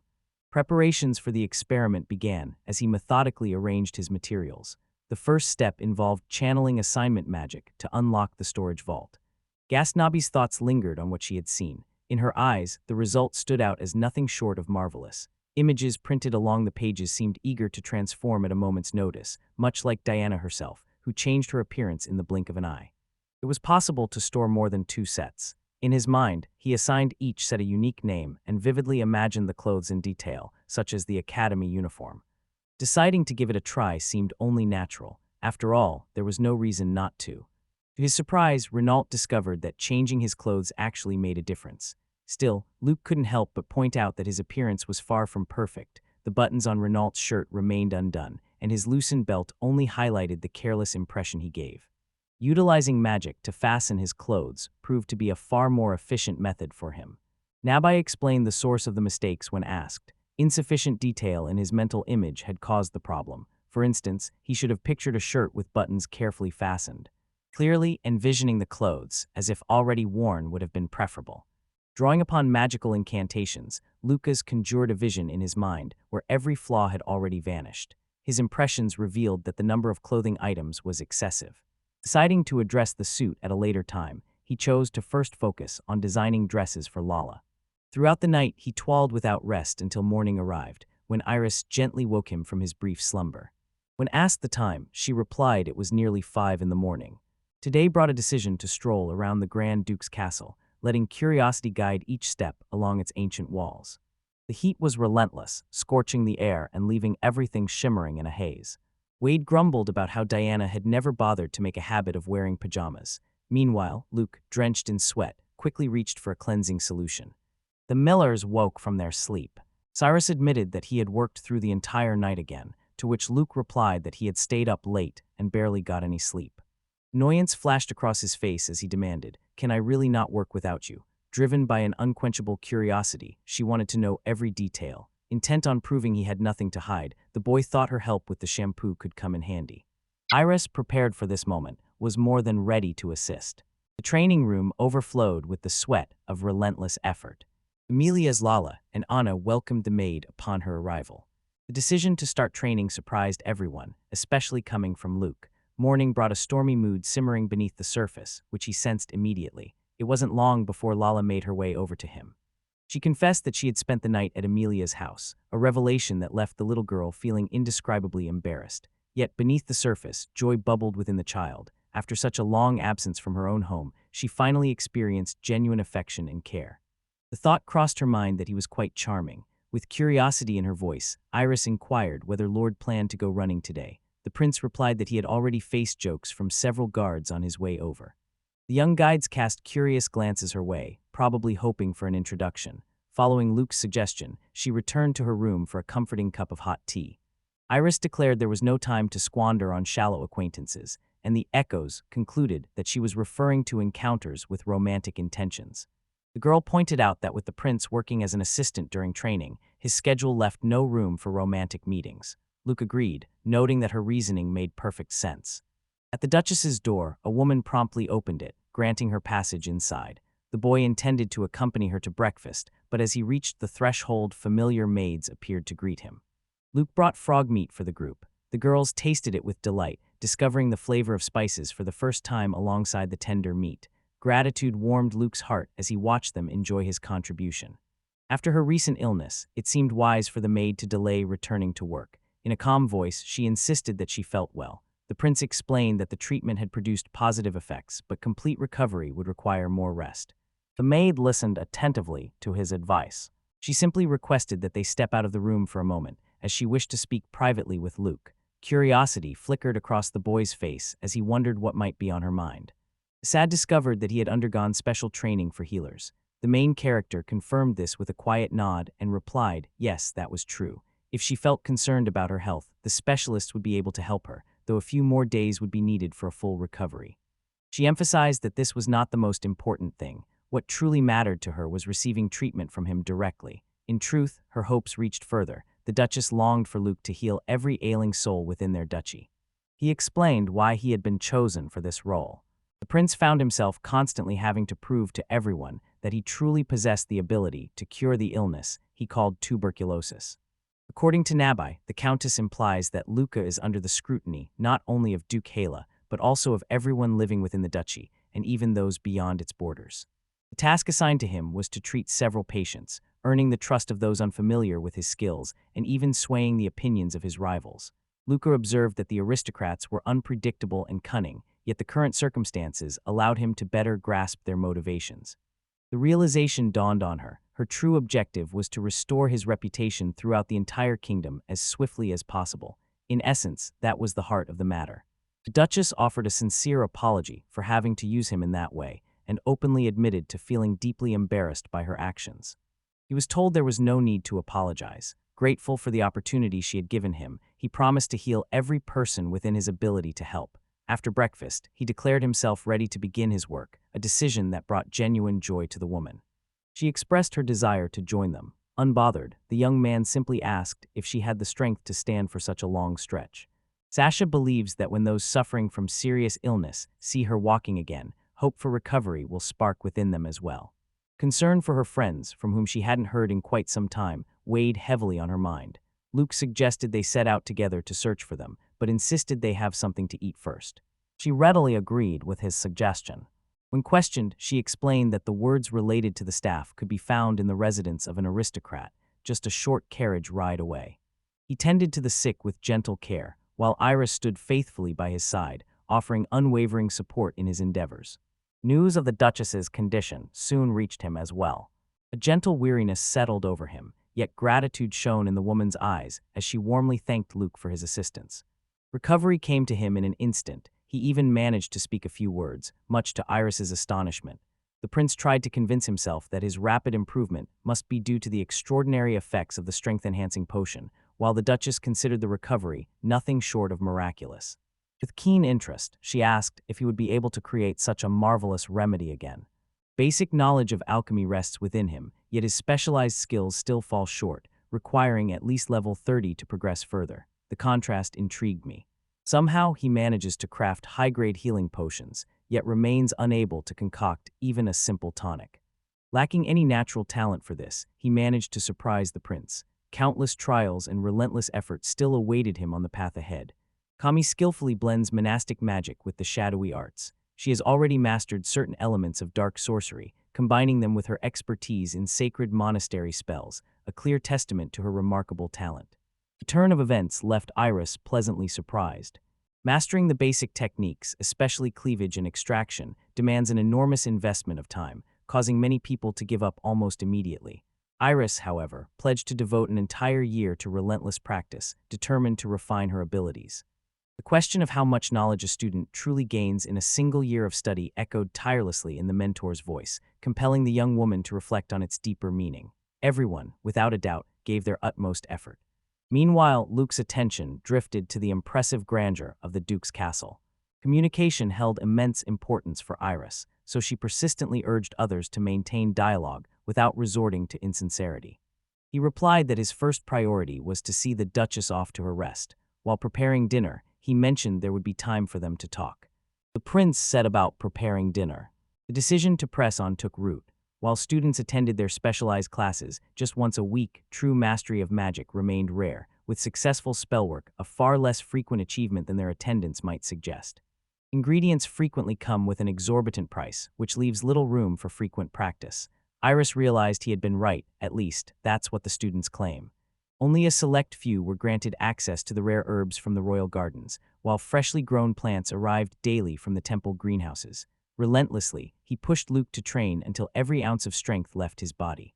For years, Roy immersed himself in studying spells from thousands of books, amassing invaluable experience that often left Iris in awe.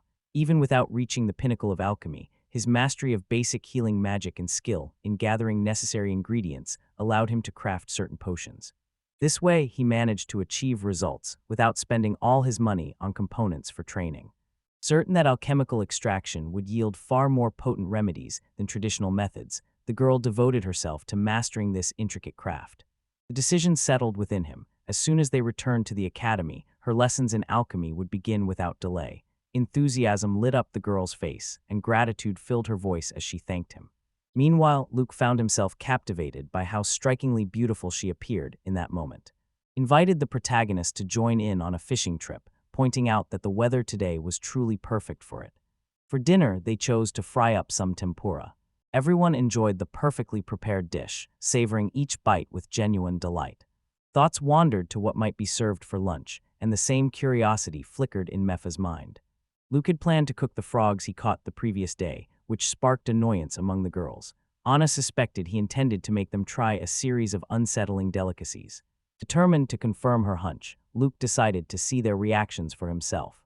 In Red Vienna, the first magical creature to appear was Lala Kaut, skillfully peeling the skin from a frog with her own hands. Open disdain for the Duchess colored her every word. Both she and the maid understood perfectly well that such defiance would likely incur the Duke's wrath.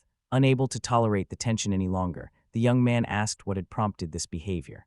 As it turned out, Gale harbored a fierce devotion for Lala, a passion that often erupted into fits of anger. Luke noticed that this reaction carried an oddly childish undertone. Fresh ingredients are essential, so there was no point in waiting for those who were absent. Lal received an invitation to help with the cooking, and she eagerly accepted. Divide the pieces into equal portions, then begin by searing them on all sides. With great care, they lowered the pieces into the oil, taking pains to prevent any splashes. The prince reminded her of the importance of caution, emphasizing that staying safe from burns mattered most of all. The plan unfolded just as intended. Each person toasted 6 slices, creating a meal that looked incredibly appetizing and tasted absolutely delicious. Upon tasting it, a pleasant flavor emerged, though it likely wouldn't satisfy for long. It might be better enjoyed battered and fried. Delighting in the flavor, she invited her mother to taste the dish as well. The Duchess expressed her satisfaction with the outcome, noting with pride that this had been Lala's very first attempt at cooking. She politely requested permission to taste a single piece as well. Lala's surprise grew when Pamela expressed interest in trying a piece as well. Apparently, she wanted to assess the dish's quality for herself before allowing Lala to savor it. She noted the flavor was surprisingly delicate, yet undeniably enjoyable. Realizing it was a good moment to unwind, Guy allowed himself to relax. Anna, eager to sample the treat as well, wanted to show her support since Lala was cooking for the first time. With a smile, Anna delighted her sister by savoring the delicious dessert. Not forgetting about me, he offered a few treats, then handed her a piece as well. The treats proved to be irresistibly delicious, prompting Diana to want to taste them as well. After deciding to fry the next batch, he carefully coated each piece in breadcrumbs. Lala's task was to gently place them in the pan, mindful to avoid any splattering oil from the already sizzling pieces. She caught on to his plan at once. Hunting offered him more than just the chance to prepare his own food. It became a way to savor meals shared with friends. His uncle had taught him to cherish every moment of this experience. The protagonist wished for Lala to share this experience, and it seemed his efforts were rewarded. Cooking revealed itself to the girl as an unexpectedly captivating pursuit.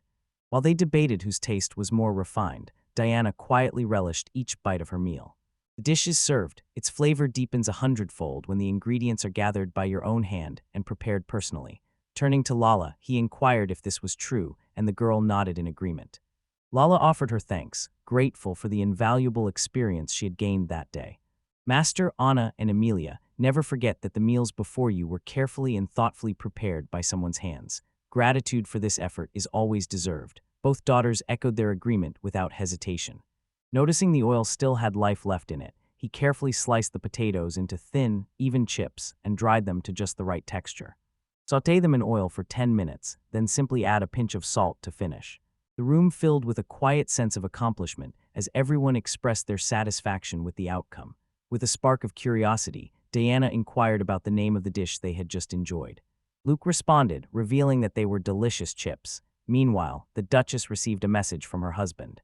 According to him, the rain had yet to let up, so he decided to return home only the next day. Luke had originally planned to visit the temple with Lala and Nefa, but ultimately agreed that postponing their outing until tomorrow would be best. Nefa shared his opinion. Her eagerness to receive her very first mission overshadowed everything else. Catching a cold now would become a terribly inconvenient setback. At the same time, Lala brimmed with anticipation to set out on their journey. Pamela pointed out that their plans hinged on securing permission from both His Majesty and the Duke. Surprise flickered across his face as he immediately turned to the Duchess with a question, asking whether they truly required official permission to proceed. According to her, the matter involved something far more significant than a simple approval. A crucial decision is reached without consulting the Duke, which stirs his deep resentment. Nefa's father, too, responds with sharp discontent, while Luke remarks that their actions resemble the impulsiveness of children. Jeff was asked which professional path to choose. The young man replied that both she and Lala would be equally suited for magical tasks. Surprised, the girl asked if he truly believed that, while Lala was told that her nighttime abilities were much stronger. The prince explained that nurturing magical abilities was far easier during childhood, making it more practical for her to choose tasks related to magic. Those planning to earn a living, as guards, would benefit from focusing on combat skills, while the duke's daughter needed only a basic understanding of self-defense.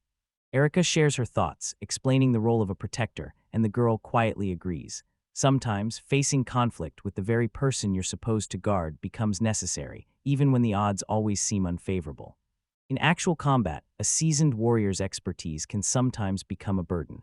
However, providing magical support to the guards while striking down enemies reveals advantages far greater than any drawbacks.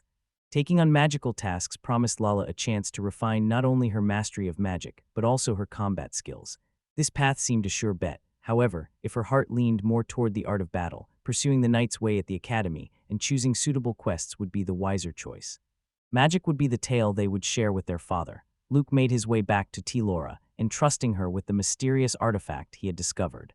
The frogskin pouch had been crafted from the hide of the very first frog the girl ever caught, chosen precisely for its unique flavor. Pink frogs, in particular, always drew her fascination. The discovery revealed that the bag was no ordinary accessory, but a genuine pocket in space, complete with a mechanism to halt time itself. Such an extraordinary item demanded the utmost care. Viewing the situation as highly inappropriate, the queen insisted he cease his actions, believing it unthinkable to entrust a royal relic to a child. The little girl firmly denied that it was a royal relic, explaining that Mr. Luke had actually crafted it himself. Ever since Fenner Hetty and the dragon Diana had joined his companions, the man's skills had grown in remarkable ways. Though the boy doubted the truth of his words, what Luke shared was not entirely made up. Luke insisted that no one else should learn of his ability to create such things. He suggested that Lala perform the appropriation, fully aware that the procedure might cause a bit of a stir. Right after, he carefully tended to the wound, ensuring it healed swiftly. Slipping a hand into her purse, she triggers the interface to appear instantly on the screen. To remove a particular item, she only needs to picture it moving into the spatial pocket. In moments, the object settles securely in the storage space inside the purse. The technique Luca had recommended mastering turned out to be a true breakthrough, and the girl executed it flawlessly. Admiration for her brother Luca filled her heart as she solemnly promised to take good care of the little frog. Anna insisted that she wanted one just like that. The prince struggled to make sense of her desire, especially since she already had cosmic pockets, perhaps even larger than his own. To his confusion, her only response was that he simply didn't understand anything at all. No enchanted artifact is necessary. Her heart is set on a simple, adorable coin purse shaped like a frog. Admitting his long-standing dream, he shared how he had always wished to craft one for each person, but the scarcity of materials held him back. Turning to the Duchess, he inquired whether there might be a place near the castle where mithril could be found. A gift for Lala had been prepared, thoughtlessly presented in front of everyone without a second thought about the consequences. Only then did uncertainty creep in about how Duchess Sasha might respond. She pointed out that since mithril could prove useful in an emergency, it was kept in the form of ingots.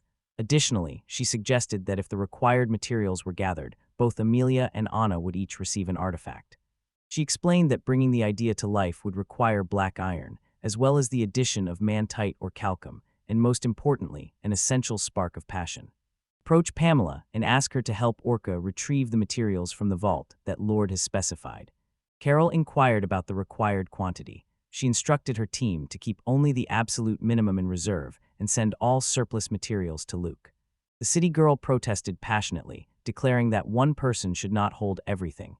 Insisting on a clear agreement with the Duke before any final decisions were made, she pressed her point. However, a woman soothed her concerns, assuring that all the details would soon be revealed by Kylo. Furthermore, the maid pointed out that treasures of such value could not be bought, no matter how much money one offered. Realization dawned on him that there were two possible paths to resolve the situation. Yet holding resentment toward his wife for spending family heirlooms to secure their children's well-being was not in the Duke's nature. Pamela's worries were immediately clear. The mithril kept in the castle could be used to forge 800 swords, a staggering total of nearly 640 kilograms. Luke had to admit that such a quantity was truly immense. The lady of the house insisted that Pamela not waste time, reminding her that while money could buy metals, Artifacts like the pouch crafted by Luke were far beyond any price and could not be purchased at all. Furthermore, every reason suggests that Luke will invent and craft entirely new artifacts for them. In addition, the memories preserved every detail ever heard. "A kilogram will be enough," the lady instructed Pamela to bring the hairdresser here. Initially, she assumed his job was to give Prince Luke a haircut. However, it soon became clear that the woman herself urgently needed a change. She had long neglected her appearance, and now was the perfect time to tidy up her hair. News spread that after the haircut, there would be an opportunity to visit the bathhouse. The lady brightened at the thought, for she had long wished for such a relaxing respite. The maid promised to see that everything would be prepared for their outing. Both Natali and Erica eagerly volunteered to assist the Duchess, while Pamela found herself bristling with frustration since she had always been the one to accompany her lady before. Eager to try out the brand new cleaning products, Extress turned to Natali and Erica for guidance on how to use them properly. Realizing she meant shampoo, the girls gladly offered to assist her. Lost in thought, she pondered what the Lord had intended. The cry of a meadowlark reminded her that it was time to harvest the grass. Realization dawned, and the girl recalled her own task. Even back then, uncertainty weighed heavily on his mind. Iris suspected that he was preparing medicine for Lala. One of the maids quietly inquired whether Lala was experiencing any pain. With a calm demeanor, he stated that it was not medicine and reassured her, saying there was no need for concern as the girl was in perfect health. The maid, clearly puzzled, inquired what the item actually was. Seeking assistance from the kitchen staff, she found them utterly overwhelmed by the rich, fragrant scent of herbs. Within moments, sneezing overtook them and they scattered in every direction. With no other options, all hope now rested with her companions, prompting Iris to call for their help. Inquire about the specific actions they should take. On one occasion, he issued a direct order: wash and slice the vegetables, and chop the onions into tiny cubes. The maid responded with steady confidence, assuring him that she could handle the task. Before long, Luke called for Iris. The 6 essential spices needed to be blended all at once. The girl quickly realized this must be his secret recipe, and her curiosity sparked as she wondered what marvel might unfold from the mixture. Many times it was emphasized that these were not medicines, but specially crafted spices meant for cooking.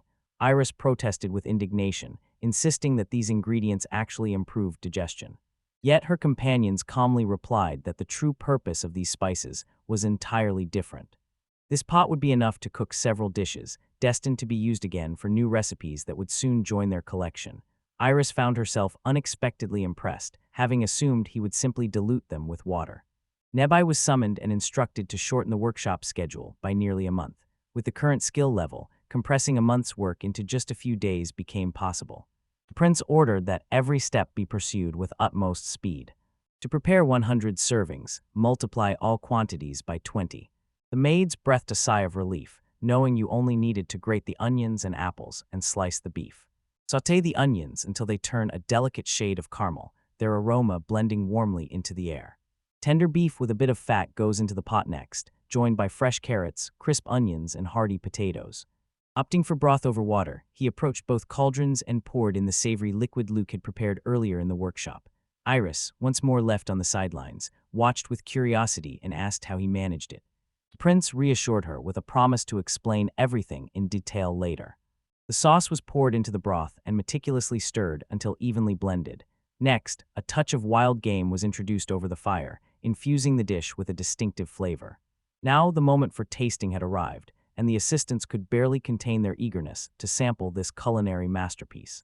The conversation turned to which dishes delivered a spicy kick and which ones promised a milder experience. The girls sampled the culinary masterpiece, allowing its flavors to unfold on their tongues. The dish delivered a bold spiciness, with a faint tingling on the tongue that heightened its remarkable flavor. Upon being asked, he replied that the dish was called curry. Luke delights in the culinary traditions of southern countries, even though this particular recipe comes from Japan. Everything takes on a special charm when it gains its own unique touch. Someday, every pot will find its rightful spot in his storeroom. Several had even been set aside for the maids. At that moment, Luke was cleaning, his work aided by a helpful spell. Suddenly, Natalie tapped at the window and announced that Mr. Semelia had called, wishing to discuss something important. A sudden knock echoed near the door. Natali announced that she had brought Mr. Luke along, and the girl immediately welcomed them inside. Their eyes settled on the dresser, which was adorned with several dolls.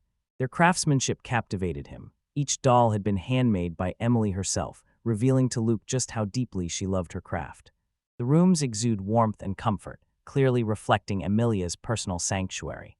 Preferring the comfort of her own home, she spends most of her days nestled within its familiar walls. Without realizing it, she quietly developed a fondness for crafting, a pastime she once considered peculiar. That's not how I see it. There's nothing shameful about having a hobby of your own. To think she sewed all of that herself is truly impressive. Offering her thanks, she invited everyone to take a seat and set about brewing tea for each guest. The topic at hand was the reason behind her growing tendency to avoid men. From the Duke's words, it became clear that something had happened about 5 years ago. Yet, as it turned out, no one truly knew what had taken place. She gently slipped the necklace from around her neck. Someone quickly took notice of her. He noticed a remarkable resemblance between her and Mif. That turned out to be their entire reaction. Luca listened to her words, surprise flickering across his face as his heartbeat sped up. It was impossible to deny Amelia's remarkable beauty, which made their behavior seem all the more unusual. She admitted that she was, in truth, extraordinarily beautiful. Yet around him gathered Mifa and Iris, as well as his sisters Lalithia, Natali, and Erica, all of whom radiated their own captivating charm. He, however, possessed a beauty shield level of 5, a quality the girls, unfortunately, did not share. Summoning every ounce of courage, Amelia finally managed to speak her heart. Nifa gently observed that it was Mr. Luke who had shown such genuine concern.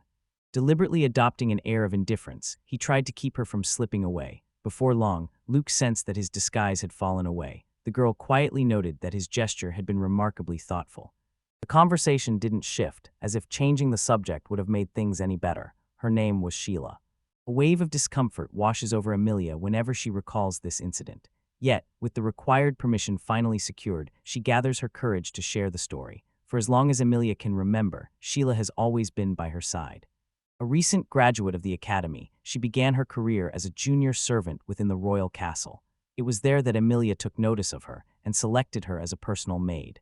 However, Luke soon realized that Amelia had unlawfully taken the maid from the castle itself. Years ago, back when Zeno had yet to ascend the throne and Gale held the position of second heir, he lived in the royal castle alongside his family. Later, after Zeno became the ruler, Gale received the title of Duke. For 10 years, Sheila remained by Amelia's side, becoming the one chosen to share their tale. Each new year began with a grand ball at the royal castle, where young heirs of noble families gathered to celebrate reaching their 10th year. Many years earlier, Lord Samalia stood among the newcomers, making his debut. Alone in the washroom, she was suddenly seized by the Viscount assailant, who dragged her into the adjoining room. Amelia's teeth sank into his hand, igniting a storm of uncontrollable rage within him. He lashed out, striking her across the face multiple times. Yet, Amelia's master managed to call for help in time, and the murder attempt ended in complete failure. From that moment on, Mr. Samalia developed a fear of men. Luke had expected it might happen, while Iris felt certain he had foreseen everything in advance. Yet the outcome turned out entirely different from what any of them imagined. Leaving the lady alone had been a mistake. Luke quickly discovered what had triggered the attack and wasted no time in asking questions. Mifa admitted her own involvement in the incident. One of the boys inquired about how it all had happened. An attack befell her as a consequence of the insult she had caused. The thief turned out to be none other than the Viscount's son, hailing from the lands ruled by the Forest Duke. The Viscount himself had gained renown as a true expert in the art of tax evasion. Harsh measures against careless taxpayers began when the king tightened his policies, pushing the Viscount's family to the brink of financial ruin. Before long, the noble title found its way into the hands of someone else. The Count appealed to Duke Gao, seeking leniency, but as expected, his request was denied. Unable to contain his frustration, Luke finally asked why they had chosen to attack Amelia in the first place. Apparently, the Viscount plans to marry Lady Amelia to his own son. By taking her innocence, he traps the Duke in a hopeless situation while securing a path to the fortune of Duke Gaia for himself. Curiosity sparked within Erica as she wondered what connection Mifa had to all of this. She tried to uncover if he knew Lady Mifa's nickname, but the girl insisted it was a secret, not meant to be shared. As it turned out, everything was linked to a bounty hunter.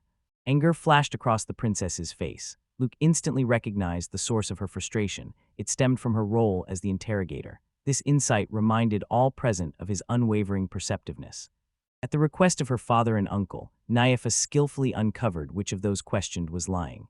The Duke of the Forest expressed his gratitude, and the aristocrats began to hold her in even higher regard. The young woman then turned to the prince, inquiring whether he had any objections to her nickname. He urged her to stay calm, playfully referring to her by her old nickname. Erica, unfazed, countered that the title mistress had a far better ring to it. The young man attempted to explain that nicknames held little importance for him, offering a sincere apology as he did so. His words caught the princess off guard, and a gentle smile appeared on her face. Addressing him directly, words flowed quietly between them. Amelia arrived precisely when she was needed most, a timely entrance that filled her with newfound confidence about her connection with Luke. With a subtle hint, she suggested there was something unique between them, and Luke instantly recognized the first stirrings of jealousy in her gaze. Amelia earnestly admitted that it was Sheila who suggested inviting Mr. Luke today. The princess immediately grew curious about the reason behind this proposal. Amelia described Mr. Luke's actions in detail, and as she recounted the events, the maid made sure to highlight his notably attentive behavior. Lala spent time with her mother, slowly coming to realize that Mr. Luke truly could be trusted. Meanwhile, Mr. Luke maintained a cautious demeanor, aware that Sheila had been watching him. Before long, the girl approached and offered her apologies. The depth of Luch's concern drove her to verify everything with her own eyes. The young man showed no signs of offense, a clear indication that the test had gone well. After the maid voiced her approval, every servant in Duke's castle joined in, offering warm congratulations to him and Lord Semilia on their engagement. Luch felt a ripple of surprise upon realizing that the news had already swept through the entire castle. Steering the conversation back to its core, Luch inquired with genuine interest whether they believed Amelia could be helped to overcome her fears. After enduring a harrowing and traumatic experience, the girl often wondered if magical healing might offer her some relief. The answer given was that certain magical methods could exert some influence. However, even with daily use, these methods could never completely cure Amelia. Each time a healing spell was cast, memories would resurface, bringing with them the risk of causing even greater harm. The experience left Amelia acutely aware of how unpleasant this truly was. Their faith in magic convinced them that her fears could be healed, transforming her into the strongest of knights. Luke coined a name for the technique, one that could fend off any attack. Fully prepared to begin at once, grateful for everyone who helps her find confidence,